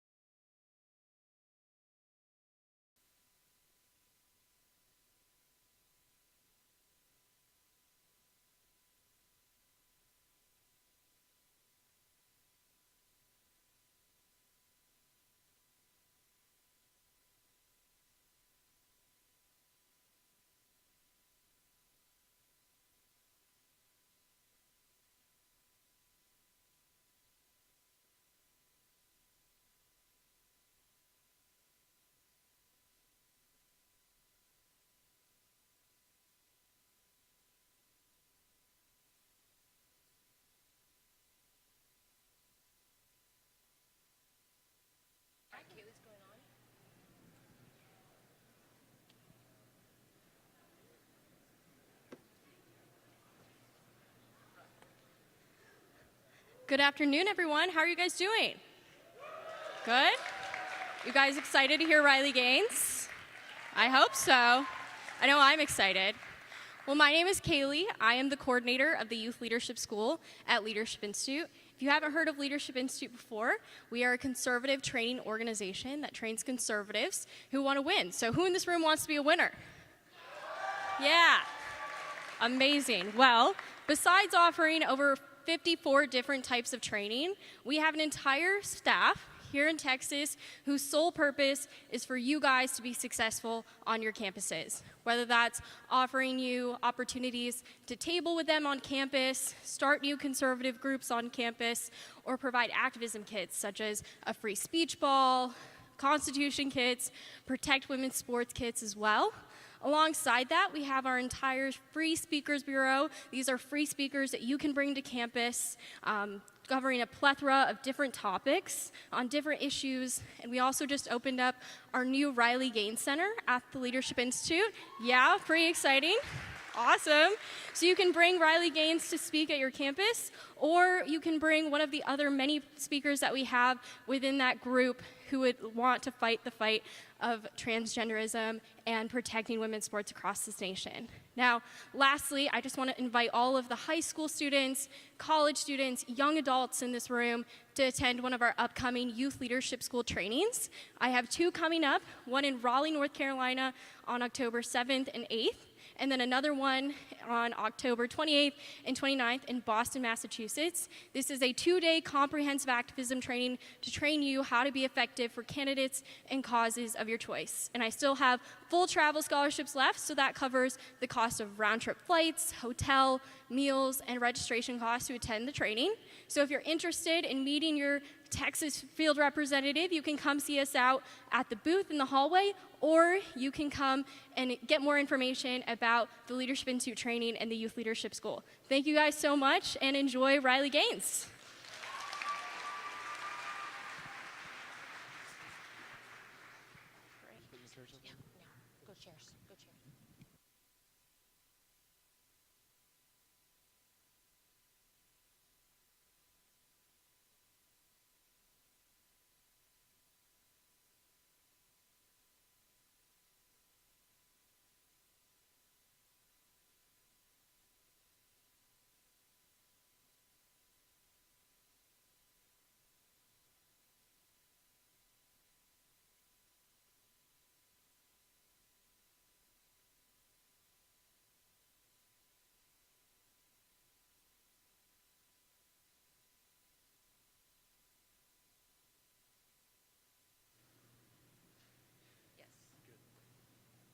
My name is Riley Gaines, and I'm an advisor for Independent Women's Voice. The NCAA intentionally and explicitly discriminated on the basis of sex. Freedom is never more than one generation away from extinction. Defending women's rights is not anti-anyone. Believing in biology is not bigoted. And following the science that there are only two sexes is not hateful, it's fact. There will always be significant numbers of boys and men who would beat the best girls and women in head-to-head competition. Claims to the contrary are simply a denial of science.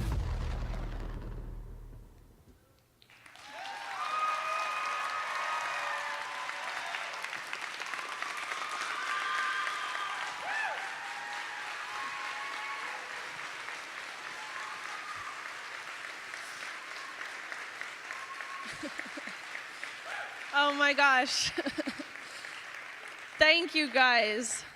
I have certainly been in rooms where that is not the reception that I get.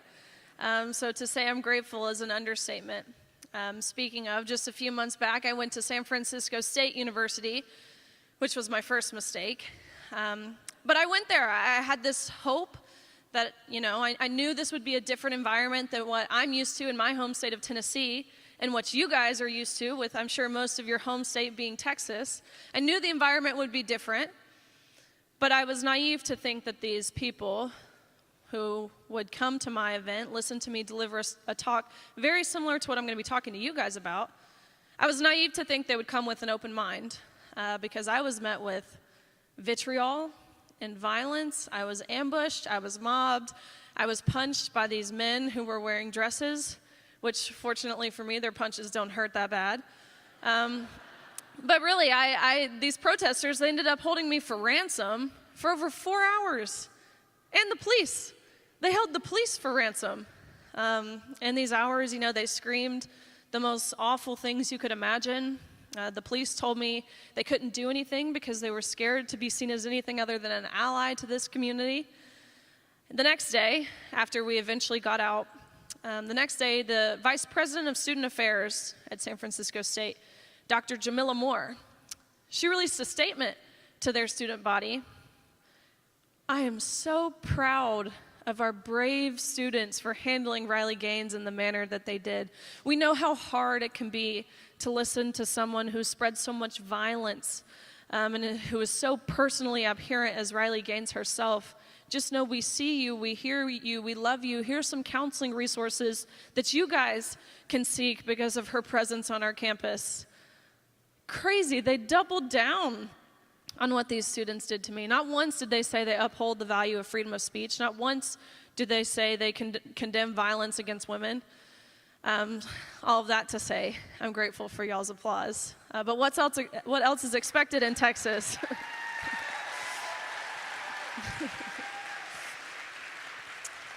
Oh my goodness. And I'll just start by saying, which I'm sure you guys have been told multiple times, it's so nice to see young people. A lot of what I do is talking to like old men. So to see young people, it makes me, as a young person, super excited. You might think I'm here to inspire you guys, but it's this right here that inspires me. It relights that fire under me to remind me why we're doing this.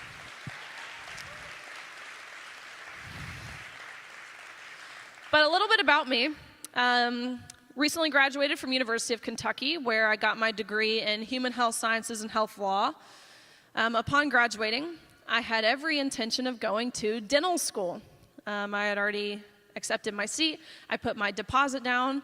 What I wanted to do was endodontics, which is root canals, weirdly enough, which I kind of justified God's calling by saying I'm still working on the root of people's problems coming out of their mouths. And kind of funnily enough, I think this is more painful than a root canal. But anyways, that's what I had set out to do. Scored in the top percentile of the dental admissions test, which is the test to get into dental school. This miserable 4-hour-long test, which covers, believe it or not, biology, chemistry, organic chemistry, reading, math, all of the things. Scored in the top percentile, was ready to go. I had also just recently, after graduating, got married to my 6'4" British husband, who now has this like super cute country accent, living in Nashville. I constantly remind him that, you know, we got our independence from them. July 4th is always fun. But anyways, all of that to say, it would have been really easy for me to essentially ride off into the sunset with the plans I had made for myself. But I realized the quickest way to make God laugh in your face is to make plans for yourself, because he very clearly had different plans. By no means did I feel equipped for what I was doing, for what I continue to do. But I realized if he calls us, he equips us, just as he did Moses. When Moses led the Israelites with his staff and with Aaron, and just as he did with Joshua, with a victory over the Canaanites, and just as he did when he brought Esther before the king. I saw what was at stake after experiencing what we experienced, feeling what we felt, and I thought to myself, how could I not fight for that? For my little sister, who's the Tennessee state champion for gymnastics. As I said, my husband and I just got married. I can only hope that we get to have a daughter of our own one day. I can't imagine being in the position that I was in and not fighting for them. And so a little bit about how I got here. I'm sure several of you have heard the story, so I'll be brief. Grew up swimming my whole life. I'm sure there's a lot of athletes in this room who know what that's like. Any swimmers? Oh, I see some hands. You know what that's like. You know, started swimming when I was 4, graduated when I was 22, so this means you spend 18 years of your life dedicated to your sport. By the time I got to college, I thought I had worked hard before, but this was a different kind of working hard because we were practicing 6 hours in the water every single day. with 3 of those hours being before 8 a.m. So you practice from 5 a.m. to 8 a.m. You go to class, you come back, you practice from 1:30 to 4:30. You eat your dinner, do your homework, go to bed, do it all again the next day. So it was a lot of adjusting. Flash forward to my senior year. Actually, let me take you back to my sophomore year. We were robbed of our NCAA championships my sophomore year because COVID had hit, meaning all competitions were shut down, and so we were robbed of an NCAA championships that way.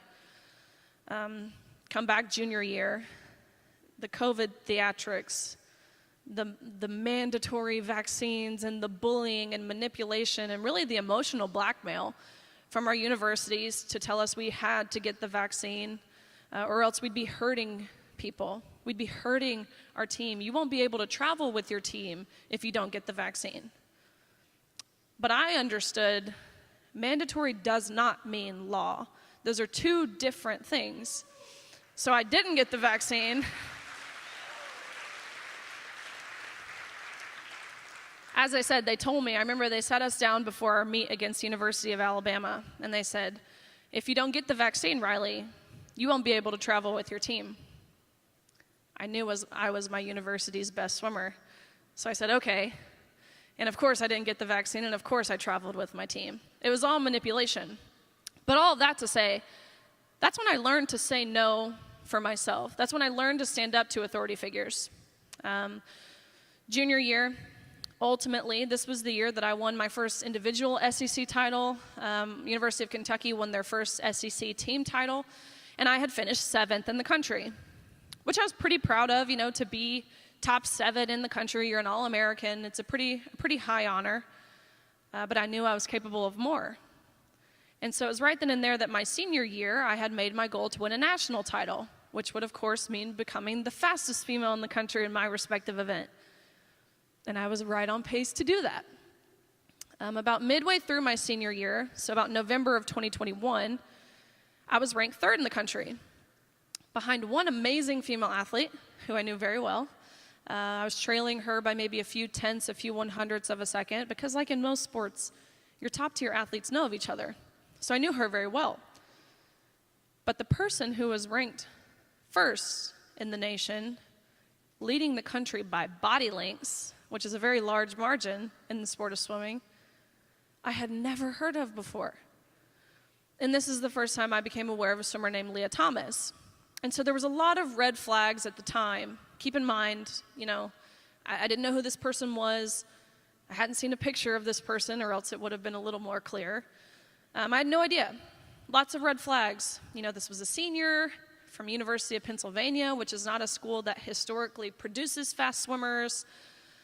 As I mentioned, leading the country by body lengths in events ranging from the 100 freestyle, which is a sprint, and all of the freestyle events in between until the mile, which is long distance.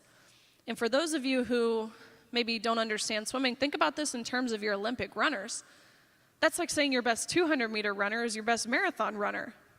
That doesn't happen. They're totally different systems. But again, that's what we were seeing in this person.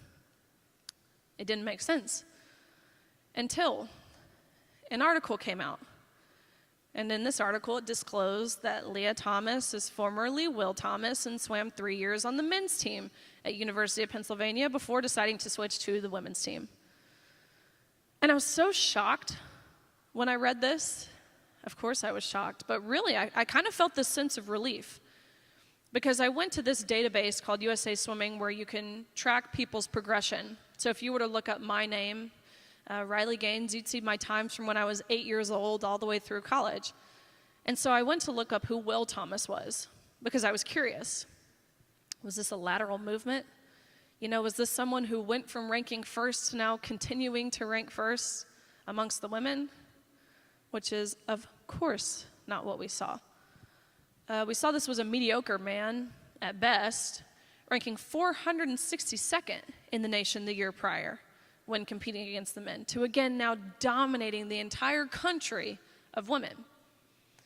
But that's why I say I felt relieved, because I thought the NCAA would see it how I saw it, and how my parents saw it, and my teammates saw it, and how anyone with any amount of brain activity would probably comprehend this. But the NCAA did not see it that way. They saw nothing wrong with it. And again, keep in mind, nothing hateful, nothing even opinionated. Looking at the paper in front of us, this person went from 462nd competing against the men to now dominating the women. But as I said, NCAA saw nothing wrong with it. About 3 weeks before our national championships in March of 2022, the NCAA announced that Lia Thomas's participation with the women was a non-negotiable. There was nothing we could do about it. So I got to really personally witness and feel the effect that this infringement, that this injustice had on myself and my teammates and my competitors. I can wholeheartedly attest to the tears that I saw from the girls who placed 9th and 17th and missed out on being named an All-American by 1 place. And I can wholeheartedly attest to the extreme discomfort in the locker room when you turn around and there's a 6'4", 22-year-old man fully intact with and exposing male genitalia, inches away from where you were simultaneously undressing. And I can wholeheartedly attest to the whispers, because that's what they were. They were whispers of anger and frustration from these girls who, just like myself, had worked our entire lives to get to that meet. It's the fastest meet in the world. It's more competitive comparatively than the Olympics, because the U.S. has so many fast swimmers. And so that first day, to no one's surprise, Thomas swam to a national title in the 500 freestyle, becoming the first man to win a Division I NCAA women's title, trailblazer, beating out Olympians, beating out American record holders. Guys, these were not scrubs. They're the most impressive female swimmers in the world, again, by body lengths. Even the time Thomas went in the country last year would have beat every girl in the country this year by body lengths. That next day was the 200 freestyle, which is where Thomas and I raced. We dove in the water. We swam all 8 laps of freestyle. We touched the wall at the end. We get out of the water. I realized we had tied, meaning we went the exact same time down to the 100th of a second, which is pretty rare when you're racing for 1 minute and 40 seconds and not even 1/100th separated us. So we go behind the awards podium where the NCAA official looks at both Thomas and myself. Again, Thomas, who's towering over me at 6'4". I know I look tall with these heels, but I'm a mere 5'6". And this official says, "Great job, you two, but you tied. And we only have 1 trophy, so we're going to give this trophy to Lia. Sorry, Riley, but you don't get one." I was so taken aback. Isn't this everything that Title IX was passed to prevent from happening? Because we were explicitly being discriminated on the basis of our sex. And I asked the question that no one dared ask all season. Actually, we asked it. We asked it amongst ourselves in secrecy. We would call our parents from our dorm rooms, shut the door behind us, hoping our roommates wouldn't hear us. We'd go to our coaches in private, talk to them about it. But I said, why? Why are you adamant on giving the trophy to a man in the women's 200 freestyle? I know we tied. I know you don't necessarily account for ties in terms of trophies, but why? What's the thought process? He didn't know what to say. They didn't give him a script of what to say. And so I actually appreciate his honesty. He looked at me, and his eyes sunk in. He visibly looked saddened. I can tell he didn't even believe what he was about to say. But he said, "Riley, we've been advised when pictures are being taken that Lia has to have the trophy. Again, you can pose with this one, but you give your trophy back. Lia takes the trophy home, end of story." And that was the moment when I knew I was done waiting, because up until this point, truthfully, that's what I was doing. I'd cowered. I was waiting for someone else because I thought someone else surely would stand up for us. I thought surely a coach would. I thought surely someone from the NCAA, someone with political power, someone's dad would come down there and yank this man out of our locker rooms. I thought surely someone who is supposed to be protecting us would protect us. But I remember the moment distinctly when I decided that I was done waiting, because I'm standing on the podium, holding the trophy, again, the one I know I have to give back, which, let me reiterate, I could have cared less about the tangible object of the trophy, okay? I'm a 12-time All-American. I have a lot of those at home.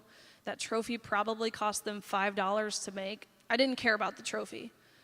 But I remember standing on the podium, sharing this spot with a man, holding the trophy I know I have to give back, and it hit me. How in the world could we as women expect someone to stand up for us if we weren't even willing to stand up for ourselves? We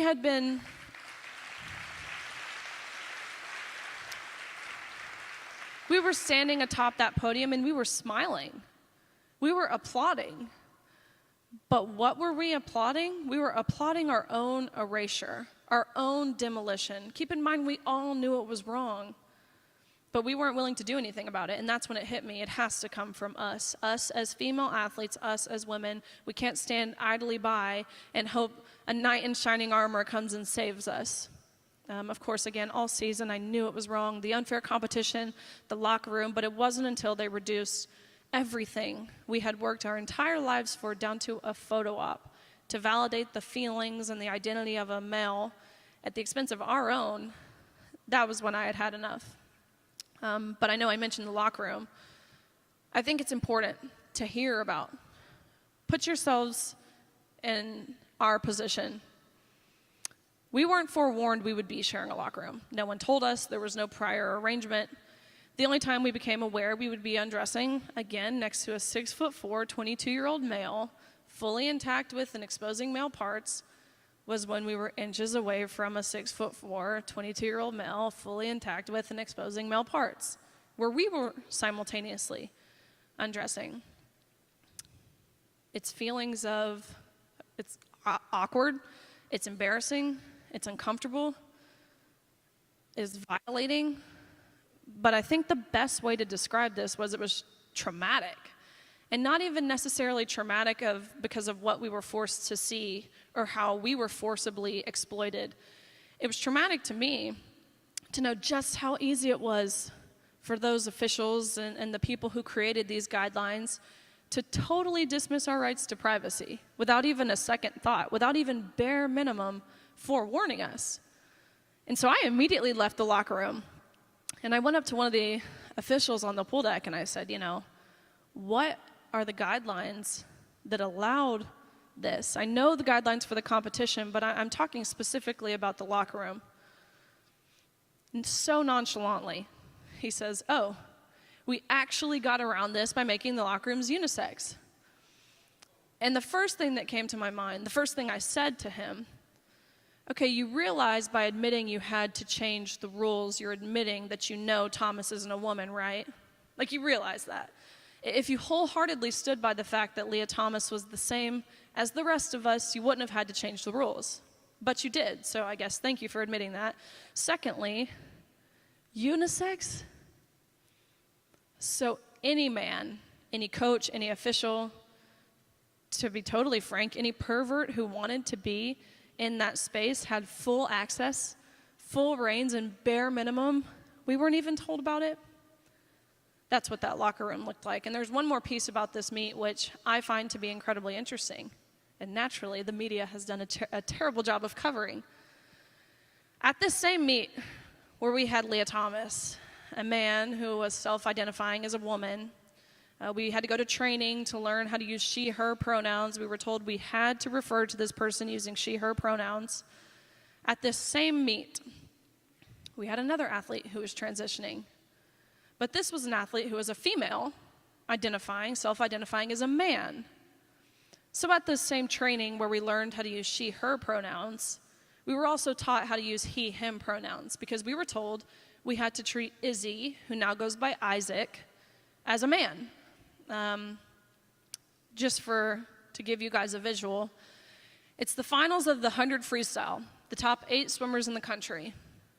And you have a 6'4" man in a women's swimsuit next to a woman who's wearing only a Speedo, nothing covering her top.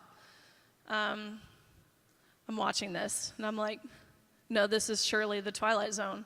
I'm like, I must be crazy. Like, am I the one who, like, am I missing something? But I say that to say, if we were really basing this off gender identity, like the NCAA was claiming, like the IOC, which is the International Olympic Committee, is claiming, like the Biden administration is pushing for in this new rewrite of Title IX, if we were really basing this off gender identity, then why was Izzy, now Isaac, not competing with the men? I can answer this question. It's because Izzy, now Isaac, would never and will never be able to compete at the same level with the men. So it was the women who ultimately had both types of transitioning individuals competing in our category. That's the how, okay? But more importantly is the why. Why have I abandoned my life plans, my very secure life plans, to now stand before you guys, do the Senate judiciary hearings and the congressional hearings and testify in these different states? Why? And it's a question we should all be asking ourselves. Why is this happening? Myself as a Christian, I entirely see it as spiritual warfare. It's no longer a battle of good versus bad or right versus wrong. It really is moral versus evil. And I've looked that evil in the eyes in San Francisco, right here in Denton, Texas, a few weeks ago. I see Michelle in the audience. She got spit on by these protesters who claimed to be loving and inclusive and tolerant and accepting and welcoming and all of those different things. How was that spit, Michelle? Did you feel loved? Glass bottles thrown. Again, people yelling the most profane things you could imagine. Liquids dumped on legislators who voted in favor of protecting women's sports. That's evil. It's soullessness. Paul warns us that we will live in a time where these spiritual battles intensify, and bitter is seen as sweet, and dark is seen as light, and evil is seen as moral. And that's what we're living through. But I'll be the first to tell you, evil never becomes moral just because it's accepted and embraced by a small portion of society.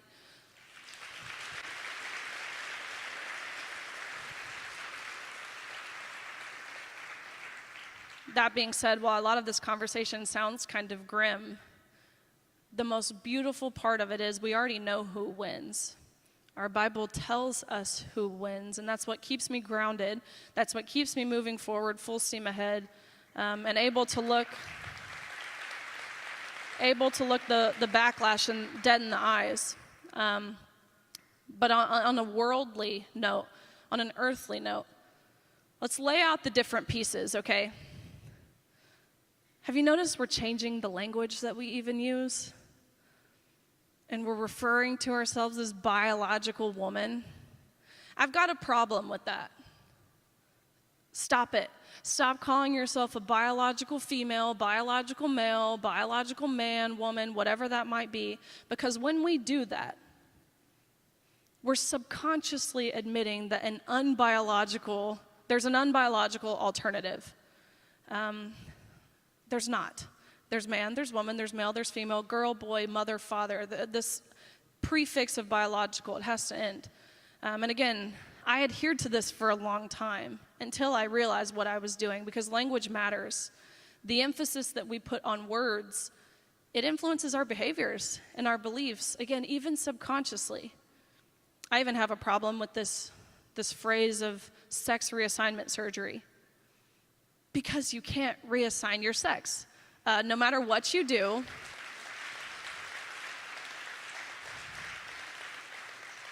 And so these little things, it might not seem like a big deal, but we're subconsciously adhering when we use those words.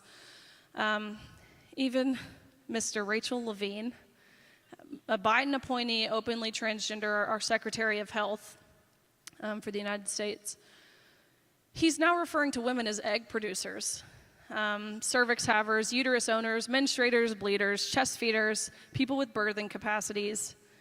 The CDC, and in peer-reviewed medical published journals, they're calling female anatomy a bonus hole.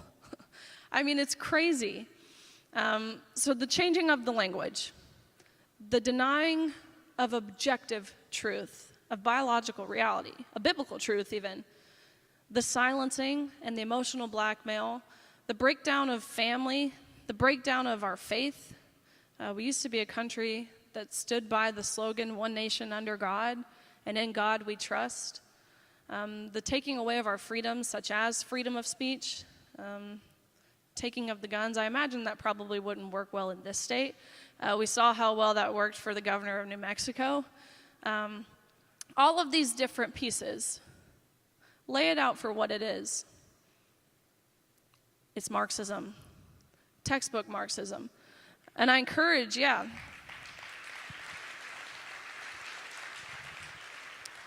encourage everyone to have that conversation with someone from North Korea or Germany or Russia or China or Cuba or Venezuela or any of those communist countries and see what they say about where we are as a nation.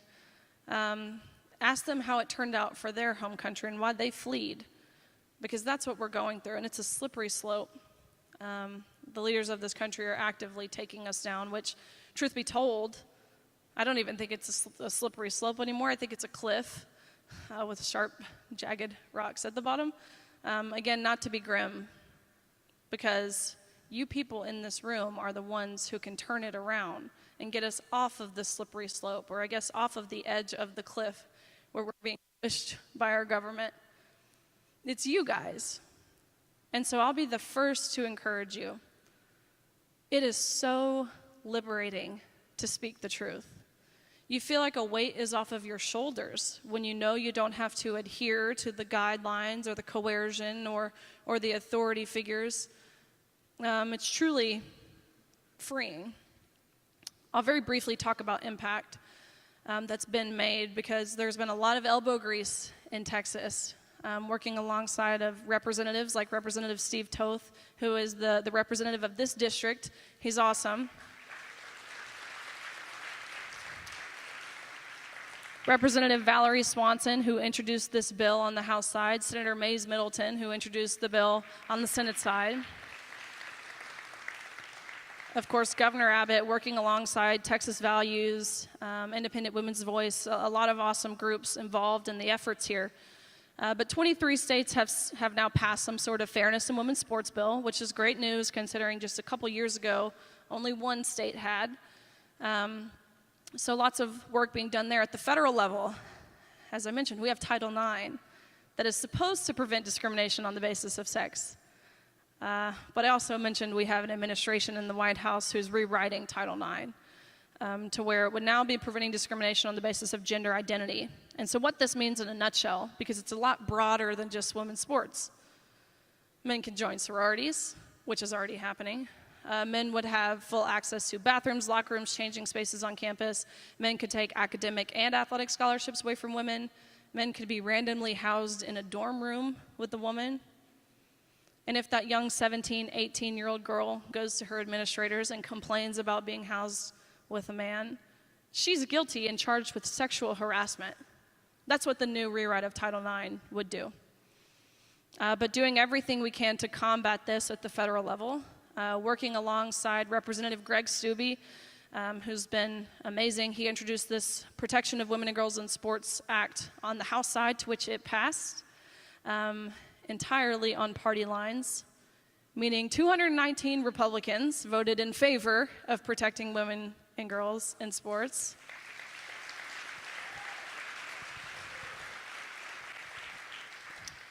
You're clapping too soon, because that also means all 203 Democrats voted in opposition, every single last one of them. And those are mothers. These are fathers. They have young daughters of their own, yet you're really telling me they have no problem with a grown man undressing in their daughter's locker room? I hold on to this hope in my heart that they don't actually believe that, because if they do, I think there's a separate conversation that needs to be had involving CPS, because that's disgusting, it's perverse, and you're a sellout to your own child.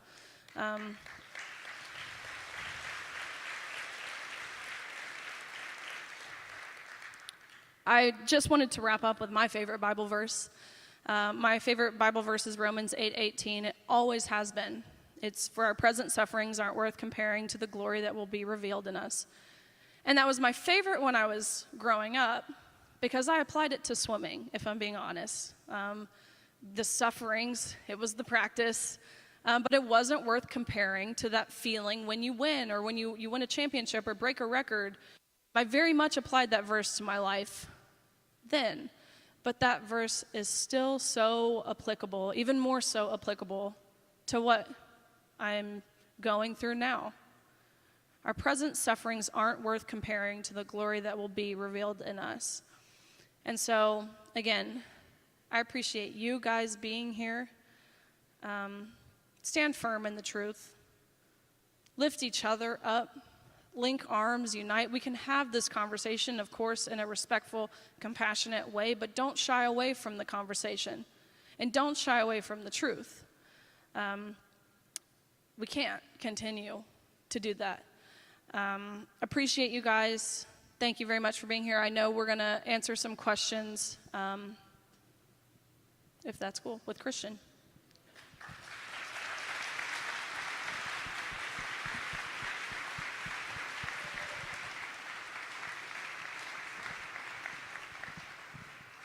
We'll give it up for Riley Gaines one more time.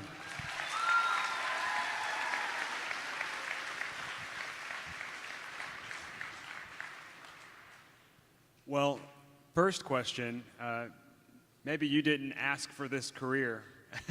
You've just sort of found it. It's found you, but you're meeting a need.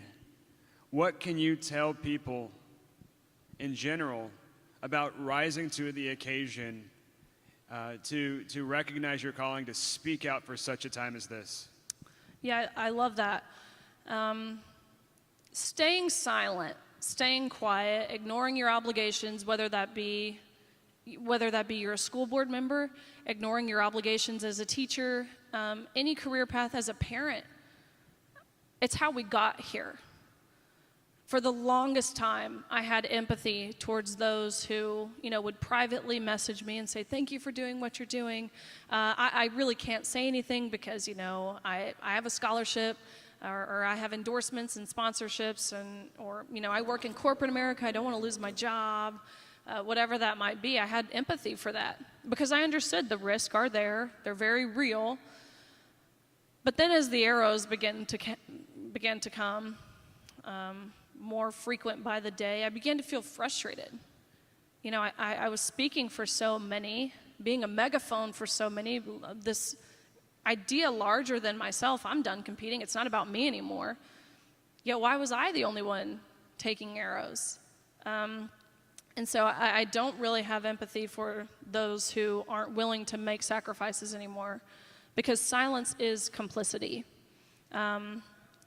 By being silent, you're just as bad as the people who are actively advocating for this to happen.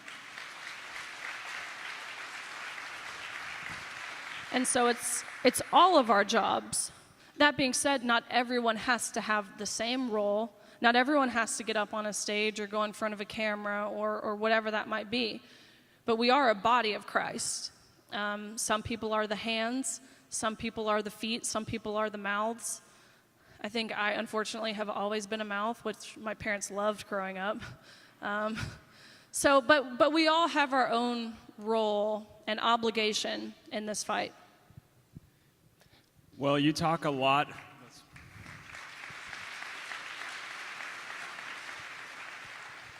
You talk a lot about common sense issues. A man is a man, a woman is a woman. Physically, biologically, but I want to ask you about the essence of being a woman. Because there's so many young women, young ladies here that look up to you. And so you're humble and you're gracious, and yet you're bold and you're fierce. What does it mean to be a woman in that way, in the essence of what is a woman, of your character and your... Absolutely.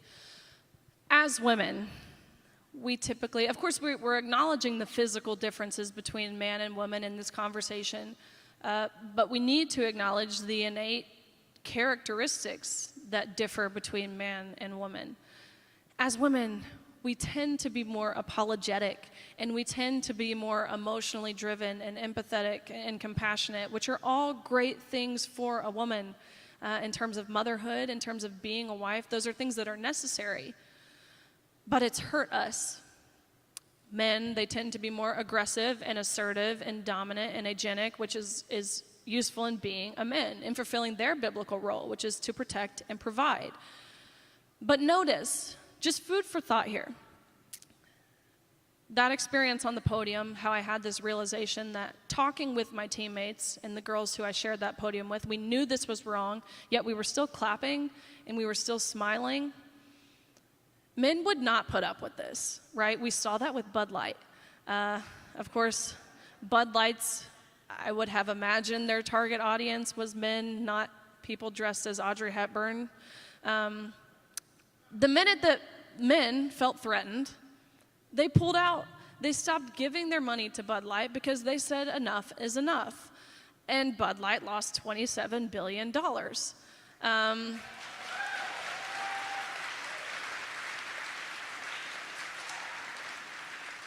And of course, their next commercial was a big burly man on a motorcycle with a camo can. That's all it takes. But us as women, we're allowing these men to infiltrate into our spaces and sports and prisons and domestic violence shelters and sororities and all of these other different realms. And they're demanding we use our language when referring to them, and we're doing it.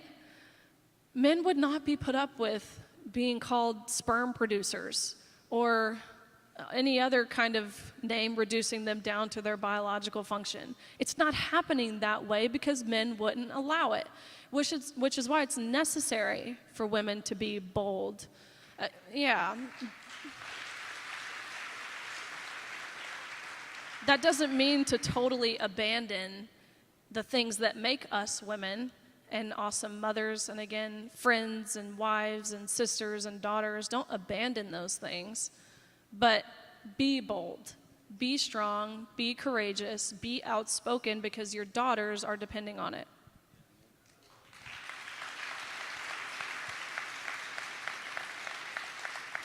I think we have time for one more question. You know, one thing that struck me about you, talking with you earlier, was you have the maturity at 23 of someone twice your age.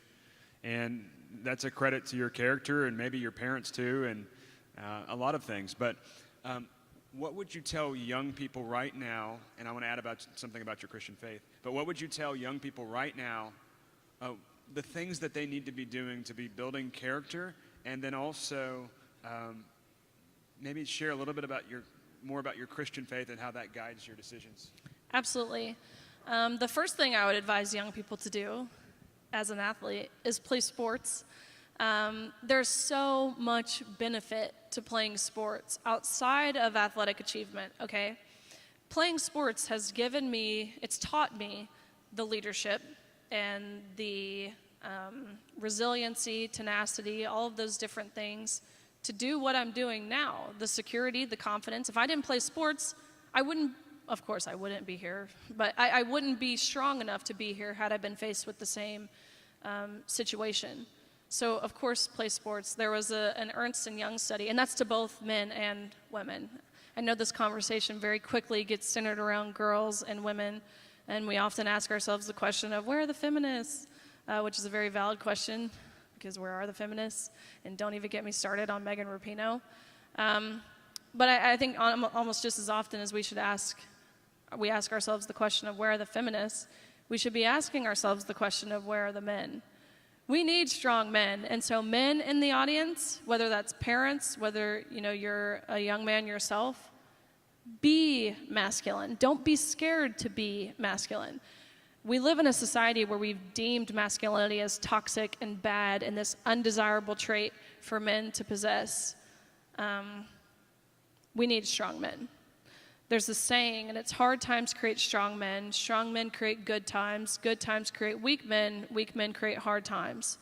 And it, of course, repeats itself throughout history. I think it's pretty evident we're in the part of the process now where weak men have created hard times. And I don't mean the men in this room because, again, I know we're in Texas and these aren't weak men. But weak men have created hard times. So expedite this process. Parents, teach your sons masculinity, and men display that masculinity. So that's my advice to the boys in the room, so you don't feel left out.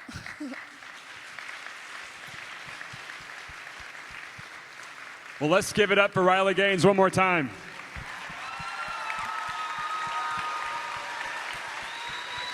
Very appreciative. Can I get a picture with you? Yes, absolutely.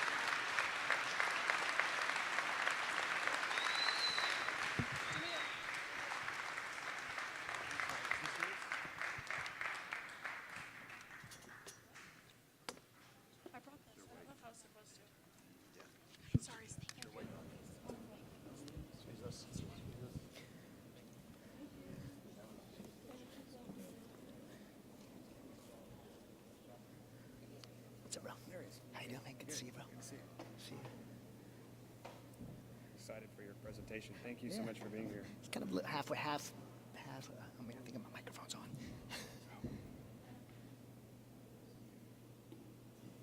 I'm terrible.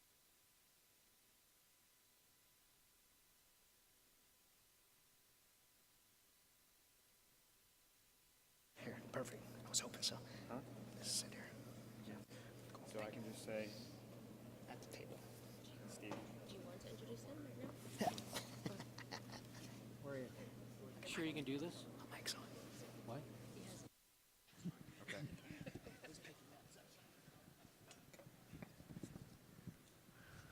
Well, howdy. You've got to stay and listen to Chad Robichaux, an amazing man, an MMA champion, a veteran of our country. He served our country, and he has an incredible life story of overcoming PTSD. And he has a ministry helping all of these other veterans overcome PTSD. He's done rescue missions in Afghanistan after the disaster pullout situation. He's done rescue missions to help so many people. And he has a new book out called Saving Aziz, and he's going to be doing a book signing right out in the foyer. So you won't want to miss this. Make sure that you hear Chad Robichaux. He's a godly man, an amazing man, and I can't wait to introduce him. So the video will play and he'll come out in just a second. Thank you so much. It is an honor to welcome back Chad Robichaux. And when the governments of the world failed, good people stepped up and did the right thing. Freedom is never more than one generation away from extinction. The reason we ended up in this position in the first place is because I believe the American people have been lied to by the mainstream media to say this pressure that we're in this long-term war. I am not pro-war at all. However, when America is strong and America has a strong presence in the world is a safer place, including America. How is everyone? Super pumped to be here, and thanks, Christian, for not just having me, but putting this on. And congrats to you guys for coming here. It's really, as I go around the country, here so many people that are discouraged about the future of this country and worried about you, the youth. And seeing this is really encouraging for me, and I know it's encouraging to so many. I want to speak in the time that I have on a topic that you may not expect from a MMA fighter or a special operations guy. I want to talk about the subject of fear. Fear is something that I think everyone, both my generation and your generation, it struggles with every single day. And the Bible has a lot to say about fear. I want to start off with a verse out of Joshua 1:9, which says, "Have I not commanded you? Be strong and courageous. Do not be frightened and do not be dismayed, for the Lord your God is with you wherever you go." During my time in the military, I was a Force Reconnaissance Marine. I tried out for what's called the JSOC Task Force, Joint Special Operations Command Task Force, and served with what I believe to be the most elite special operations unit in the world out of Naval Special Warfare. And I had a unique job there. My job was called an AFO, Advanced Force Operator, which many people may not understand what that is. AFO is probably the closest thing in the military to being undercover. You go and you work with the local nationals, you blend in with the locals, you live with the locals, and usually you work by yourself. So it's called a singleton capacity, and get teamed up with one local national, which for me, it was an Afghanistan man named Aziz. And Aziz and I would go way ahead of our unit in the mountains of Afghanistan, across the border in Pakistan, to build all the targets and do all the infrastructure to put our assaulters on target to capture, kill bad guys.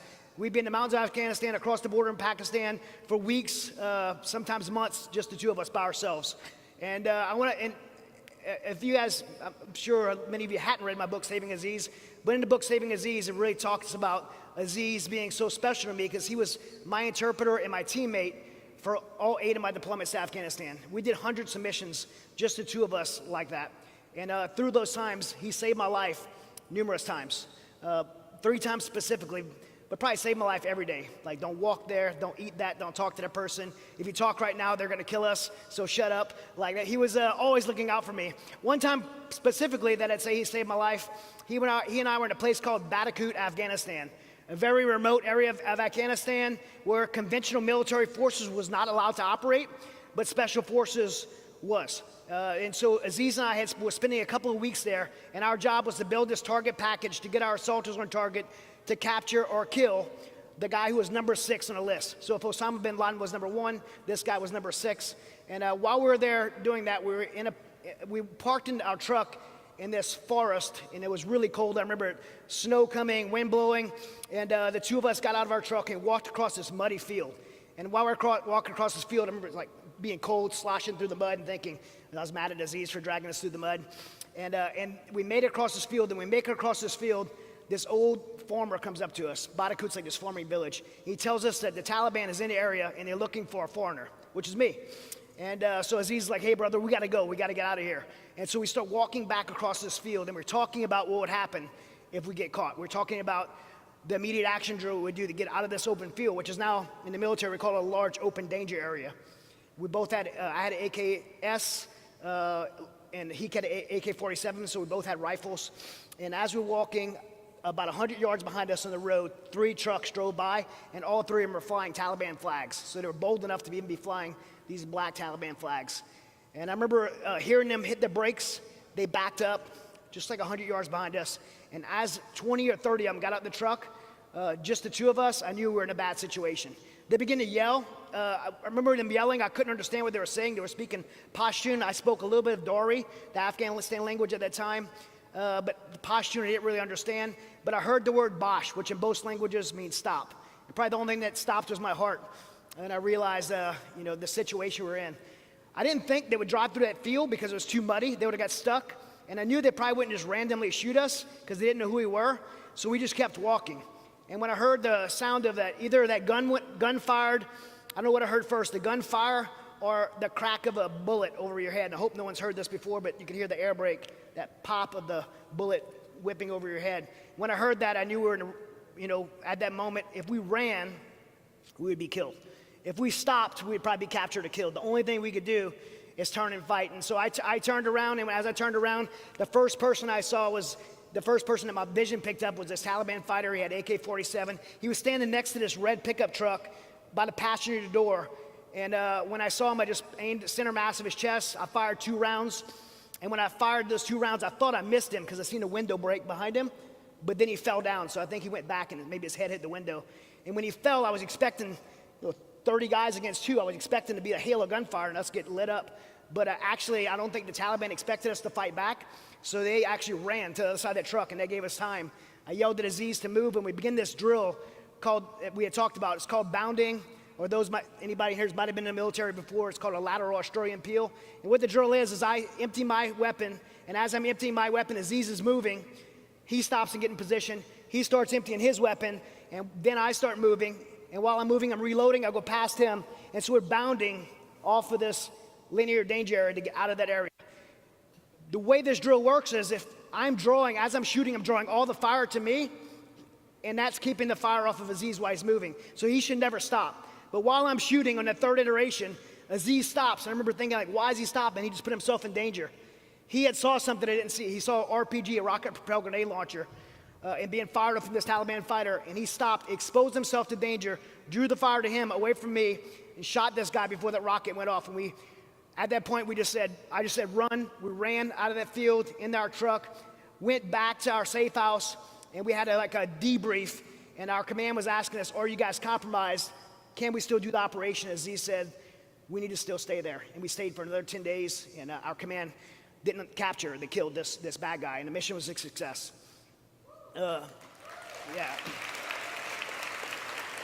That's one of several times Aziz saved my life, and when I was not in the mountains with Aziz, I was back in his home. I didn't go back to base. His wife cooked us our first warm meal. I held his babies when they were born, Mashuda. They're family to me. So when President Biden made the announcement that we were leaving Afghanistan, I could spend up here and spend way more than my time telling you why that was a bad idea. It was a terrible idea, and America and the world became a more dangerous place because of it. I couldn't do anything about that at that time, but one thing I could do was go get my friend. And so I put together a team of about 12 special operations veterans, and we went to get Aziz, his wife, and his 6 children. And there's a lot about the details of that operation that I could share with you. It's in that book. But I can tell you this, we made a decision to go get them. God burdened our hearts to do more than that, and we didn't only get to rescue Aziz, his wife, and his 6 kids, but ultimately we stayed, and we got 17,000 other people. And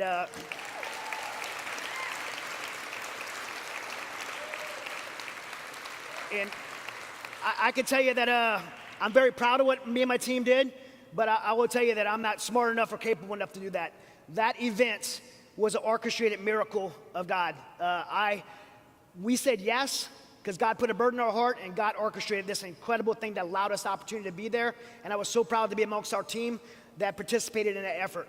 And when the HKIA airport was evacuated by our military, and our military was forced to leave after 13 of our service members were killed at the Abbey Gate, we didn't have to leave, and we chose to stay. A lot of reasons we chose to stay. One was that the media in the White House was saying there was 100 Americans still there.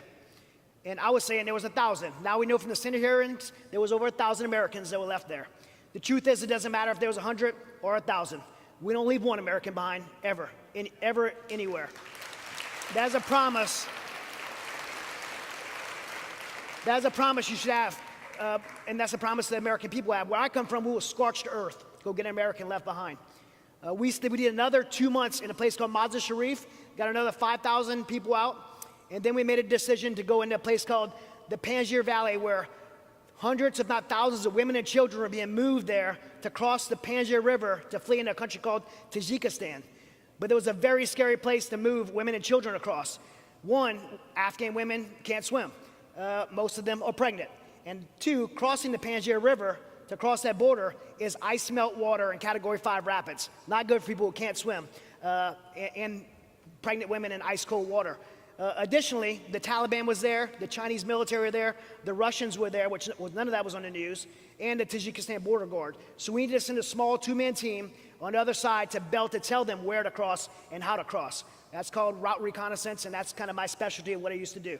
And so I got another Force Recon Marine sniper, and we went into Tajikistan. We drove about 12 hours through the mountains, and we spent 10 days doing about 90 miles of border reconnaissance and built 6 routes out. And every night, Dennis Price and myself would strip down to our underwear, don't imagine it, but we'd swim across that Panjshir River into Afghanistan and help build these routes out. As I said, I want to talk to you about fear. If I told you that during the time of those operations, I wasn't scared, I'd be full of it.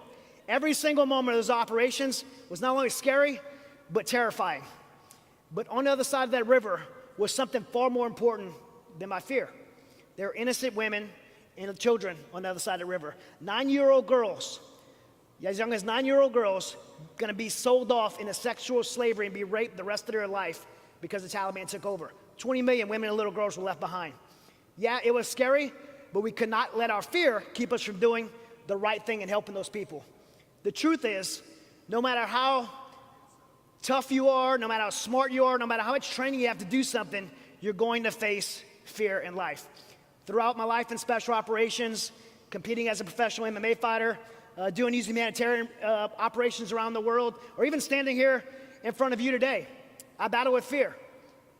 Anybody else, like, you ever deal with fear?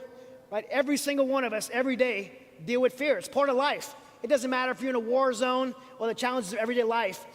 But if you're going to be the people that God created us to be, you're going to have to go toe-to-toe with fear. Right? The question isn't if you're going to face fear, but when you do, how are you going to respond to it? Are you going to steady your trembling knees and push forward? or are you going to let fear win? Are you going to let fear paralyze you and keep you from your goals, keep you from your dreams, your maximum potential, and ultimately keep you from doing the things that God put you on this earth to do? I can't imagine what it's like for you and your generation as teens and young adults to face being targeted and pressured like no generation in America has ever been pressured before. Positions of morality and patriotism, or simply what's right and what's wrong, have become categorized or recategorized as political. To some of you, simply speaking up for what could be culturally unpopular or anti-woke can be more scary than probably even combat. But I'm here to tell you that issues of morality are not political issues. Issues of abortion, issues of gender ideology, these aren't political topics, and don't let anybody tell you they are. These are issues of morality, and you have a right to speak up for them. Honestly, I don't think it's fair to you, but I'm sorry to say that life isn't always fair. And America in our future is counting on you, on your generation, to stand up for these things, to be bold and courageous and stand up. You know, the Bible actually says, do not fear in some form or another 365 times. Isn't that ironic, right? 365 days in a year, one for every day of the year. The Bible says, do not fear. You think God's trying to make a point? God doesn't give us a spirit of fear. God is not the author of fear. God is love, and perfect love, the Bible says, cast out all fear. So if God doesn't give us a spirit of fear, if fear does not come from him, well, where does it come from? I believe that all fear comes from Satan. It's a demonic spirit that whispers in our ears and tells us, you're not good enough, you're not smart enough, you're not capable enough, you're gonna fail, to keep you from doing the things that God created you to do. I believe fear is Satan's primary weapon to keep you from doing those things that God burns your heart to do. I've been accused of having some extreme hobbies. I'd been doing martial arts since I was little. I'm still little. I've been doing it since I was 5 years old. I 43 years on the wrestling mats and 20 professional MMA fights. There's nothing I love more than Brazilian Jiu-Jitsu. Like, I drive to the gym still after 43 years to do it. I drive to the gym and I can't wait to get there to try to choke my buddies unconscious, break each other's arms and legs. I don't know, I just love it. It's my favorite thing to do. And I love scuba diving. And it's a 4th Street Marine. You dive, and I've stayed with it as a hobby. Even skydiving. I was a military free-fall parachutist. I still have over 600 skydives. I'm limping right now because I crashed like a month ago skydiving. Like, I love these hobbies. One of the things I discovered about the hobbies I do is that when we face fear, I believe it brings us closer to God. Now, I'm not saying go get an extreme hobby to get close to God. What I'm saying is that moments of facing fear are opportunities to build our faith. Every time that I stepped in an MMA cage to fight another professional fighter, that fear comes, and that's a moment to build your faith.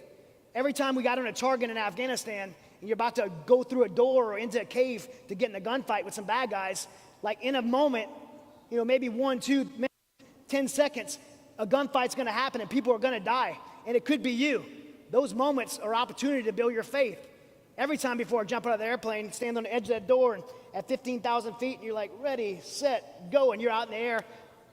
15,000 feet, nothing between the earth besides air. You're going 120, maybe 200 miles an hour if you're going head down, and you get to, it's all fun, right, until you get to your pull altitude, and you wave off, and you deploy your parachute, and hopefully something good's over your head. If not, you gotta do some emergency procedures. And if everything goes wrong, you might be seconds, 3 or 4 seconds from impacting the earth. Those moments are opportunities to build your faith. Maybe outside of those extreme environments, being sick, taking a test, having to speak up for unpopular subject amongst your peers. These are opportunities that fear could creep in, but you don't have to let that fear crush you or debilitate you. You could use that fear as a moment to build your faith. Faith is actually the opposite of fear. Faith is complete and absolute trust in the living God. It's your relinquishment. It's saying, God, I can't handle this pressure, and God says we don't need to. We could actually hand it over to him, and that's what he wants us to do. In fact, fear actually manifests itself in the absence of faith. As an old special operations guy and retired professional fighter, I consider myself a strategist, and every time I've gotten in a battlefield of combat or in the ring, I always look at things from a strategic point. Before I would fight an MMA fight, I wanted to know all my opponent's strengths and weaknesses. Before I went and fight the Taliban, I wanted to look at the history from Genghis Khan to Alexander the Great. I want to know what they're good at, what they're bad at, because I want to have a counterattack to win, because I like winning. I don't know about you guys, but I love to win. Faith is the counterattack to Satan's weapon of fear. And if you deal with fear, whether you're a Christian or not, a believer or not, if you deal with fear, the only real counterattack to fear is faith. And faith comes through one of two things, and there's no shortcut to it. Faith comes through, one, a relationship with Jesus, and two, knowing God's word, having a knowledge of God's word. You need to read this. You need to study it.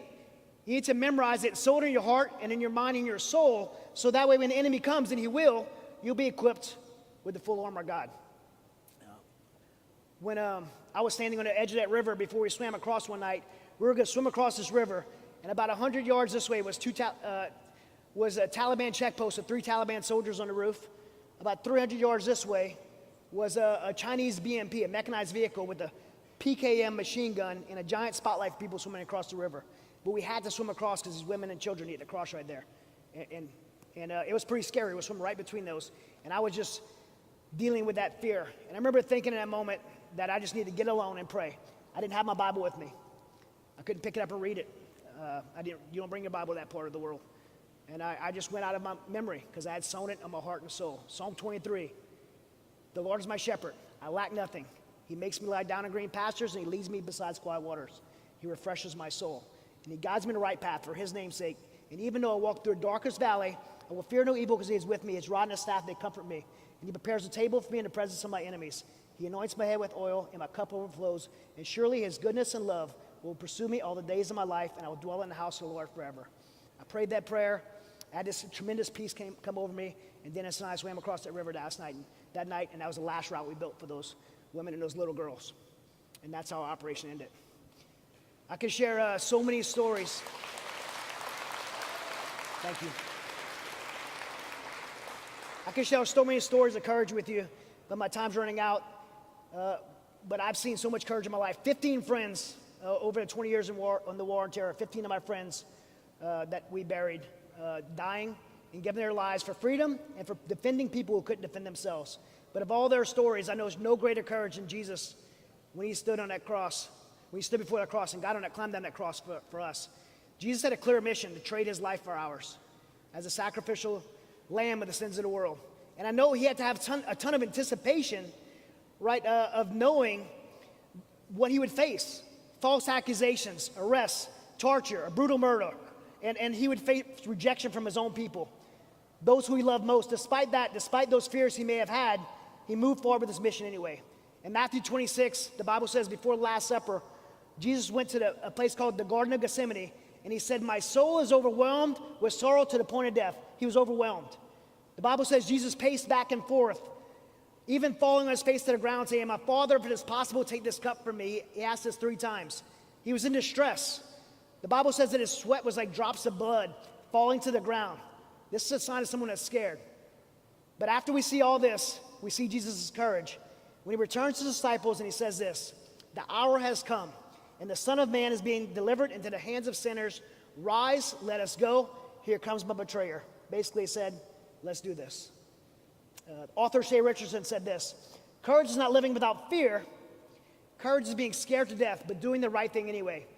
Jesus didn't turn himself over to his enemies because he was weak. He turned himself over to his enemies because he was strong. And even the bravest of us might have run or tried to fight in one last attempt to beat destiny, but he embraced his. And in his final moments, during the horror of crucifixion, he said his final words, it is finished. And it was finished. The prophecy was fulfilled, and Jesus' mission was complete. Why did he do it? Because he loves us. He chose to. On the other side of that cross was something far more important than his fear or his hardships. It was you. And if Jesus could do that for you, and Jesus could do that for me, then how could we not be inconvenienced to go beyond our fears to do the work that he created us to do? Guys, we can't avoid the things that God burdens our heart to do just because they're scary, because they're hard, they're dangerous, they're unpopular amongst our peers, or uncomfortable. The question that you should ask yourself today, with all these amazing people you're going to be able to hear from, is are you going to live in fear or are you going to live by faith? You're going to be scared. You're going to have to make scary decisions in life. The most difficult things in life, on the other side of those difficult things, on the side of those most scary things, are the most incredible things. I've been able to do so many incredible things in my life. I've been to 60 countries. I've been to combat 8 times, tons of humanitarian missions around the world. Of all the things I've done, the best things on earth and eternal have always come on the other side of the most difficult things. Yeah, life is hard, and life's going to be scary. But this broken world needs young men and women like you who are going to take action in the face of fear. In fact, America and freedom depends on you, the next generation, to have the courage to boldly stand up for what is right. And I thank you for doing that, because being here today is a step towards that, and I thank you for that. Can I pray with you guys? I want to pray with you guys. Lord, I just thank you so much for these young men and women, for the parents that would encourage their children to come here, Lord. I thank you for them. I thank you for their courage to be here today. Lord, I pray for each of them, whatever fear they're facing or going to face. I don't know what they are, Lord, but you do. You know each fear that they're going to face, Lord. Give them the courage to boldly stand in the face of that fear, to move forward and do the things you created them to do and be the people you created them to be. In Jesus' name, amen. Thank you guys so much. God bless you. Thank you. I'm going to be in the back signing books, and if you want to come say hi. Thank you.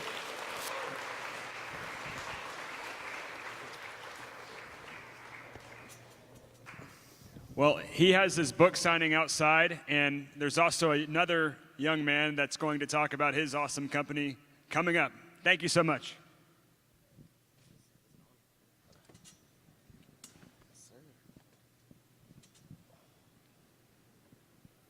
How are y'all doing?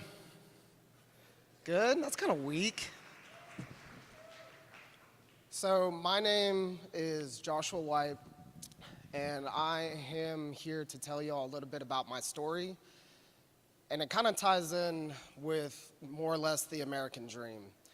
So when I was younger, I want to say I was about 7. It was right before my dad took his own life. I was in a shelter, and I saw this quote on the wall that said, "If you knew you couldn't fail, how big would you dream?"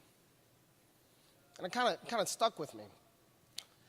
And I've always remembered it. And I went to foster care when I was 2 years old, and I spent 16 years. I went through 9 failed adoptions, and I think it was number 3 for the worst case in Montgomery County. And it was kind of tough, because I was like, if my parents don't want me, 9 families don't want me, how can I want me, you know? And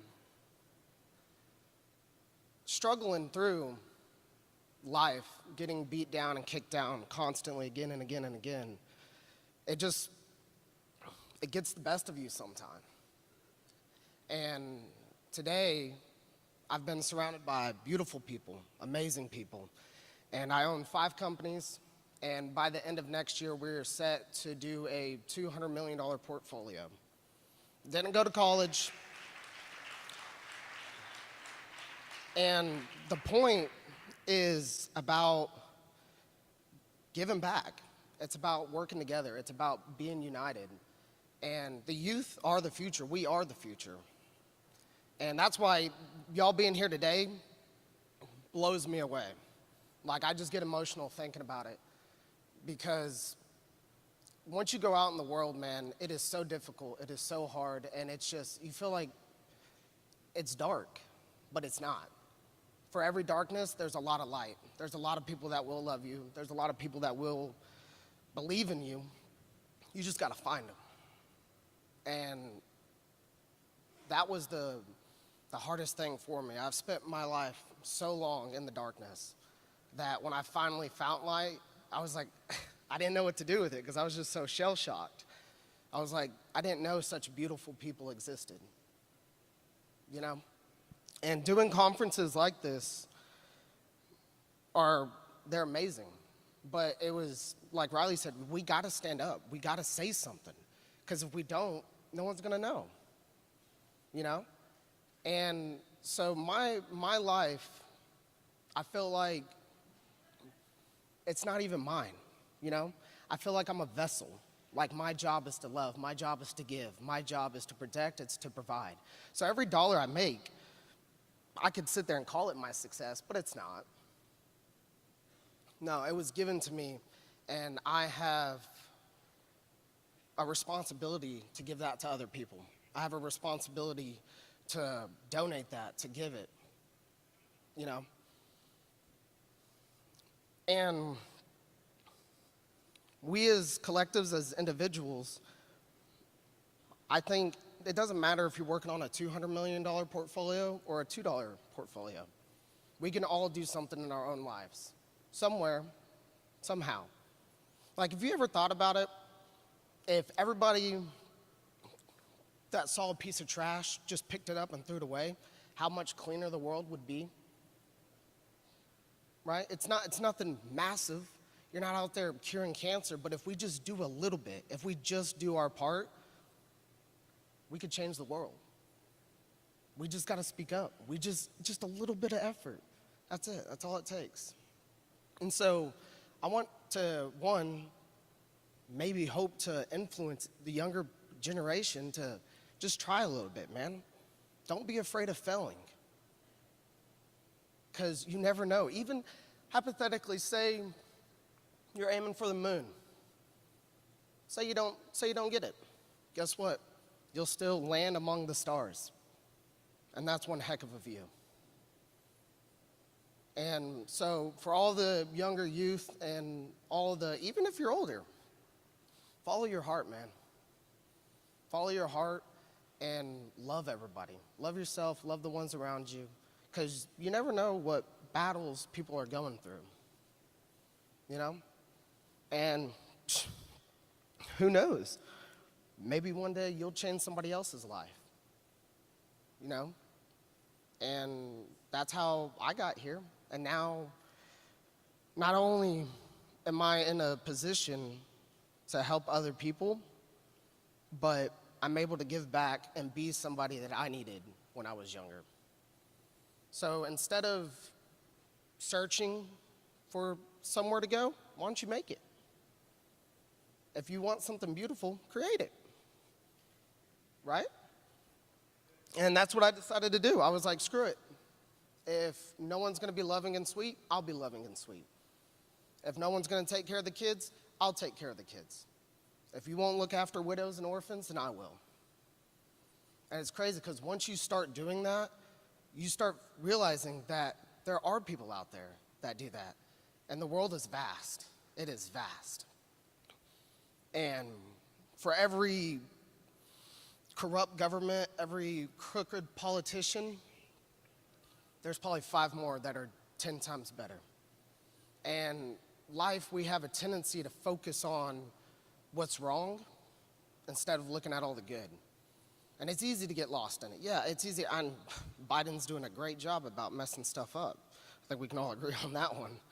But for every Biden, there's probably 10 of me. There's 10 of you. And we outnumber them. Like, hope is not lost.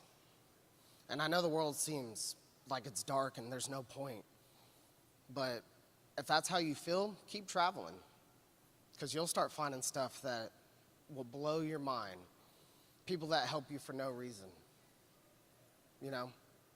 And I remember when I want to say I was like 16, 17, I got into some serious trouble. I was doing identity theft. I was just trying to make ends meet. And I ended up stealing a lot of money from a lot of people. And it kind of all blew up. And had all the charges gone to court, I probably would have been looking at a 68-year life sentence in prison. And this gentleman over here on my right spoke up and was like, there's nothing wrong with Josh. He's just lost. He doesn't know what he wants. He doesn't know what to do. If you give him another chance, just as he did really bad over here, he can do really, really well. And he had no reason to do that. He had no, he wasn't my dad, wasn't my father. just somebody who saw somebody hurting, somebody who saw somebody struggling, and just helped them for no reason. And now because of that, I'm able to take that kindness, that grace, and that love, and I'm able to give it to somebody else. That's our obligation. That's what we have to do. When someone gives you love, you don't have to pay them back. You pay them back by loving somebody else for no reason. And you never know. It could be a thank you, it could be a hi, it could be a hello. You could pick up a piece of trash, help somebody jump their car, and you could change somebody's world just from being kind. And so I travel now talking about my story, because originally I didn't want to, nobody wants to talk about being whipped and beaten. Nobody wants to talk about not being wanted. And I had to realize that it's not my life. I'm a vessel. And my job is to help somebody else. My job is to talk to other kids who've been sexually abused, talk to other people who maybe are just down on their luck, And once I started, I realized that out of nowhere, my life suddenly had meaning. And I felt the same. I was like, I'm nobody special. But it meant a lot to me. And so now, my new goal is I want to rebuild our education system because it is absolutely horrible. And then 2, my goal, I want to make a school. I want to make a school that is free, but it's going to be a private institution that houses foster kids and gives them a proper education, but a conservative education.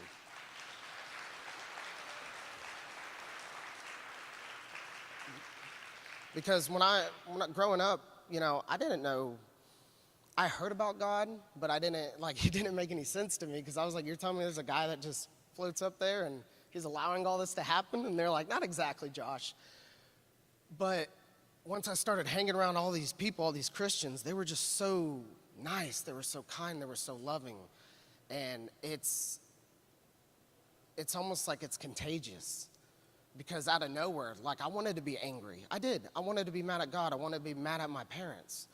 But being around those people, being around that light, it's like I couldn't, even if I dug as far as I could. And I watched my dad hang himself, and I still could not find an ounce of hatred to give because somebody loved me for no reason. And now because of that, it changed my life forever. And so if you feel lost, if you feel like you don't have a purpose, just keep going. You never know. Success is just one step. It's a guy who failed, but just tried one more time. And now, I think by the end of, say, the summer of next year, we'll have 75 employees. And I've been blessed financially to give to those situations. So if you don't like something, change it. If it's not there, make it. That's literally what the American dream is about. And you'll never know, man. You never know, because you could just change someone's life for the better. Or someone could change your life. But you'll never know if you don't try. That's all I got to say. Thank y'all.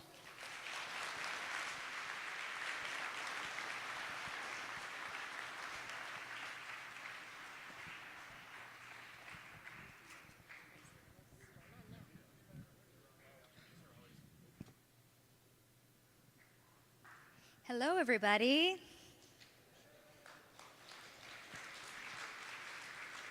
All right, y'all. My name is Savannah Hernandez, and for those of you who do not know me, I am a reporter with Turning Point USA's Frontlines faction. So I do a lot of on-the-ground reporting for Turning Point USA, and I have been an on-the-ground reporter for the past 5 years, detailing everything going on in the United States of America, from the East Coast to the West Coast. So I'm really excited to be here today to talk with you guys about not only everything that we've been doing at Turning Point with Frontlines, but more importantly, the importance of each individual's voice, especially everybody here in this room today. Now, Over the past year since I've worked with Turning Point, I have covered everything from the San Francisco fentanyl crisis, Measure 110 in Oregon. If you guys aren't familiar with that one, they decriminalized all hard drugs over there. So basically, you guys can go do heroin in front of a police officer in that city, and those policies pretty much went as well as you would expect in this city. If you go to the West Coast, these cities are absolutely degraded, and various parts of the United States look like the third world. Another big story that we've covered was the toxic train derailment in East Palestine, Ohio, where there was a huge biohazard. The people of East Palestine had their homes destroyed, and the government kind of ignored them for 3 weeks. No one was there. No one was, available for the American people, and they very much felt ignored. That was another big story that was really nice to go cover, because we were able to be on the ground and completely change the narrative nationwide about how this situation really wasn't that bad. Now, I got into media because, for some reason, our mainstream media loves to hit us with propaganda and lie to us every single day.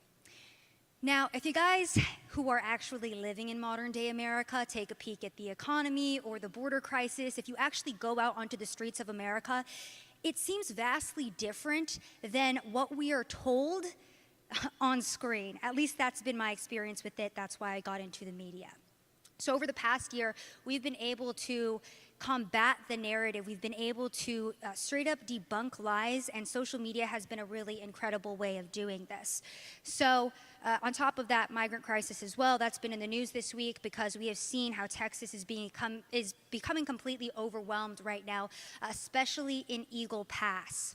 Now, Elon Musk went this past week, and it was great that he went down there, because this is an issue that's been going on for the past 2 years. And again, because the mainstream media really hasn't highlighted it, not many people are aware of how bad the border crisis has gotten. So a little bit of my own independent reporting as well with Turning Point. I was able to go and highlight one of the biggest migrant hotels in New York City, and that was earlier this May. Now, at this hotel, which is about a block away from Times Square, you had upwards of 4,000 illegal immigrants that are being housed at this hotel. Now, rooms at this hotel previously went for about $500 a night, but the taxpayers of New York are currently paying to house these migrants in this nice hotel a block away from Times Square. They're getting free health care, they're getting free food every single day. New York City is an absolute mess right now, but guess what? If you weren't looking at alternative media, if you were looking at the propaganda, again, that we're being faced with, you would have no idea that this is going on. So again, just highlighting the importance of independent media versus mainstream media, because the two stories we're being told are very, very different. Now, my reporting over the past year has amassed over 80 million views on social media alone. We've also made primetime news multiple times, and I tell you guys this not to gloat, but because just 1 year ago, I finally got my Twitter account back. I was actually permanently banned on Twitter for 2 years for my independent reporting, because back in 2020, I was covering these little things called the BLM riots. I don't know if you guys remember those. But the entire media, again, was targeting us and telling us that these were fiery but mostly peaceful protests, that the rioters were actually just looting Louis Vuitton because they had to feed their family. And if we didn't understand that, we were the bad people. Simultaneously, COVID-19 was also going on, and if you were a BLM protester, you could go out in the hundreds of thousands in a group, and the media would praise you and say that you were fighting for social justice, so COVID didn't affect you. But if you were maybe going out and protesting against the lockdowns or the fact that you were being forced to take a vaccine or wear a face mask that didn't work, you were the problem and you were a super spreader. So all of this was happening at the same time, and I was covering all of it. And then former President Donald Trump retweeted one of my videos of my on-the-ground reporting towards the end of 2020. A week later, all of my work of the BLM riots, all of my work on the ground covering, again, the anti-lockdown protests was completely gone. It was deleted from history, and this is my first experience with the rewriting of history in the modern day, because that's what we are all currently living through with modern day censorship. It's absolutely insane. So that was censorship number one, and again, going back to those BLM riots, I had news organizations linking to My story of white Antifa members who would shut down an entire highway, stopping a black father from going to work to provide for his kid. Now, the headline to go along with and corroborate that video, the video was no longer there anymore. So effectually, again, the rewriting of history, the deletion of the proof that 2020 was not, in fact, fiery, but mostly peaceful. Not mostly peaceful at all. So about a year later, I made another Twitter account because I said, you know what? The people need to have their voices heard. The reason I got into independent journalism is because I believe in actually going outside and talking to my fellow man and letting the American people tell me what's actually going on. Because again, like, let's take a peek at the economy right now. If you read the media, you'd be like, wow, it looks like everything's doing great. But then you go to your local grocery store and you're like, why are eggs $7 for a dozen? What is going on? So again, I love talking to the American people and then telling me how policies are personally impacting them. So I made a second Twitter account, and I went to this little thing called the 2022 NCAA Women's Swimming Championships. I think you guys just heard from Riley Gaines, who actually competed against Lia Thomas. Now, when I was there, I spoke to actually the first athlete to speak out against Lia Thomas during that competition. Her name was Rose. She was a freshman from Virginia Tech, and it was her teammate that was kicked out of the final round because Lia Thomas took her spot. And she was enraged about this. I was on the ground. I was one of the only journalists there because for some reason, the entire mainstream media didn't want to touch this story outside of saying that it was great that we had a biological male competing against women. But on the ground, the parents were telling me very different things. On the ground, the athletes competing were telling me very different things. So this young athlete who watched her teammates' dreams be completely crushed because it was her last chance and opportunity to go for the gold in the NCAA finals, she was courageous enough to speak out to a journalist, despite the fact that officials were telling all of the swimmers, do not speak to media, don't say Lia Thomas's name, even in the locker room. They were telling the parents this as well, but this young girl was brave enough to speak out. I put her 2-minute interview on Twitter. It gained over 2 million views. It got picked up by Tucker Carlson, and it completely changed the entire media narrative that Lia Thomas swimming in the NCAA championships was a good thing. For the first time, we actually saw that, hey, the people experiencing this, very different story than what the media is actually saying. 2 days later, my entire account was gone. More importantly, her voice was silenced. And it took her a lot of courage to put that video out, too. I had put it up, and because it started gaining so much traction, because she was the first person to speak out against Lia Thomas, she got scared. And she was like, you know, I'm a freshman. This is my swimming career. I don't want the whole thing to be destroyed. Can you please take the video down? And I talked with her, and I said, you know, if you really want me to, I will, but I think that your voice is extremely important, and nobody has spoken out against Lia Thomas during the NCAA championships the way that you are now. So I think it's important we leave it up, but I'm going to leave it up to you. She decided to leave it up. She said, go ahead, keep it there, let the people hear what the athletes actually think. I'll be the voice. Like I said, 2 days later, Twitter completely deleted the video. It was gone off the face of the earth. I made a third Twitter account a couple months later because, again, I was like, you know what? I have my First Amendment rights in America, and we should be allowed to report on what's actually going on. I'm not going to let the media and, again, these propaganda artists speak on behalf of us. I want to hear what the people actually have to say. So I think this was about a year back. We kept hearing and we kept seeing the media headlines that gas prices were going down, that the economy was doing better, that everybody was a little bit more financially comfortable. And I said, okay, let me go to the inner cities in Dallas and go ask people what they're experiencing. Completely opposite. That interview blew up, and then I went to DC Pride. This was in 2022, where we were all being told that Pride parades were an incredible thing, where children weren't being targeted, they were family friendly. And not only did I highlight some of the most degenerate things, I would say, that I've seen. It was a hard event to be at because, again, you have naked people twerking in the streets of DC on a Saturday at 2 p.m. But on top of that, I spoke to 2 girls, probably around the age of 13, 14, who basically admitted that the gender ideology is targeting our youth, right? They were like, well, I think I'm pansexual, bisexual, lesbian, gay. I'm not sure. It was kind of a slippery slope, and I'm not sure what my gender is. And all I did was go out and ask these young girls, hey, what do you identify as, right? These weren't any gotcha questions. It was just cut and dry journalism. And again, After these clips amassed millions of views, that Twitter account was also deleted. Now, I tell you guys this story because, to be quite honest with you, there were so many times where I wanted to give up.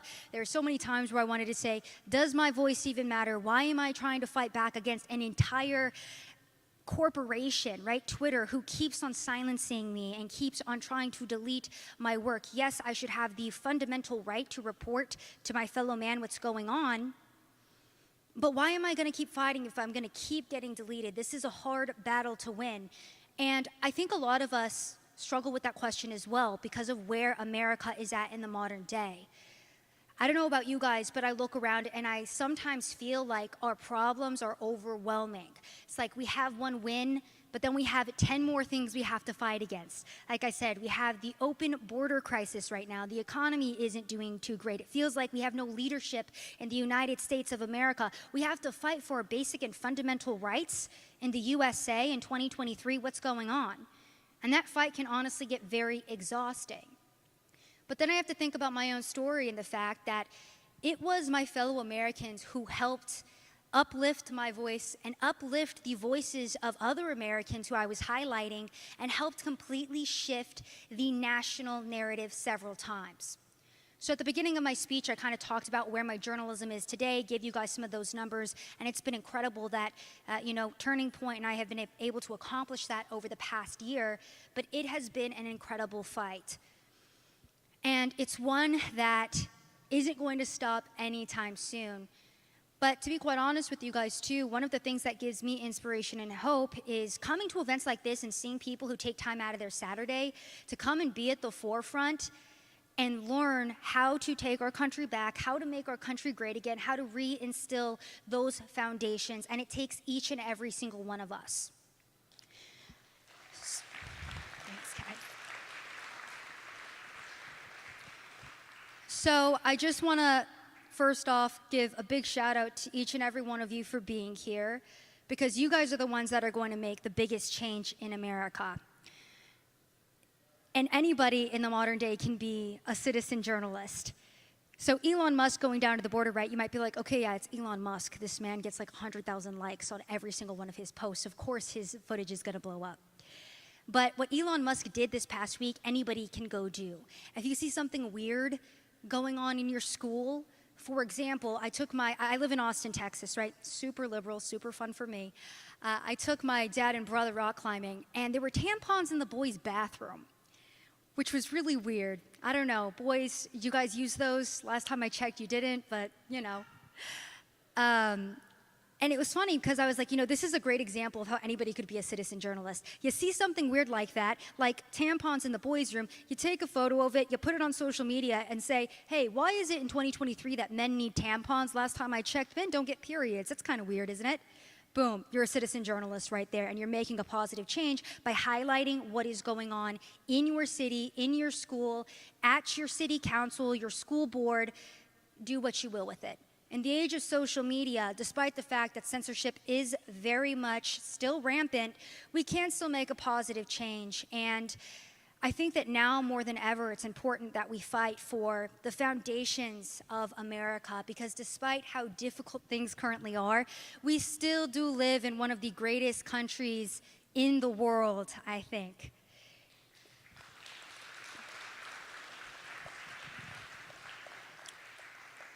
So I hope with my story today, it could inspire you guys a little bit, because I know things sometimes seem dire in our country, and it takes a lot of courage to speak up and speak out. To be quite honest, it takes courage to have common sense in 2023. If you have the audacity to, like I say, only women get periods, boom, you now have an entire mob coming after you trying to get you fired from your job. So even having common sense in America is a courageous thing to do nowadays, and speaking out and standing your ground is even harder. But every single one of us in this room has the ability to do it and the ability to make a change. One of the last things I'll leave you with is one of the things that I grapple with, it's crazy to me that I'm on this stage right now, is feeling like my voice matters, or that I could even make a change, because like I said, sometimes what we are being faced with feels so overwhelming. But one of the very first big protest that I did was during 2020. I held up a Police Lives Matter sign at a BLM protest. I got beat up for it, but all I did with that was take a $5 poster board, a message that said Police Lives Matter, and on the other side it said, say his name, David Dorn, because BLM rioters had just killed David Dorn in cold blood. He was a former police officer. I went and I stood up and I said, you know what? I don't agree with what's going on, and I'm going to stand up for police when nobody else will. I went with my iPhone. Fox News picked it up. It was a big story. I never thought that it would be anything. But again, with that being said, I just want you guys to know that any single person in this room is capable of doing any of these things.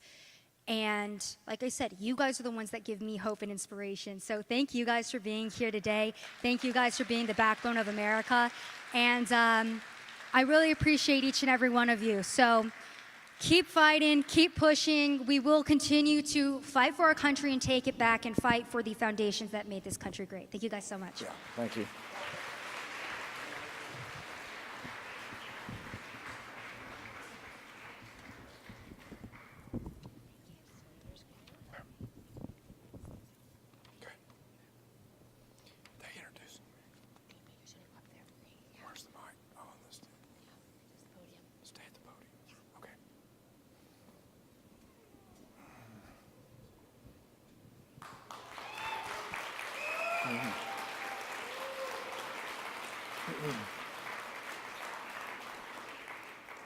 How's everybody? Good. State Senator Brandon Creighton here in my home district and also in my home county. Just so pleased to have all of you here, and just so impressed with the Texas Youth Summit, the speakers that have been coming in and out yesterday and today, and those that are participating for tomorrow's future leadership in this state. And again, when I say tomorrow, I don't mean down the road. I mean tomorrow. That's what Texas needs going forward, is to understand that as we work hard to make sure that this country has what it needs, as Texas does what it needs to save this nation, it will happen right here in Texas, and it will happen among the states. Are you with me? So I want to thank Christian Collins and all that he's done to grow the Texas Youth Summit, the sponsors. And how about Donald Trump Jr., Kristen Guilfoyle? How about Charlie Kirk? How about Mayra Flores, one of my favorites? And how about Riley Gaines?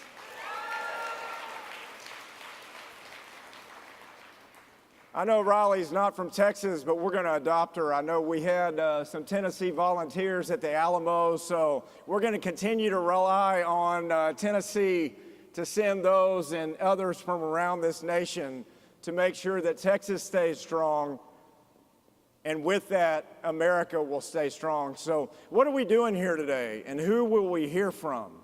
We're hearing from conservative leaders from around the nation, some that I just mentioned and many more, many of our elected officials that will be here flying in from D.C., coming back from Austin at our state capitol, to make sure that collectively we all talk together about the state of our country and where we are now with Sleepy Joe Biden in the White House, but also understanding that 26 Republican governors in this nation are working very hard day in and day out to offset what the 24 Democrat governors across this nation are working to impose as policies. We have 23 Republican legislatures across this nation. We have 17 Democrat-led legislatures, and we have 10 that are a blend between the two chambers, House and Senate. And why do I bring that up? Why is that important? It's important because as we get together with these conservative thought leaders yesterday and today and through the weekend, and we talk together and share together and witness together about what we need to see going forward to make sure Texas is strong, which will make sure America is strong. We have to know that as we watch what's happening in Washington And sometimes it's not much, right? Sometimes we see the gridlock and we're frustrated with it. And, you know, even Supreme Court Justice Scalia, before he passed, mentioned how our founders set it up to where, with the separation of powers, it would be very, very difficult to get anything done because it's very difficult to pass legislation.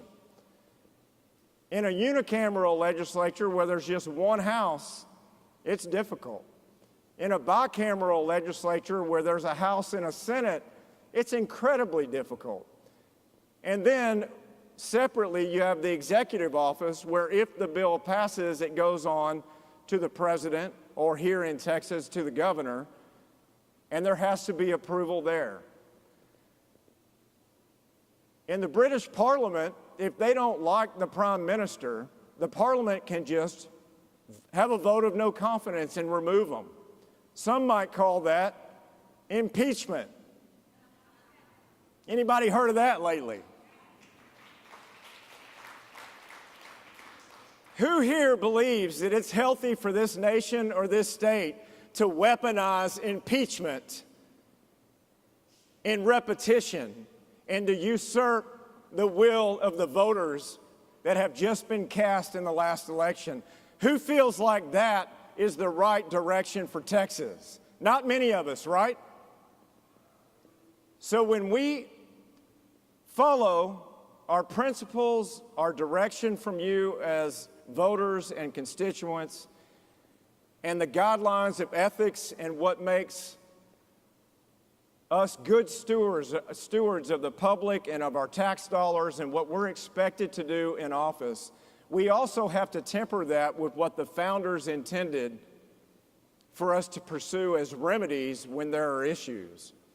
And I'm going to talk about that a little bit, but I want to first focus on why Texas and the states around the country will save this nation, as many of us are focused on Washington, D.C., in whether or not we make a decision in our minds on the future of this country.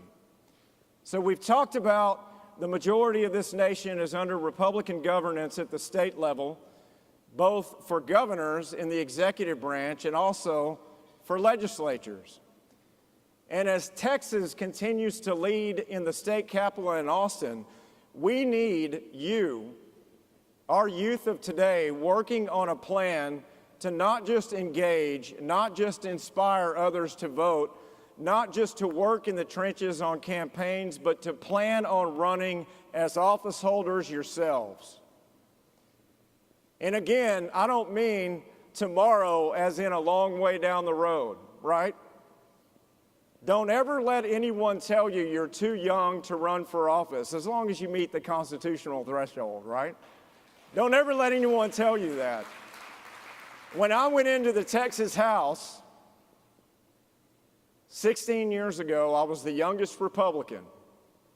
And in those campaigns leading up to going into those first sessions, most people told me when I was walking 20, 25, 30,000 doors, I was too young.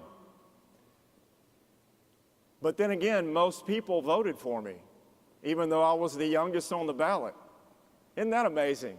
So if I would have listened to the negativity, I never would have found out the positive outcome. Are you with me?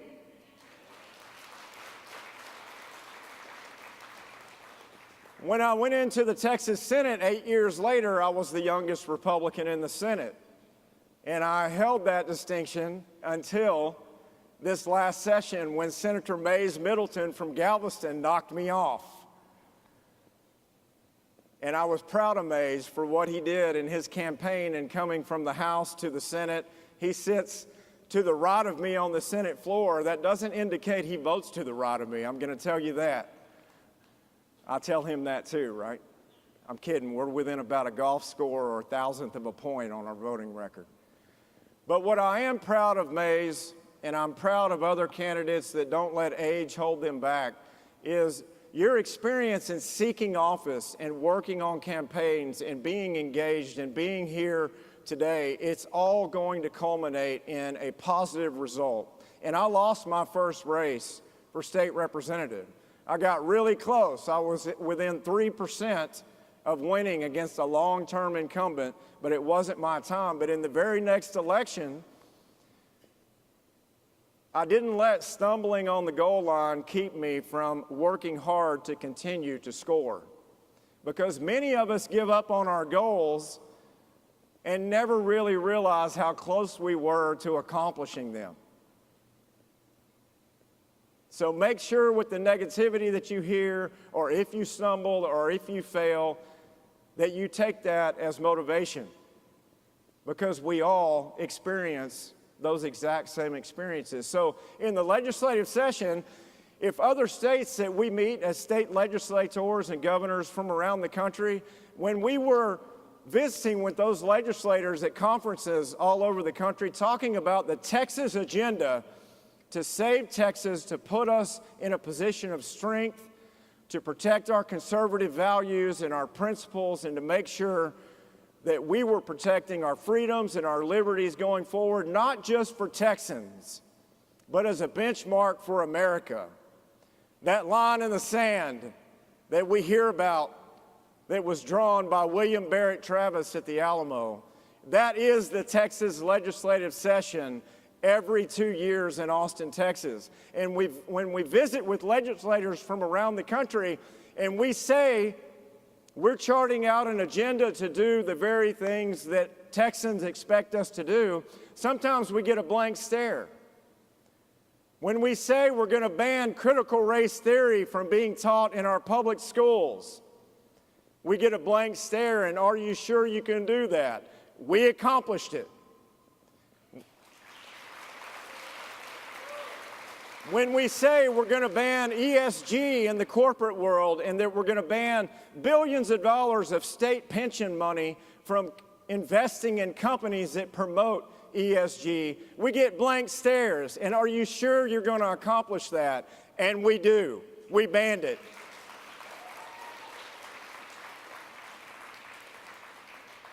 When we say we're going to ban the destructive weaponization that diversity, equity, and inclusion offices have brought to our campuses, where Texas A&M DEI units had excluded Asian American students and professors that were applying for jobs at A&M, can you imagine that?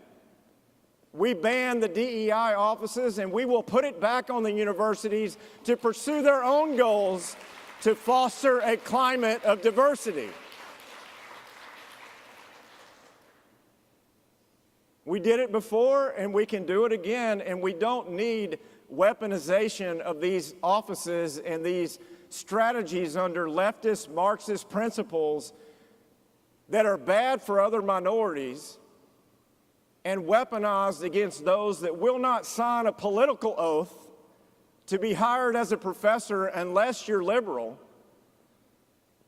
that put a neon sign above every university in this state, because they were all doing this, with a neon sign above the front door that said basically, if you're not conservative, you need not apply here. Is that what we want our tax dollars going towards? No, absolutely not. So CRT and DEI and ESG and woke in our public school classrooms and all of these efforts to commandeer the education system in Texas, we're saying no to that.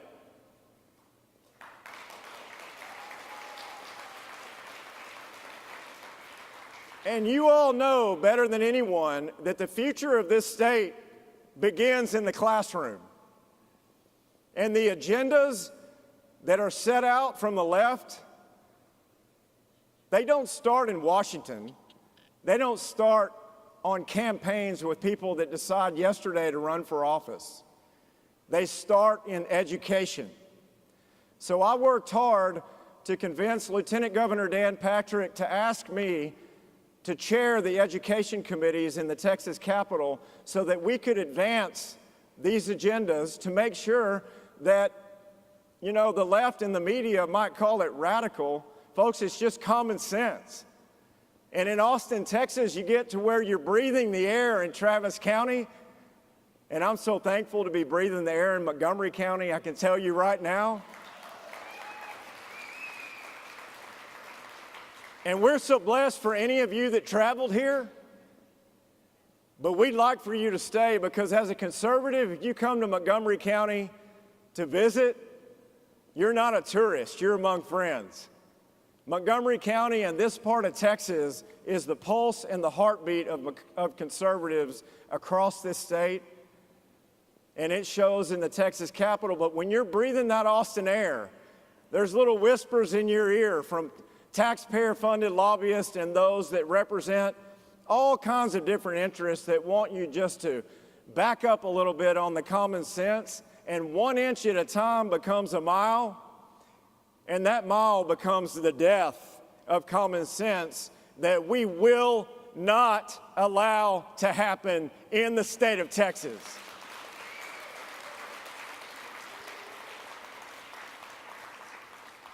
So I just want you to know that as we strengthen the Texas electric grid, as we balance our $300 billion budget in Texas, as we return $17 billion of tax money to Texans that no other state in the country has ever done, we can't find where the United States of America in Washington, D.C., where that federal building is, we can't find that they've ever returned $17 billion to American taxpayers. That is a reflection on you, not on politicians that have done the right thing. So continue to demand what you demand. Continue to deserve what you deserve and voice it. Liberals are speaking up more than ever before, but national polls show that conservatives are getting more and more quiet. Are you quiet? No. That's what I like to hear. So I'll work at the state capitol in Austin to make sure that we have that line in the sand drawn. I'll expect you there and present. When you can't be, give us your opinions and your advice because we are listening, and we're headed into a special session on school choice and education freedom October 9th, and we will succeed. Thank you. God bless you. And God bless the great state of Texas. Thank you.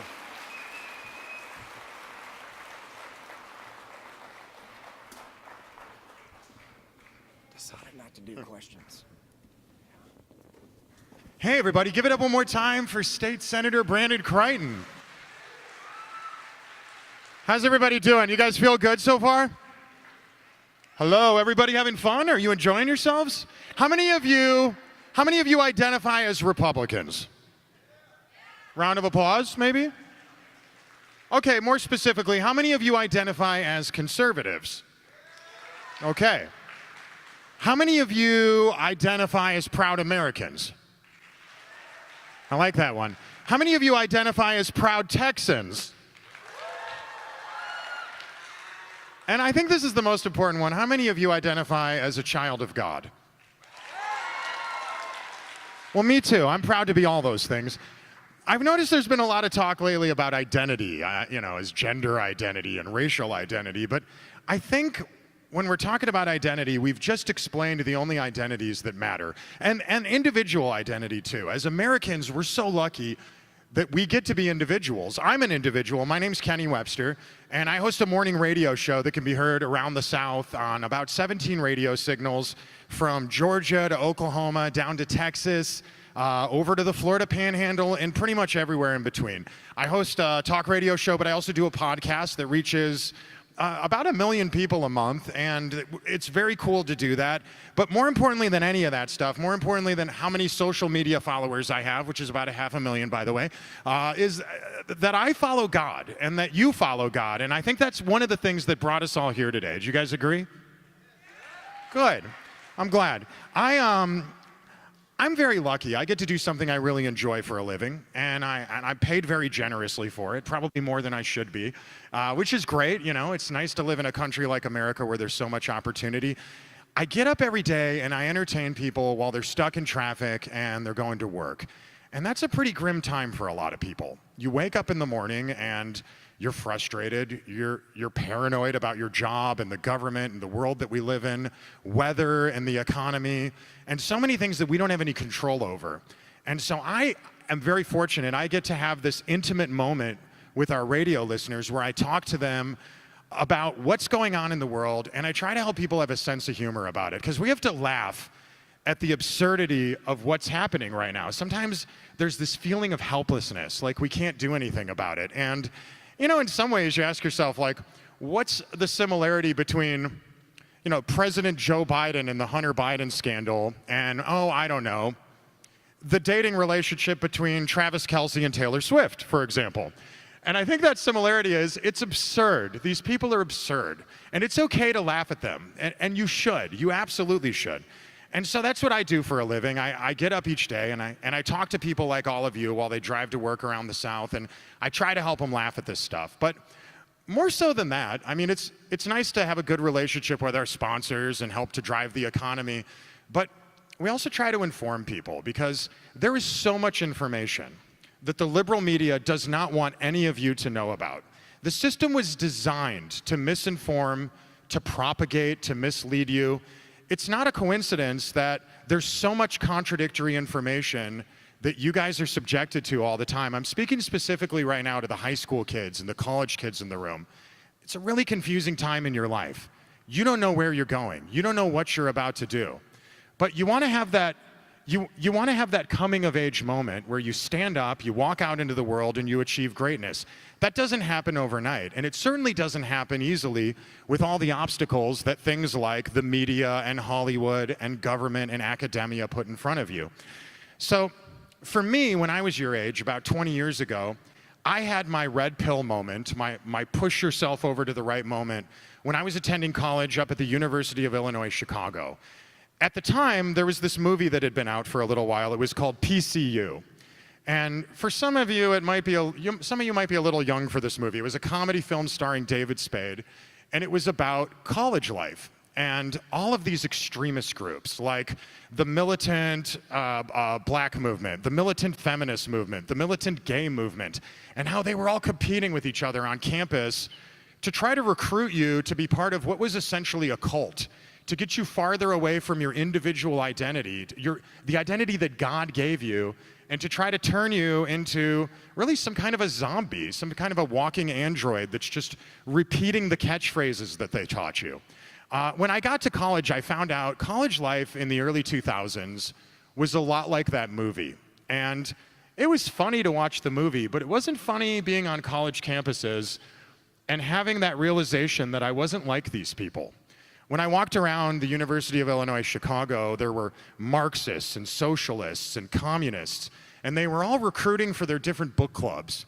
And they all followed this guy around. He was a tenured professor at our school, a taxpayer-funded educator, a guy named Bill Ayers. Does anybody know who that is? Show of hands. I know some of the people in the back certainly do.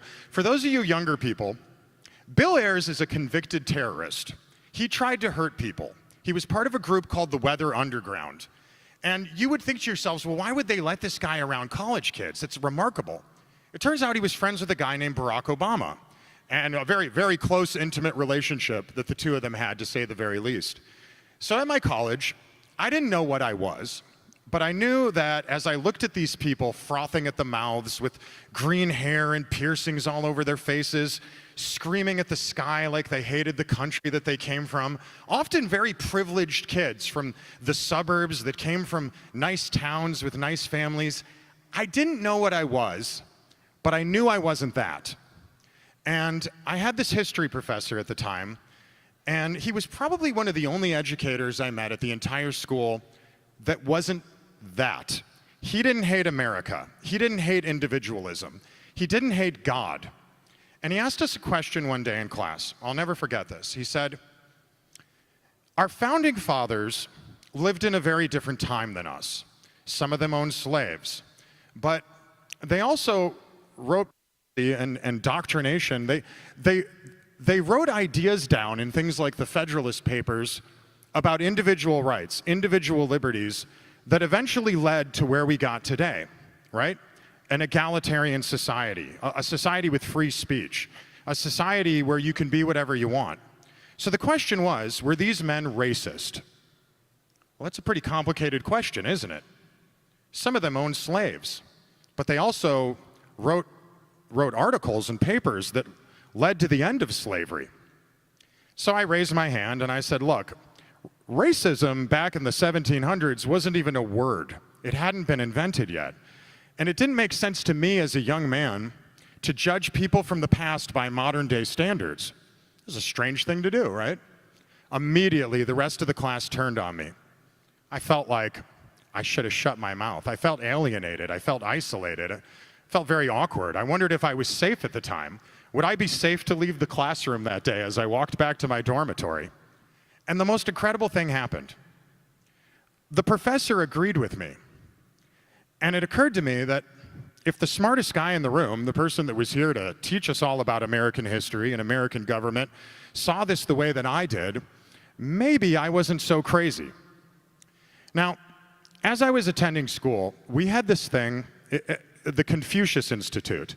By show of hands, do any of you know what a Confucius Institute is? Some of the people in the back do. The Chinese Communist Party, this is going to sound crazy to those of you that have never heard this before. The Chinese Communist Party has spent a fortune on our higher education institutions in this country trying to brainwash all of you, all you people in your early 20s and late teens. And they do this by offering money to your colleges in exchange for permission to influence which professors get hired. 30 years ago, this didn't exist. In the 80s, the 90s, there was no such thing. It was a relatively new thing when I got to college. I'm 41, by the way, very old. And so, to me, at the time, I couldn't understand this, right? We had an office on our campus where we would, students from China would come and learn about America, and they would go back. And then we didn't realize at the time the Communist Party was funding the people that were hiring the professors. Over the last 20 years, there's never been a lot of conservative college professors, or moderate college professors for that matter, but over the last 20 years, the number of conservative, moderate, libertarian, right-wing, populist, nationalist, you name it, professors in the school around the country dropped to numbers where they were almost non-existent. And that's where you guys are today. You guys now are attending those schools. Now, people have gotten hip to this. They picked up on the fact that these Confucius Institutes exist. And they've started to change the names of them. They're not really calling them that anymore. Sort of a rebranding, if you will. Like when Facebook changed its name to Meta, for example. Once in a while, you just rebrand. And that's what this was. But they're still there, and it's still happening today. So that's what we're up against right now. There's really three tiers to this idea of the liberal institution. You've got Hollywood, you've got the media, and you've got academia. And I bet most of you right now are probably involved in the third one. Oddly enough, academia is where a lot of these crazy ideas that the left is pushing seems to come from. By show of hands, how many of you heard the phrase stacking the courts? Do you know what that means, packing the courts? A lot of you do, right? Donald Trump, one of the great populists of our lifetime, did this awesome job putting really great judges on the Supreme Court. And we were able to overturn something that I bet most of you were happy to see go away. How many of you were happy when Roe v. Wade went away? That's right. Roe v. Wade was unconstitutional. It didn't make any sense. It took away the rights from the states to decide something like the right to life, for example. So after that happened, how did the left respond? They had this idea. The conservatives have a majority on the Supreme Court. That's a problem. Well, to them, this is war. They needed to change the way the Supreme Court works. So they came up with this idea that we're going to put more justices on the Supreme Court. You guys have this many conservatives, we'll add this many more judges to make sure they're outnumbered. And that idea came from taxpayer-funded, tenured college professors, the very people that many of you are getting your education from right now. And it's frustrating, right? That's what you're up against. You're sitting there in a classroom, not only surrounded by people who disagree with you ideologically, politically, theologically, but people that are actually feeding ideas to the elitist ruling class that's trying to destroy what it is that makes America great. Are you guys okay with that? That doesn't sound like you're not. Say no. Good. It's okay to get a little angry, you guys. Trust me on this. So that's what we're up against. If we lose, America turns into a third world country. If we lose, America turns into the kind of country that many of these people are fleeing from right now to come here. It's amazing listening to the people on the left talk about America. We're the most diverse country on earth, the most egalitarian country on earth. We have more rights, more freedom, more opportunity than any other country. And your professors tell you every day that this is a terrible place to be. If it is so horrible, why are these people running over the border to get here? Is anybody fleeing in a boat to try to get to Cuba? Are they? They're absolutely not, I assure you. Nobody wants to go to Cuba. That's crazy. So that's what we're up against. And that's what happens if we lose. But what happens if we win? Well, that's the beauty of it. Your parents lived in a fantastic world, but it's deteriorating. And you live in a great world, but you see the evidence of that deterioration all around you. If we win, we can reverse this.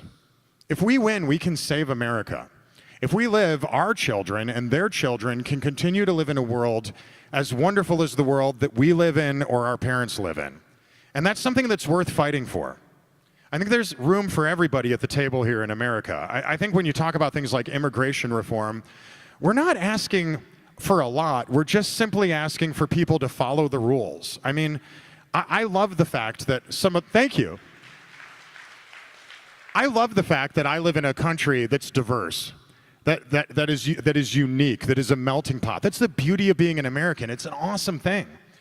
But at the same time, when people come to our country, we don't want them to believe that this is a place where lawlessness is okay, where socialism is okay, where anti-Christian values are okay, or anti-religious values are okay. There is one creator, there is one God, and this radical idea that people from a monotheistic religion figured out thousands of years ago that we're all equal and God is our creator, that was the whole basis for why this country was created. No monarchy, right? No ruling class, no oligarchy, no elites. Everybody gets a chance to sit at the table. It's a beautiful thing. So that's what happens if we win. And we're up against a lot here. So I say all that to get back to the original reason I'm here today, to tell you about what I do. I'm, like I said before, very lucky. I get to do something really fun for a living. I get to travel around the country. I get to meet really cool people like you guys. I've met a lot of fascinating people over the years, presidents and celebrities and musicians and rock stars and comedians. It's been a fun life for Kenny. I've really enjoyed it. I have. But you guys can do what I do too. I'm not in some special club. Everybody in this room can do what I do. It's not terribly difficult. If you want to get into politics, if you want to make a difference, if you want to make a change and be part of this movement for the liberty movement or the populist movement or the nationalism movement or the conservatism movement, there's really two paths you can take. One of those is taking the political route. You could go join a young Republican group. There are many of them. They're not all the same. Some of them I think are awesome. Some of them I don't really agree with. And that's besides the point. You could join those. You could go intern for a politician. You could go work as a staff member for somebody from a special interest group.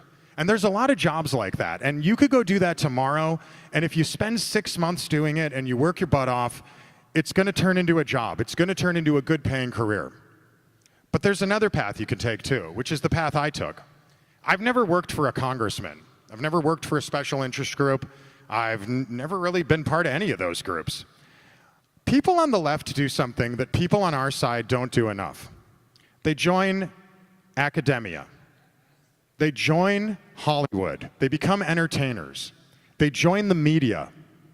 20 years ago, the conservative media was little more than the National Review and this new fledgling cable news network called Fox News. What's that? Nobody had ever heard of it. It was brand new. Today, the conservative media is massive. Today, there are stand-up comedy shows with right-wing people, with Christians, with conservatives. The Christian music movement is massive. It's a multi-billion-dollar industry. We need more people like all of you to get involved in stuff like that. We need people like you to become college professors. We need people like you to become journalists. We need people like you to become entertainers.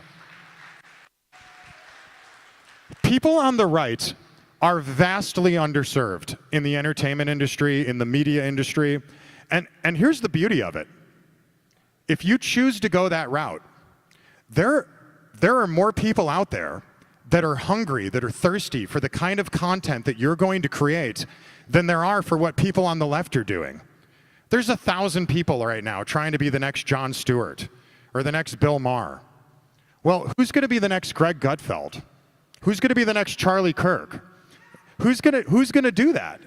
Hopefully one of you. I mean, honestly, looking around this room right now at the kind of people that are here right now, seeing the fact that you're ambitious enough as a young adult to come and do something like this, I guarantee each and every one of you can succeed in that path and become infinitely successful.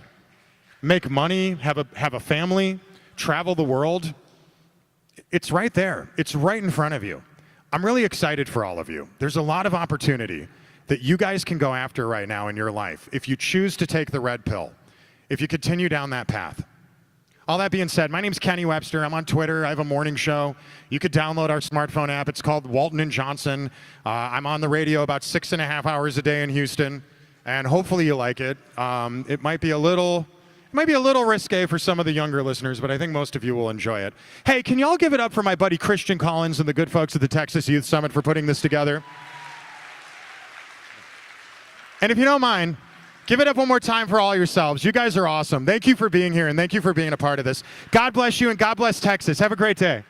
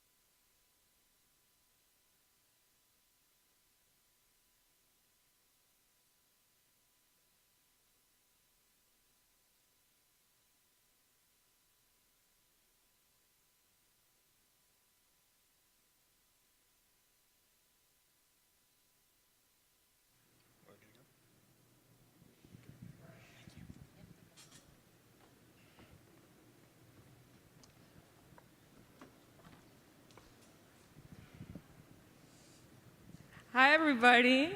We are so excited to be with you here today. We have such an important topic that we're going to talk about, and that is the issue of life. And we have three amazing leaders with us that have really championed the issue of life here in the state of Texas. We have Rep. Nate Schatzline, who is in Austin. We have, round of applause. We have Jonathan Sanchez from Texas Values. He's a president over there.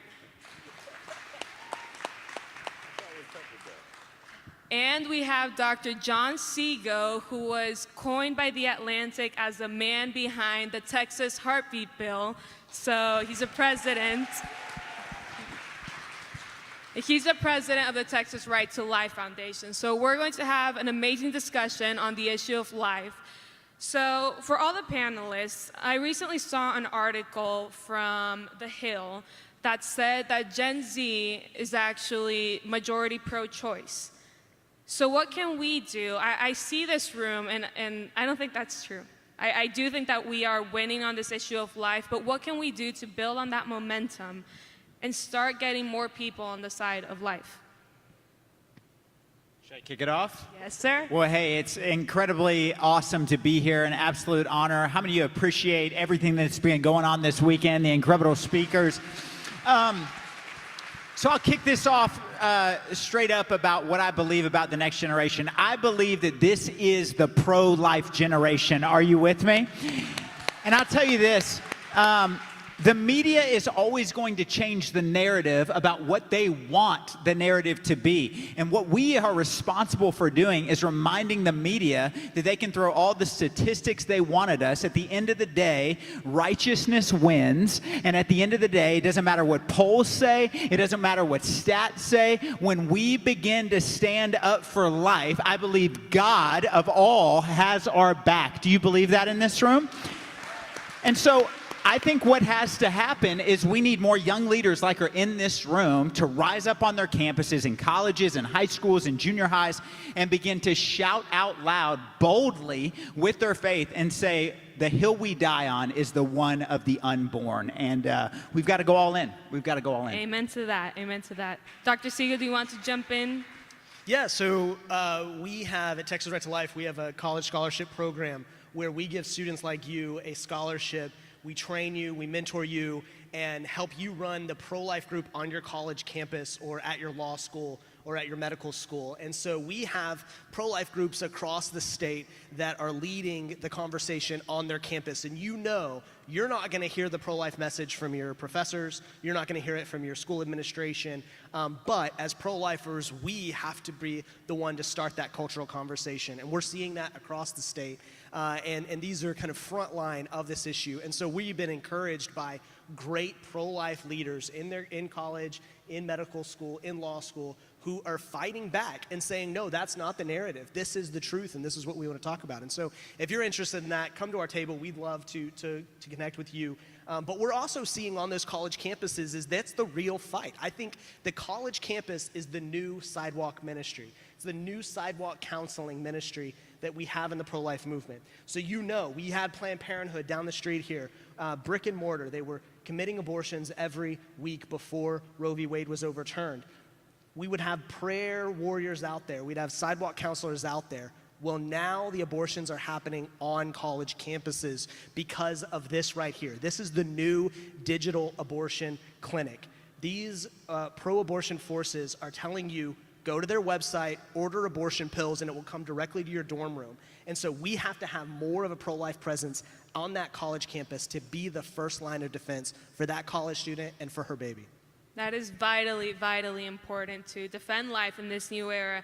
And Jonathan, in your view, what have been the key factors that have played a role in the success that we have had here in Texas for the issue of life? We're one of the most pro-life states here, not only preventing abortions from happening, but supporting mothers as well.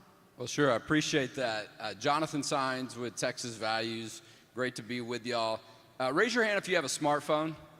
Okay, everybody. While you're here today, I want you to go, whether it's on the App Store or Google Play. Our organization has an app, Texas Values. It's just those two words, Texas Values.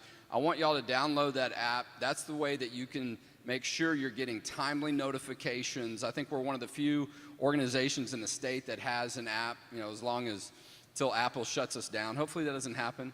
But I am a lawyer, so, if we have to go to court, we will. It was funny when you were talking about Gen Z. What happens after Gen Z? Do we start the alphabet again? We go back to Gen A? Is that Genesis? That takes us back to the beginning. That'll be Genesis. Okay.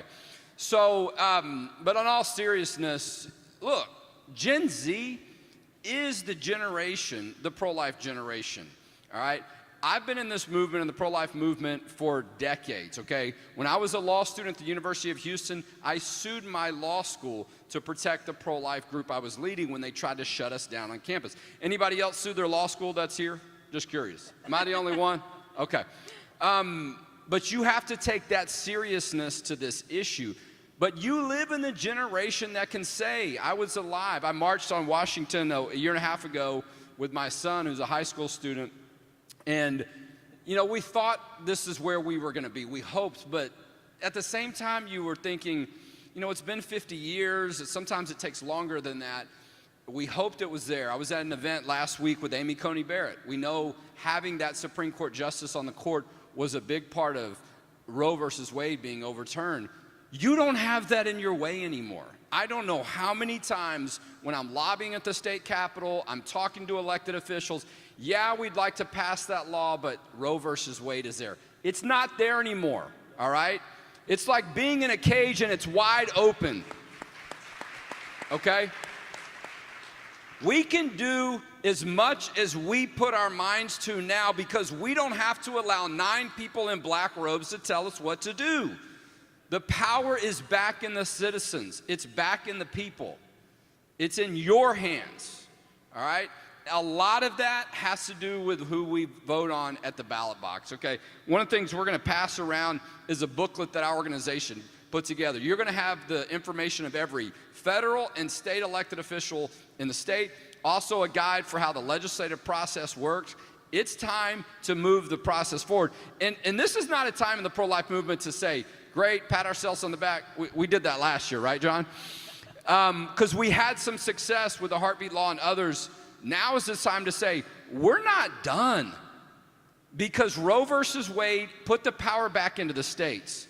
But it also says that the federal government has the power to decide this issue. Yes. And we know the Biden administration's coming at us. So here's the key, all right? The elections are the key because we don't have to wait for the Supreme Court to tell us what to do. We need to make sure at the state, at the local, and without a doubt, the federal level. If you want our vote, if you want the youth vote, you better be pro-life. Amen. Amen to that.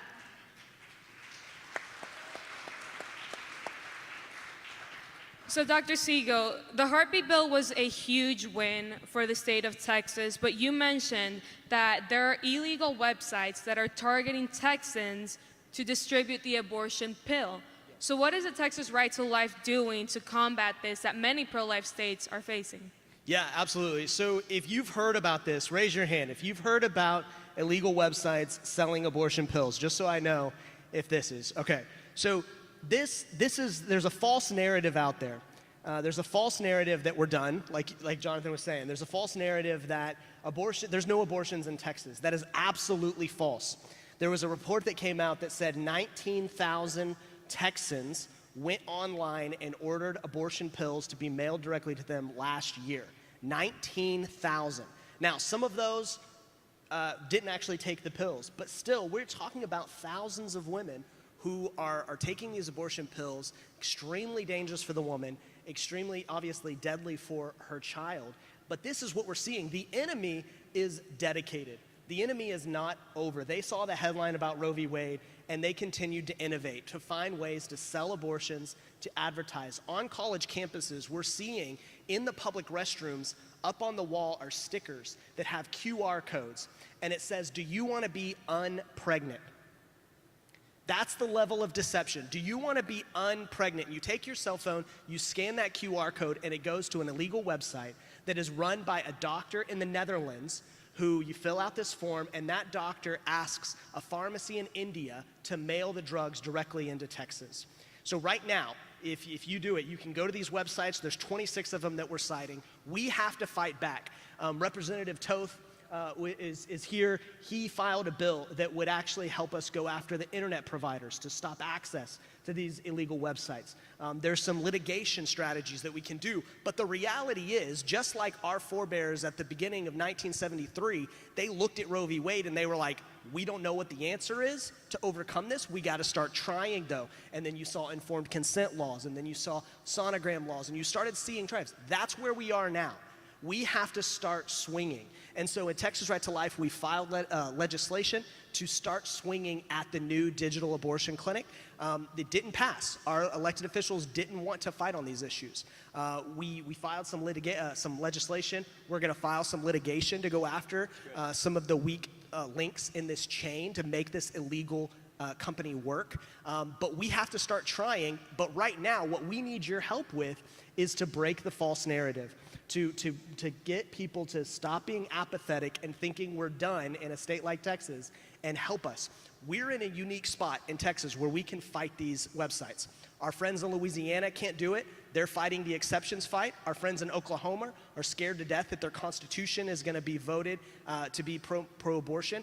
We're in a great spot in Texas to lead on this issue if we actually take the opportunity to be bold and to go after this agent of death that still wants to sell abortion in Texas.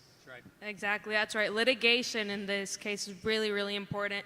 And Representative, you have said a lot of times that we can't only be anti-abortion, but we must be pro-life. Yes. So as a representative in the state capitol, what are you doing to help promote a culture of life where mothers feel supported and empowered to choose life? Well, I think we can all celebrate that right now abortion is down 97% in the state of Texas, which is just unbelievable. So there's the positive side. And to go off of what John was saying and what Jonathan is saying, telehealth abortions or these abortion pills are up 136% in Texas right now, which should alarm us. And I'll tell you this, there's two sides of this. Number one, you're right. We can't just be anti-abortion. We have to be pro-life. You know, we'll get accused all the time, and you'll hear this on your college campus, of you're pro-birth, you're not pro-life. Here's how we combat that. First and foremost, we've got to make sure that these young ladies who are experiencing pregnancies and they're walking into some of the most complicated positions of their life. You know, me and my wife worked in the public school system for 11 years, helping young ladies decide to keep their baby when they felt like they didn't have any options. This is where we can step in. You know, I still believe that the local church is the hope of the world. Does anyone else believe that? And I'm going to say something really bold, and I hope it comes across the right way. But that is, if you have a church that did not celebrate the overturning of Roe v. Wade, that's not a church, that's a social club that's more committed to pleasing man than pleasing God. And it's time to find a new church that's bold and fearless. Do you agree with me in this room? So we need the church to rise up, while also we have to create a culture of life that starts in the State House, that starts in our conversations. One of those is the bill that I filed this last session, which is our adoption assistance program. Listen, one of the biggest factors and one of the biggest things that stands in the way of more families with the right values stepping in and bringing these children that have nowhere else to go. I think it's some 27,000 children are without a home today in the state of Texas. And one of the things that this bill would do is it would partner with local churches, where if a local church is willing to pay 50% of the private adoption fees for a family to bring a child in, then the government is willing to match those funds and make adoption free for the first state in the entire United States of America. We've got to let these mothers know that it is a beautiful thing to allow your child to go to a family that's going to nourish and take care of it. And so while we must push back on these abortion pills that are inhumane, that are absolutely destroying the culture of the next generation, we also must offer alternatives, and we must lead the way in Texas for us to show a compassionate hand and say, we want this child to live and to live well. That is incredible, and you really are a champion for life at the state capitol. And Jonathan, we have time for one more question here. And adding on to that question, pregnancy centers have played such a key role in building a culture of life here in Texas, and you have defended them in the courts in Austin. So how do these centers contribute to the pro-life cause, and how can the students here, the college students, high school students, contribute to that and help them in their mission to support mothers? Well, I appreciate that, Ariana. In the state of Texas, we've allocated $140 million over a 2-year cycle for pregnancy centers. There's about 300 or so in the state of Texas. These are nonprofit entities that help women not just when they're pregnant, but up to 3 years after the baby is born. More women need to be aware of that. The message that people need to hear is we love them both, okay? The mother and the child. That's right. All right? We already changed the law at the U.S. Supreme Court. Now we got to continue changing those hearts and minds so people warm up to us and they know how much we care. One of the keys that Texas, for you here in Texas, who knows somebody that lives in another state, okay? And that's one of the beauties of social media to some extent, all right? But our society, tell them about some of the things that we're doing in Texas so they can implement them in their states. Tell them some of the encouraging stories, the ways that babies are being saved, the way that the life of the mother and sometimes the father is being transformed by these pregnancy centers that are incredible. Tell those success stories. The state of New Mexico is the entry point for a lot of people coming to Texas to go over there to have abortions. Make it to where women don't want to leave, but let your friends and family know in other states what the successes are. We have a little booklet that's got a 5-part strategy called After Roe. This is what we need to be doing. Because now it is a state-by-state fight, not only federal, but we need to get at that tipping point. We need to help our friends in other parts of the country hear about what we've done. We have a website called TexasHeartbeatLaw.com where some of these stories are being told, where these pregnancy centers can get connected, and women and children and families can get their funds. But just like we've always done, Texas, as Texas goes, so goes America, and that can be the case for the pro-life issue. Amen. What a blessing it is to live in the great state of Texas and have these leaders that are championing the life. But unfortunately, our time is up. But we feel that we really hope that y'all feel empowered and equipped to defend life, be able to speak on what they are doing to empower the mothers, and just be ready to build this culture of life to make sure that every single heartbeat, every single human being counts. So thank you all, and thank you, panelists, for your time.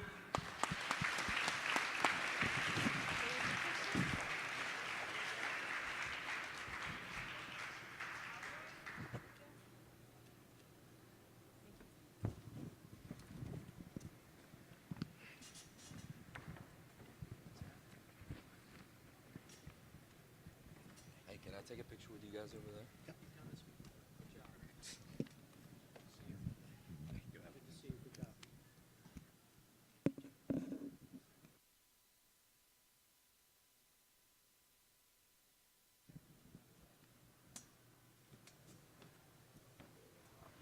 Well, hello, everybody. Are we still awake?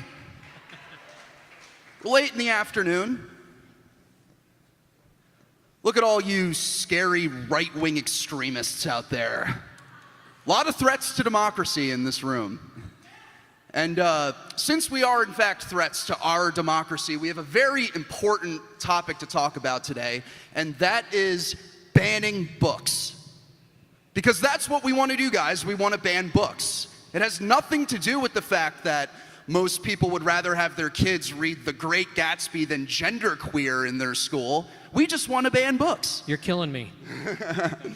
No, but what we're actually going to talk about today is the leftist attempt to weaponize schools and libraries in order to push their agenda on you, the Texas, the youth of America.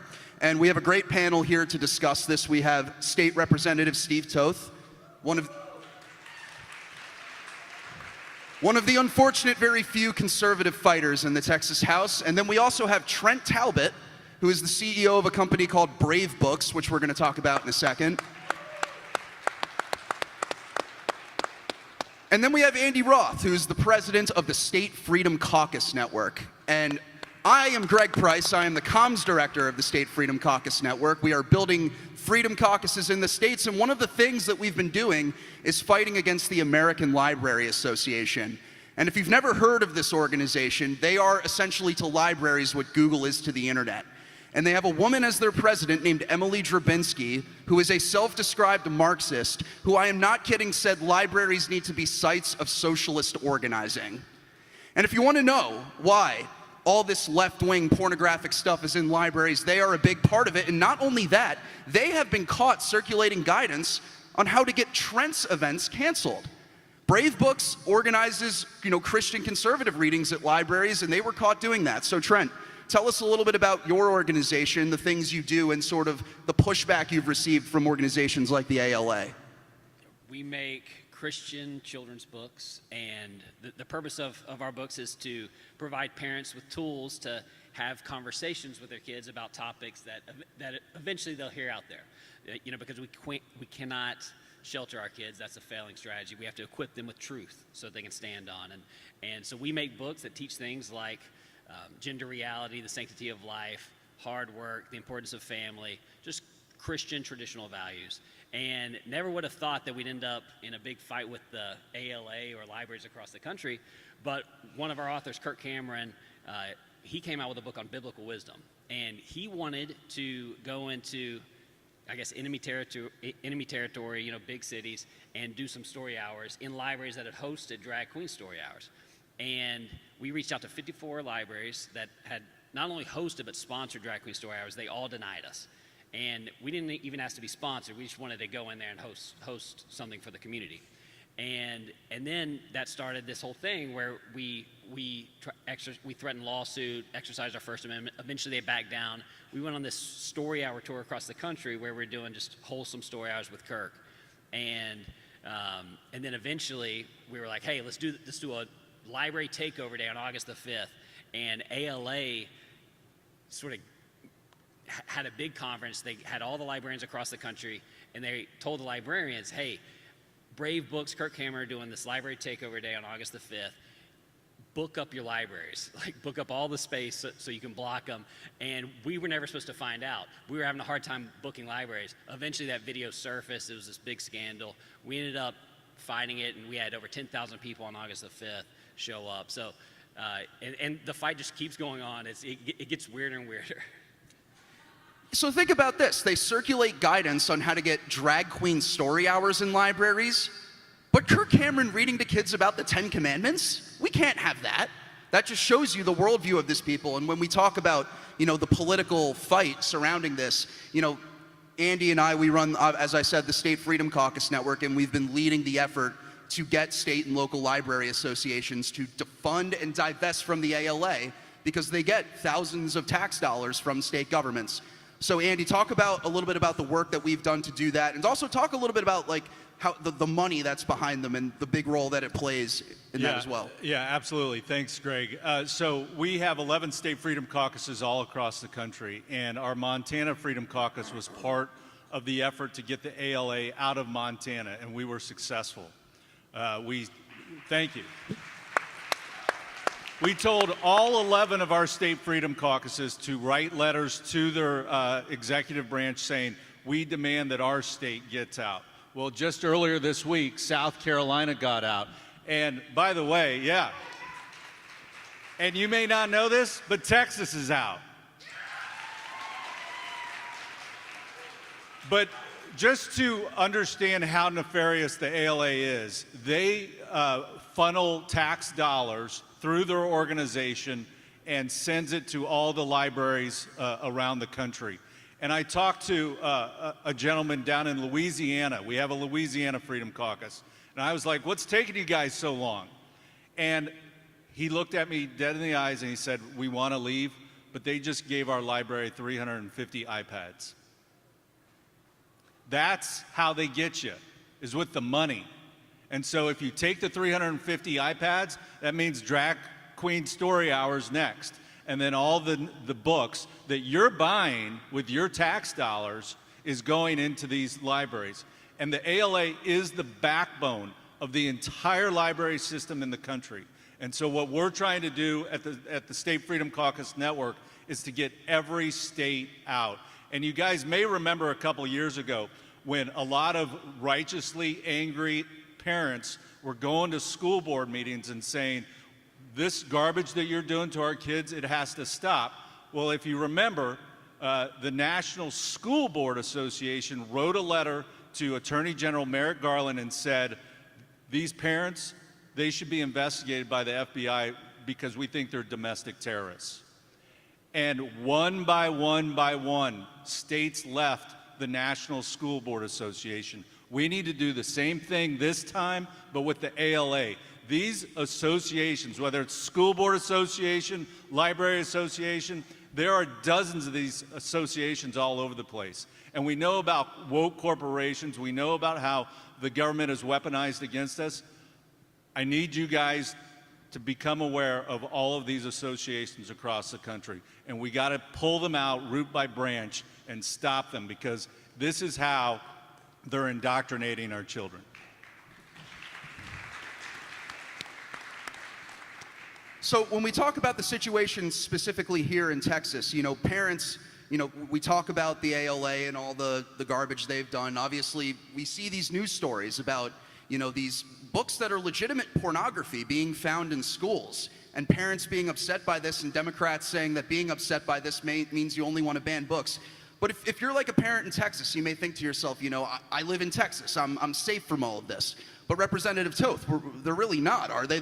We still see those books in these areas, and parents really need to be vigilant about it. So talk a little bit about what you've seen and sort of the work in the legislature to root out the rot in our schools and libraries. So you're in the 9th largest ISD in the state of Texas. It's a Conroe Independent School District. Within 2 years, they'll be the 7th largest ISD in the state of Texas. And they keep asking the same question Yogi Berra asked, who are you going to believe, me or your own eyes? They keep telling us these books don't exist. They keep telling us these books have been removed. Yet Katy ISD on the other side of Houston has adopted a policy that says these books cannot be in our libraries. Conroe Independent School District refuses to adopt a policy that says, put this book, put this trash in front of my children, or you'll be fired if you do. They refuse to do it. And so what they've actually done, their attorney, Carrie Gladys, has said, many of you have heard HB 900, which is a policy we adopted this state legislature, this session, that says no more of these books. Conroe is simply saying, we're not going to ban these books unless we're forced to. Unless HB 900 is adopted, we're not going to put a policy in place banning these books and I mean, if I showed you some of this stuff, if we put it up on the screen, Christian would never let me come back. I mean, it's just absolutely repulsive. It's graphic. And yet it continues to exist right here in Conroe Independent School District because its board president, Skeeter Hubert, and its superintendent, Curtis Null, refused to adopt a policy to say no more. Yeah, it's crazy. You know, have you guys ever seen these videos of parents at school board meetings and they read from, you know, books like Genderqueer and another one called All Boys Are Blue that have graphic depictions of sex in it, and then the school board cuts them off? Have you guys ever seen these videos that have gone really viral? Yeah, like think about that. You know, these books are available. These school boards allow them to be available to kids, and yet they won't let them read them at a school board meeting. It's crazy. And so, you know, to go back to Trent, you know, I think what your organization does is great. Obviously, you know, drag queen story hours have become a major cultural flashpoint, and you're kind of serving as the foil to that, where you're holding, you know, these Catholic conservative readings. So talk a little bit about how, you know, the parents in the room and the students as well can get involved with your organization and get involved with their local libraries as well. Yeah. Well, yeah, if we got any really smart, hardworking young people out there that are looking for a way to get involved and join the fight, Brave Books is rapidly growing and looking for those type of people. So you can go to Brave Books, go to the bottom at our careers page and apply for a job. The one thing I'll add to this conversation is that the other organization that really needs a thorough investigation is Scholastic. You know, they're similar to what the ALA is for libraries. To our schools. They're like, somebody has to publish these books, somebody has to distribute these books. That's Scholastic. And Scholastic, they have thousands and thousands of books, and no librarian has the time to go through all these books. But they sneak them in, they make innocent looking covers, they sneak them in. They've been captured by woke ideology from the very top, their CEO. And that's something that I think we as a conservative movement need to address, because if we don't address Scholastic, then you know we're not serious. Those Scholastic book fairs that there's 50,000 across the country every year. There's all of these books are in those, and so one thing that Brave's going to be getting behind very soon is giving Scholastic some competition. You know, so that there's wholesome book fairs out there for kids, so these principals don't have to. You know, it's the same way ALA sort of bribes libraries, Scholastic does the same thing with books, or with schools. And so, but I think soon they're going to have some competition. Right on. So kind of in the 3.5 minutes that we have left here, kind of a dual question to both Steve and Andy. Talk about what like parents in Texas should be doing in order to fight back against this. How parents, you know, about being vigilant. Talk about what they need to do in order to, you know, get in order to out the rot at their school boards and in their libraries. So we outed one of the books 2 years ago during session, and on a Sunday the mom called me up and she said, Representative, you're not going to divulge my son's name that brought this book forward, are you? And I said, no, I'm going to encourage you to encourage him to speak up. And she goes, that could cost him. That could cost him. 1 Timothy 4, verse 12, it says, do not let anybody look down on your youth, Timothy, but be an encouragement, be an example of the way you live your life, the way you conduct your speech, and the way you carry yourself. Guys, look, if you speak up, it's going to cost you. But know and trust that God has got your back. It could cost you something in this realm, in this world, but know that God will bless you as a result of it. You guys have got to be the ones that speak up. Don't expect that your parents are going to do it. Very often, they lack the courage to do it because they're afraid for you. You show them the courage that they need to see in your family. Guys, speak up. We desperately need you. Andy, kind of same question to you. How parents and students can get involved in this fight? Well, let me just make you guys aware of some of the messaging here. They're all about book bans, book bans, book bans. That is total garbage, and here's why.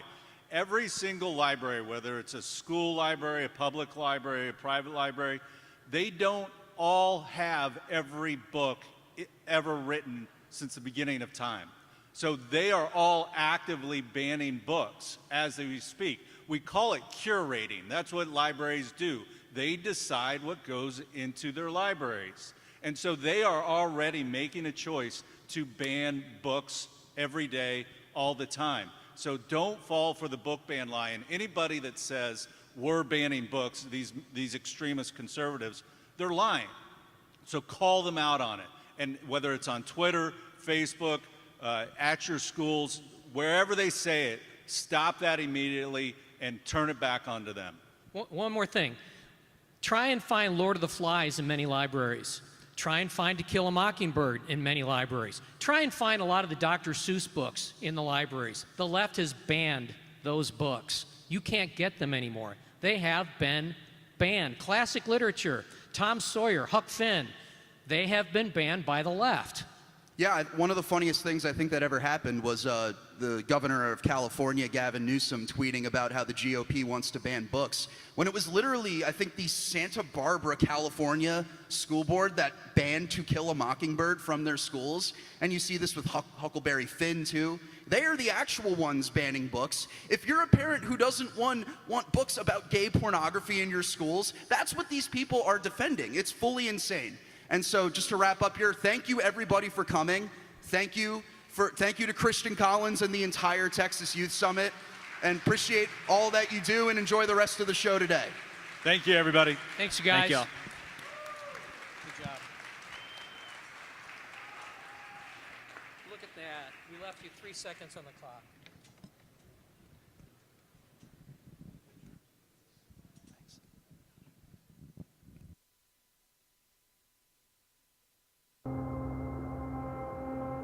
I wonder, Ryan, when your parents brought you home from the hospital and named you Ryan, they probably never dreamed they'd be planning your funeral just a few years later.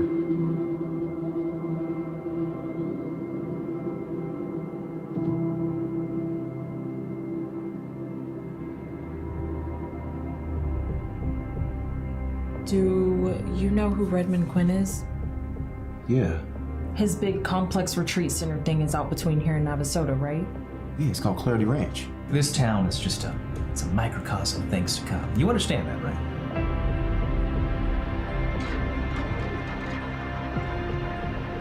Yesterday, when I couldn't find my son, it was like I was running out of air.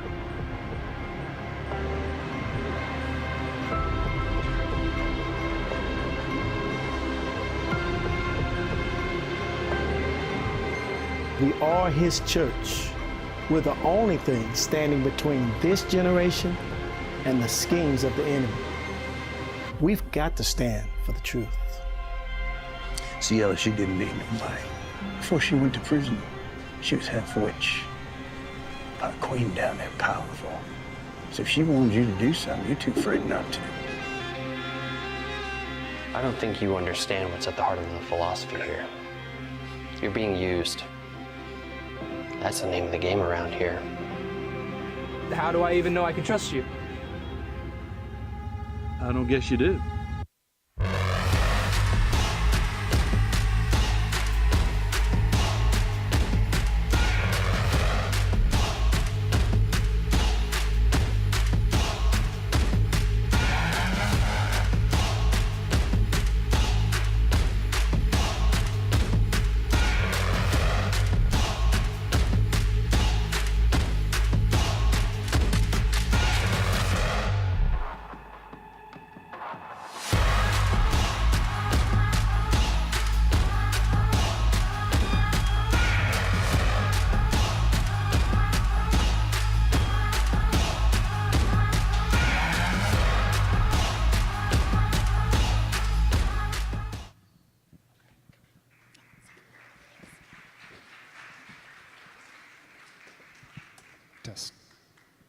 You just watched a trailer from a show called Breaking Strongholds. I get the honor of playing the detective in that show.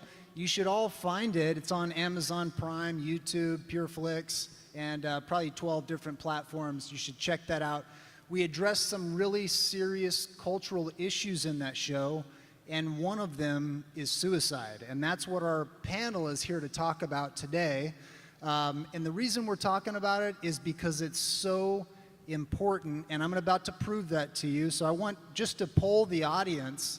How many of you in the room have been affected by suicide? Know somebody who has taken their life that has impacted your life? Yeah, quite a few, at least 50%. I'm going to introduce my panel and let them say a little bit about themselves. And I'm going to start with Rebecca, and I'm going to share an interesting fact for each of our panelists. And the interesting fact for Rebecca is that she is a therapist, and she works with a lot of people who are hurting. And her organization, Love Hills Youth, has given over 1,500 hours of therapy to people who are hurting. Go ahead. Actually, almost 3,000 hours for free. So my name's Rebecca Smith. I'm a licensed professional counselor. I'm the founder and CEO of my general practice, which is Counseling Center of Montgomery County, my forensic practice, which is Allied Co-Parenting and Family Academy, and then my nonprofit 501c is Love Hills Youth, and we serve foster youth in congregate care facilities and the homeless population. Our next panelist is Kim Hess, and something interesting about her is that she was trained at Texas A&M as an architect, and she helped alongside the people who developed the Woodlands. She helped build the Woodlands, and this story, Breaking Strongholds, was largely influenced by the story of her family. Go ahead, Kim. Thank you, Terry. That seems like a world ago that I went to A&M. So now I am the president of the Cassidy Join for Hope Foundation, and our mission is to prevent teen suicide. Because in 2015, December, 5 days before Christmas, we lost our oldest daughter, Cassidy, to suicide. And our lives will never be the same. Cassie looked just like all of you in the audience. She was young, she was 16 years old. She was a junior at College Park High School here in the Woodlands. She was a cheerleader, she was happy. She was a girl who always had a smile on her face, always lit up the room when she walked in. The very last person you would ever think that would take their life. And yet, 5 days before Christmas, we had to say goodbye to her. So now is my mission in life to make sure we don't lose another life too soon to suicide, because it is preventable. So I share her story in settings like this to parents and students and churches, whoever will let me share her story. And every time I do, I've realized how more and more young students are struggling in silence, just like Cassidy. So my mission is to break the silence, to have these uncomfortable conversations, because they are so important and they're so needed, and they can save a life. Thank you, Kim. My next panelist is Rocky Malloy, and he was instrumental in helping pass the law in Texas that allows for chaplains to come into schools. And I think that's pretty incredible, because we need people, Jesus followers, in our schools helping people through these tough things. Go ahead, Rocky. Thank you, Terry. Governor Abbott signed into law the Texas School Chaplain Act on June the 18th. Became effective September 1st. This is an opportunity for real mental health to happen through a God representative on public school campuses. We have 26,238 schools with school chaplains. In the last 13 years, not one reported suicide. That's in a database of almost 24 million people.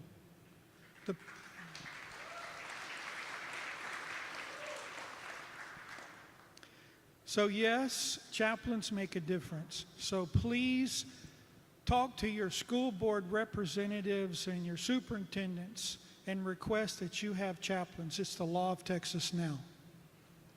Beautiful. First question for the panel is why it's important to start a discussion like we're doing here on the stage about suicide. And that goes to anybody who wants to talk about that. Well, it's important to talk about suicide and to use that word because a lot of times teenagers, they don't know how to articulate that, or children, sometimes even adults don't know how to articulate it.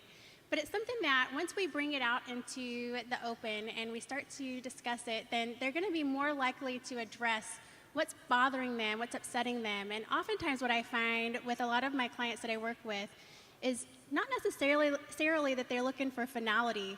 They're looking for a way out. They're looking for a way to solve a problem. And they just need somebody to talk to so they can figure out how to solve that problem. But if we don't address it in the moment, sometimes it gets lost underneath all the other things that are happening in life. And then we fast forward a couple weeks or a couple of months and we think that everything's fine, but then it comes back with a vengeance. And so it's very important that we address this. It's very important that we put words to this so that the kids are going to be more likely to talk about what's going on and be willing to hear there is hope. There is a way to get out of this, and we're going to figure this out because everything's fixable. And it's simple. If we don't talk about it, then how can we help them? You know, I mean, it's as simple as that.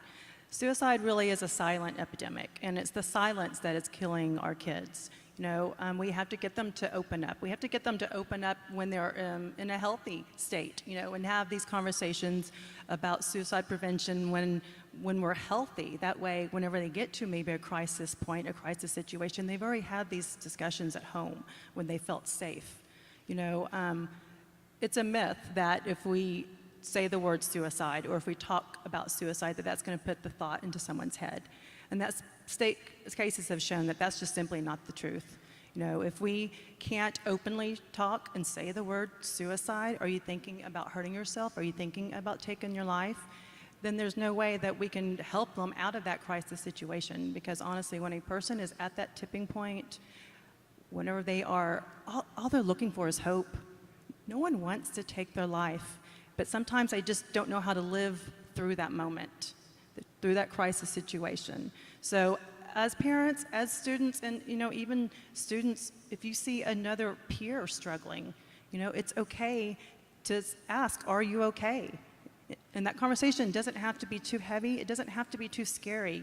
You know, I think after the end of this, we're even going to show a PSA where it shows you all you have to do is just give them that your time and be present with them and just simply ask, are you okay? Are you thinking about taking your life? Because sometimes that opens up the conversation. They're just looking for someone to ask them that. Rocky, can you talk about why hope's so important? You know what? I was a merchant marine officer, which makes me a professional navigator. There's two things you have to know all the time: where you're at and where you're going. Not knowing either of those two means you're lost. And so, young people, know where you're at, who you are. And any destination is better than no destination. And when you find yourself drifting off course because you are lost, that's when you need to talk to someone to help you get back on course. Sometimes it's a short term, where you want to be next week, or just to finish school. Sometimes too far off is too difficult, but have a goal. That's critically important. One of my favorite scriptures is an anchor verse that we use for the show Breaking Strongholds is John 1:5, and in John 1:5 says, light shines in the darkness, and the darkness cannot overcome it. Why is it so important to talk about these dark issues? Do you want to add on to that or add anything to that? Sure. I'm gonna tie that into hope as well. When we are stuck in the darkness and we don't believe that there's any light, Viktor Frankl, who is somebody that survived Auschwitz, he wrote about this, and as soon as he noticed that somebody lost hope, it wasn't long that they would end up perishing. And hope is so critical because that's the light. That's the light that guides us out of the darkness. Hope is the most powerful thing I've ever seen when we know that this is not the end-all be-all, or that this is it. That hope helps us have the drive, the ambition, and sometimes being a therapist and helping the kids understand, and this is one of my mantras, everything's fixable.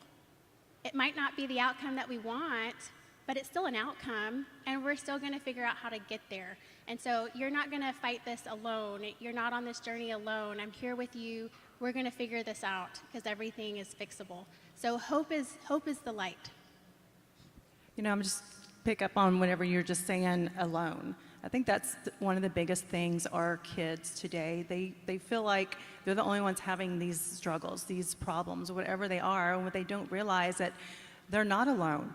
Y'all are all having the same issues. Y'all are all faced with the same stresses and in today's world. And let's face it, there's a lot of darkness out there. I mean, the internet, it provides way too much darkness. And if we don't know how to navigate through our social media and all of those things that we have, you know, in a healthy manner, then we can lose light and we can lose hope. But you know, I just want all of you kids to know that you're not alone. You're not alone, and it's okay to ask for help. Mark 4 says, when we bury things in our heart, it produces a harvest, the word of God or the demonic word. So when you're hiding things in your heart, keeping it out of the light, it can start to produce. That's why it's so important to talk to someone you truly trust, to expose that thing to the light and hear yourself express it out loud. It's easy to look at people that come up on stage and go, oh, I could never be like them. But the truth is, everybody that's stepped up on this stage today is a broken human. I'm one of them. I used to be an alcoholic. I've gone through all kinds of struggles in my life. So it doesn't matter what you're going through. I believe there's a stage for each and every one of you in this room. It may not look like this, but somebody needs what you have to offer. And I want to just, the question, are you okay? How powerful is that? And is there anything that we can add to that, or any other questions? Sometimes it's asking, are you okay, more than one time. A lot of times it's hard. We get in that that rhythm of, how are you? I'm fine. How are you? I'm fine. But keep asking. Be attentive and very present with the person that you're talking to. And when you notice that there's maybe a little something off with their facial expressions or their body language, we have to tune into that. We have to listen and watch for the changes in behavior. And ask, are you okay? Or is there anything that I can do for you? Ask it several times and keep pushing. You know, I have 2 little boys, and whenever they're having some issues, I tell them, well, I've got all the time in the world, and we're going to sit here until you're willing to talk about it. So I know that we're in a rush for everything, and there's so many things going on. And I think, you know, since COVID, we've got our little smartphones or all of our electronics, and I think we're even more fast-paced today than what we were even 5 years ago. But take the time, because you don't know when it's your last time. And listen to your gut.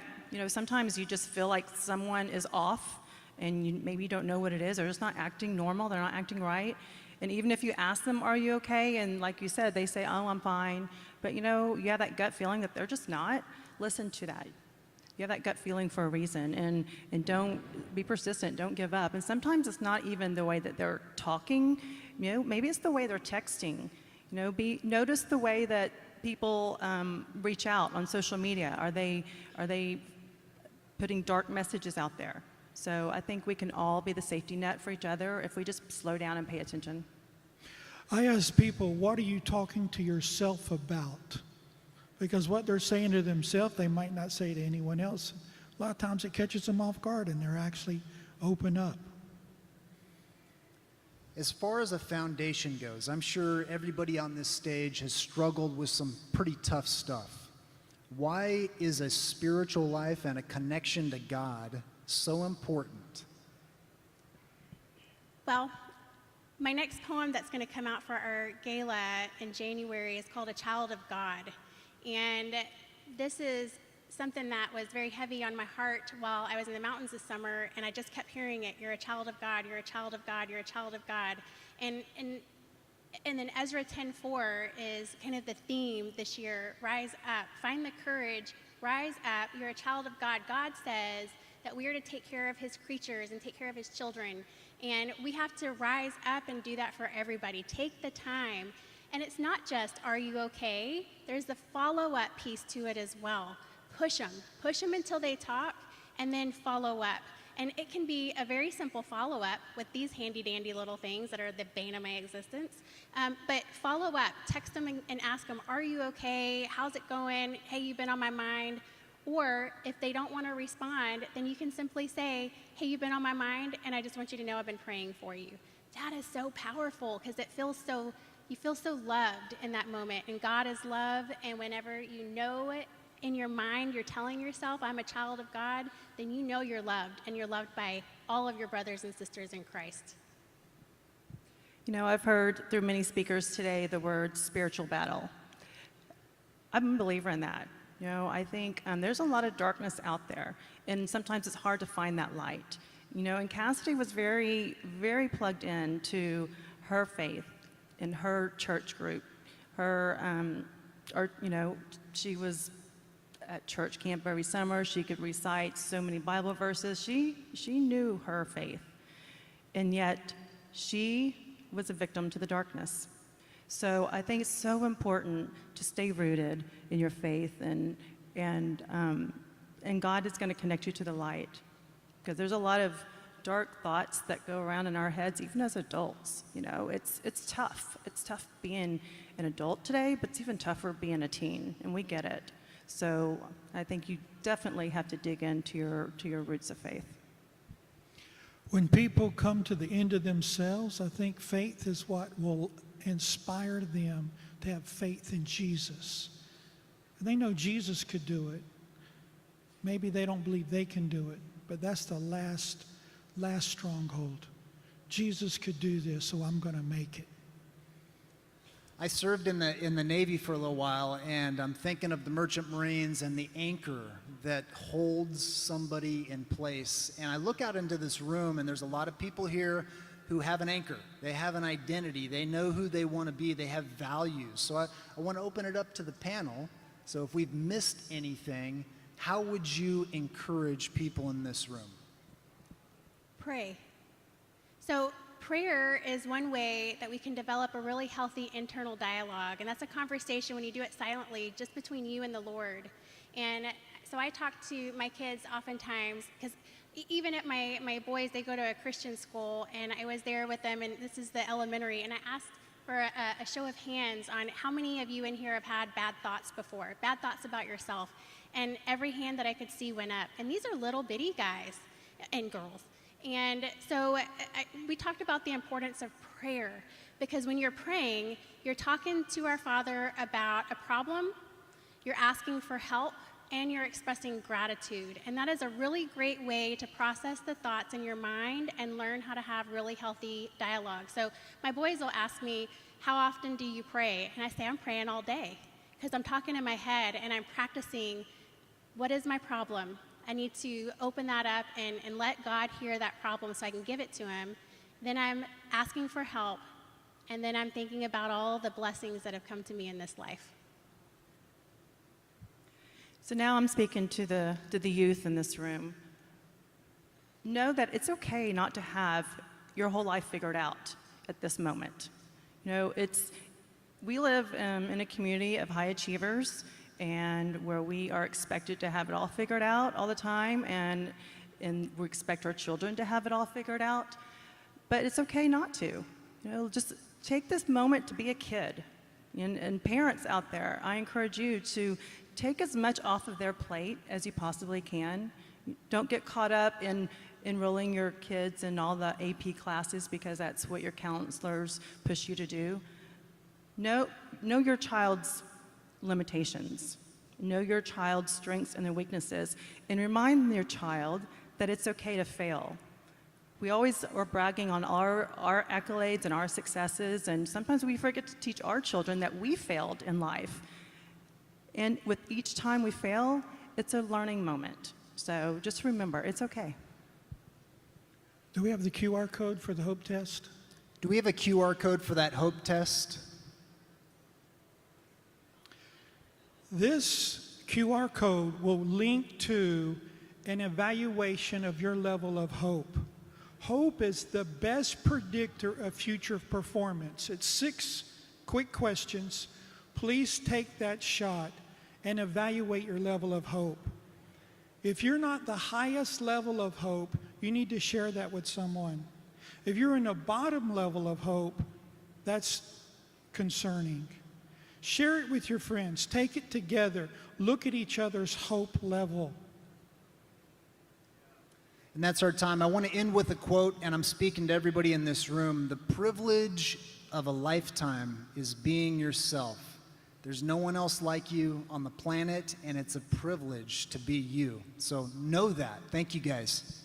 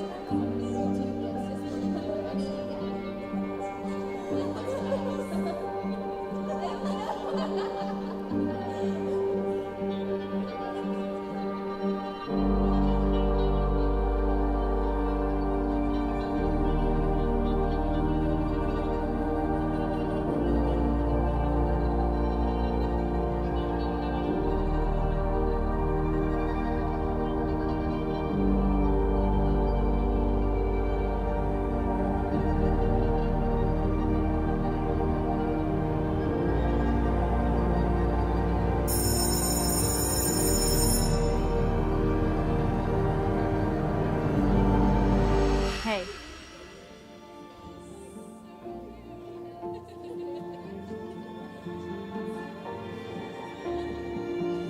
Are you okay?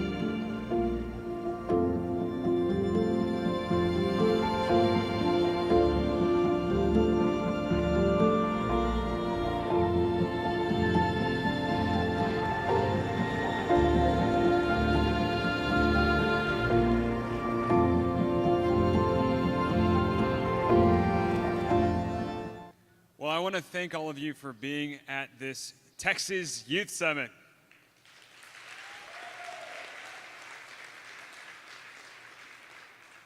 It was an honor to have you this year, and let me say that there were so many people that made this event possible, all of our volunteers. There's so many people behind the scenes, supporters, donors, partners in the media, people that helped us get the word out.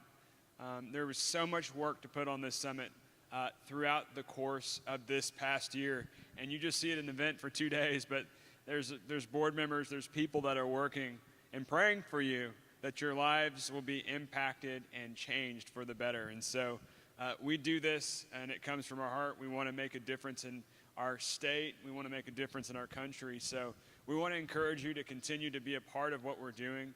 Stay engaged with us on social media. Sign up for our newsletter on our website. Get involved with what we're doing. Start a Turning Point USA chapter. That's a great way to be connected to the conservative movement.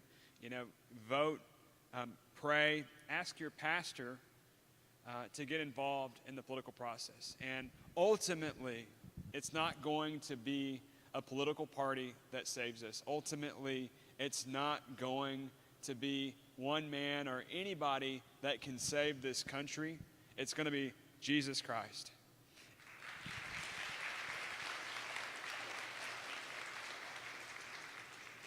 And so my encouragement to you is, if you're not a Christian, submit your life to Christ. Submit your life to Christ. Surrender your life and allow him to change your heart, change your perspective, and you can walk forward in understanding and knowing the gospel that Jesus Christ died for your sins, and he has a plan and purpose for your life. He wants to give you redemption here on this earth, and that you could be with him in the next life.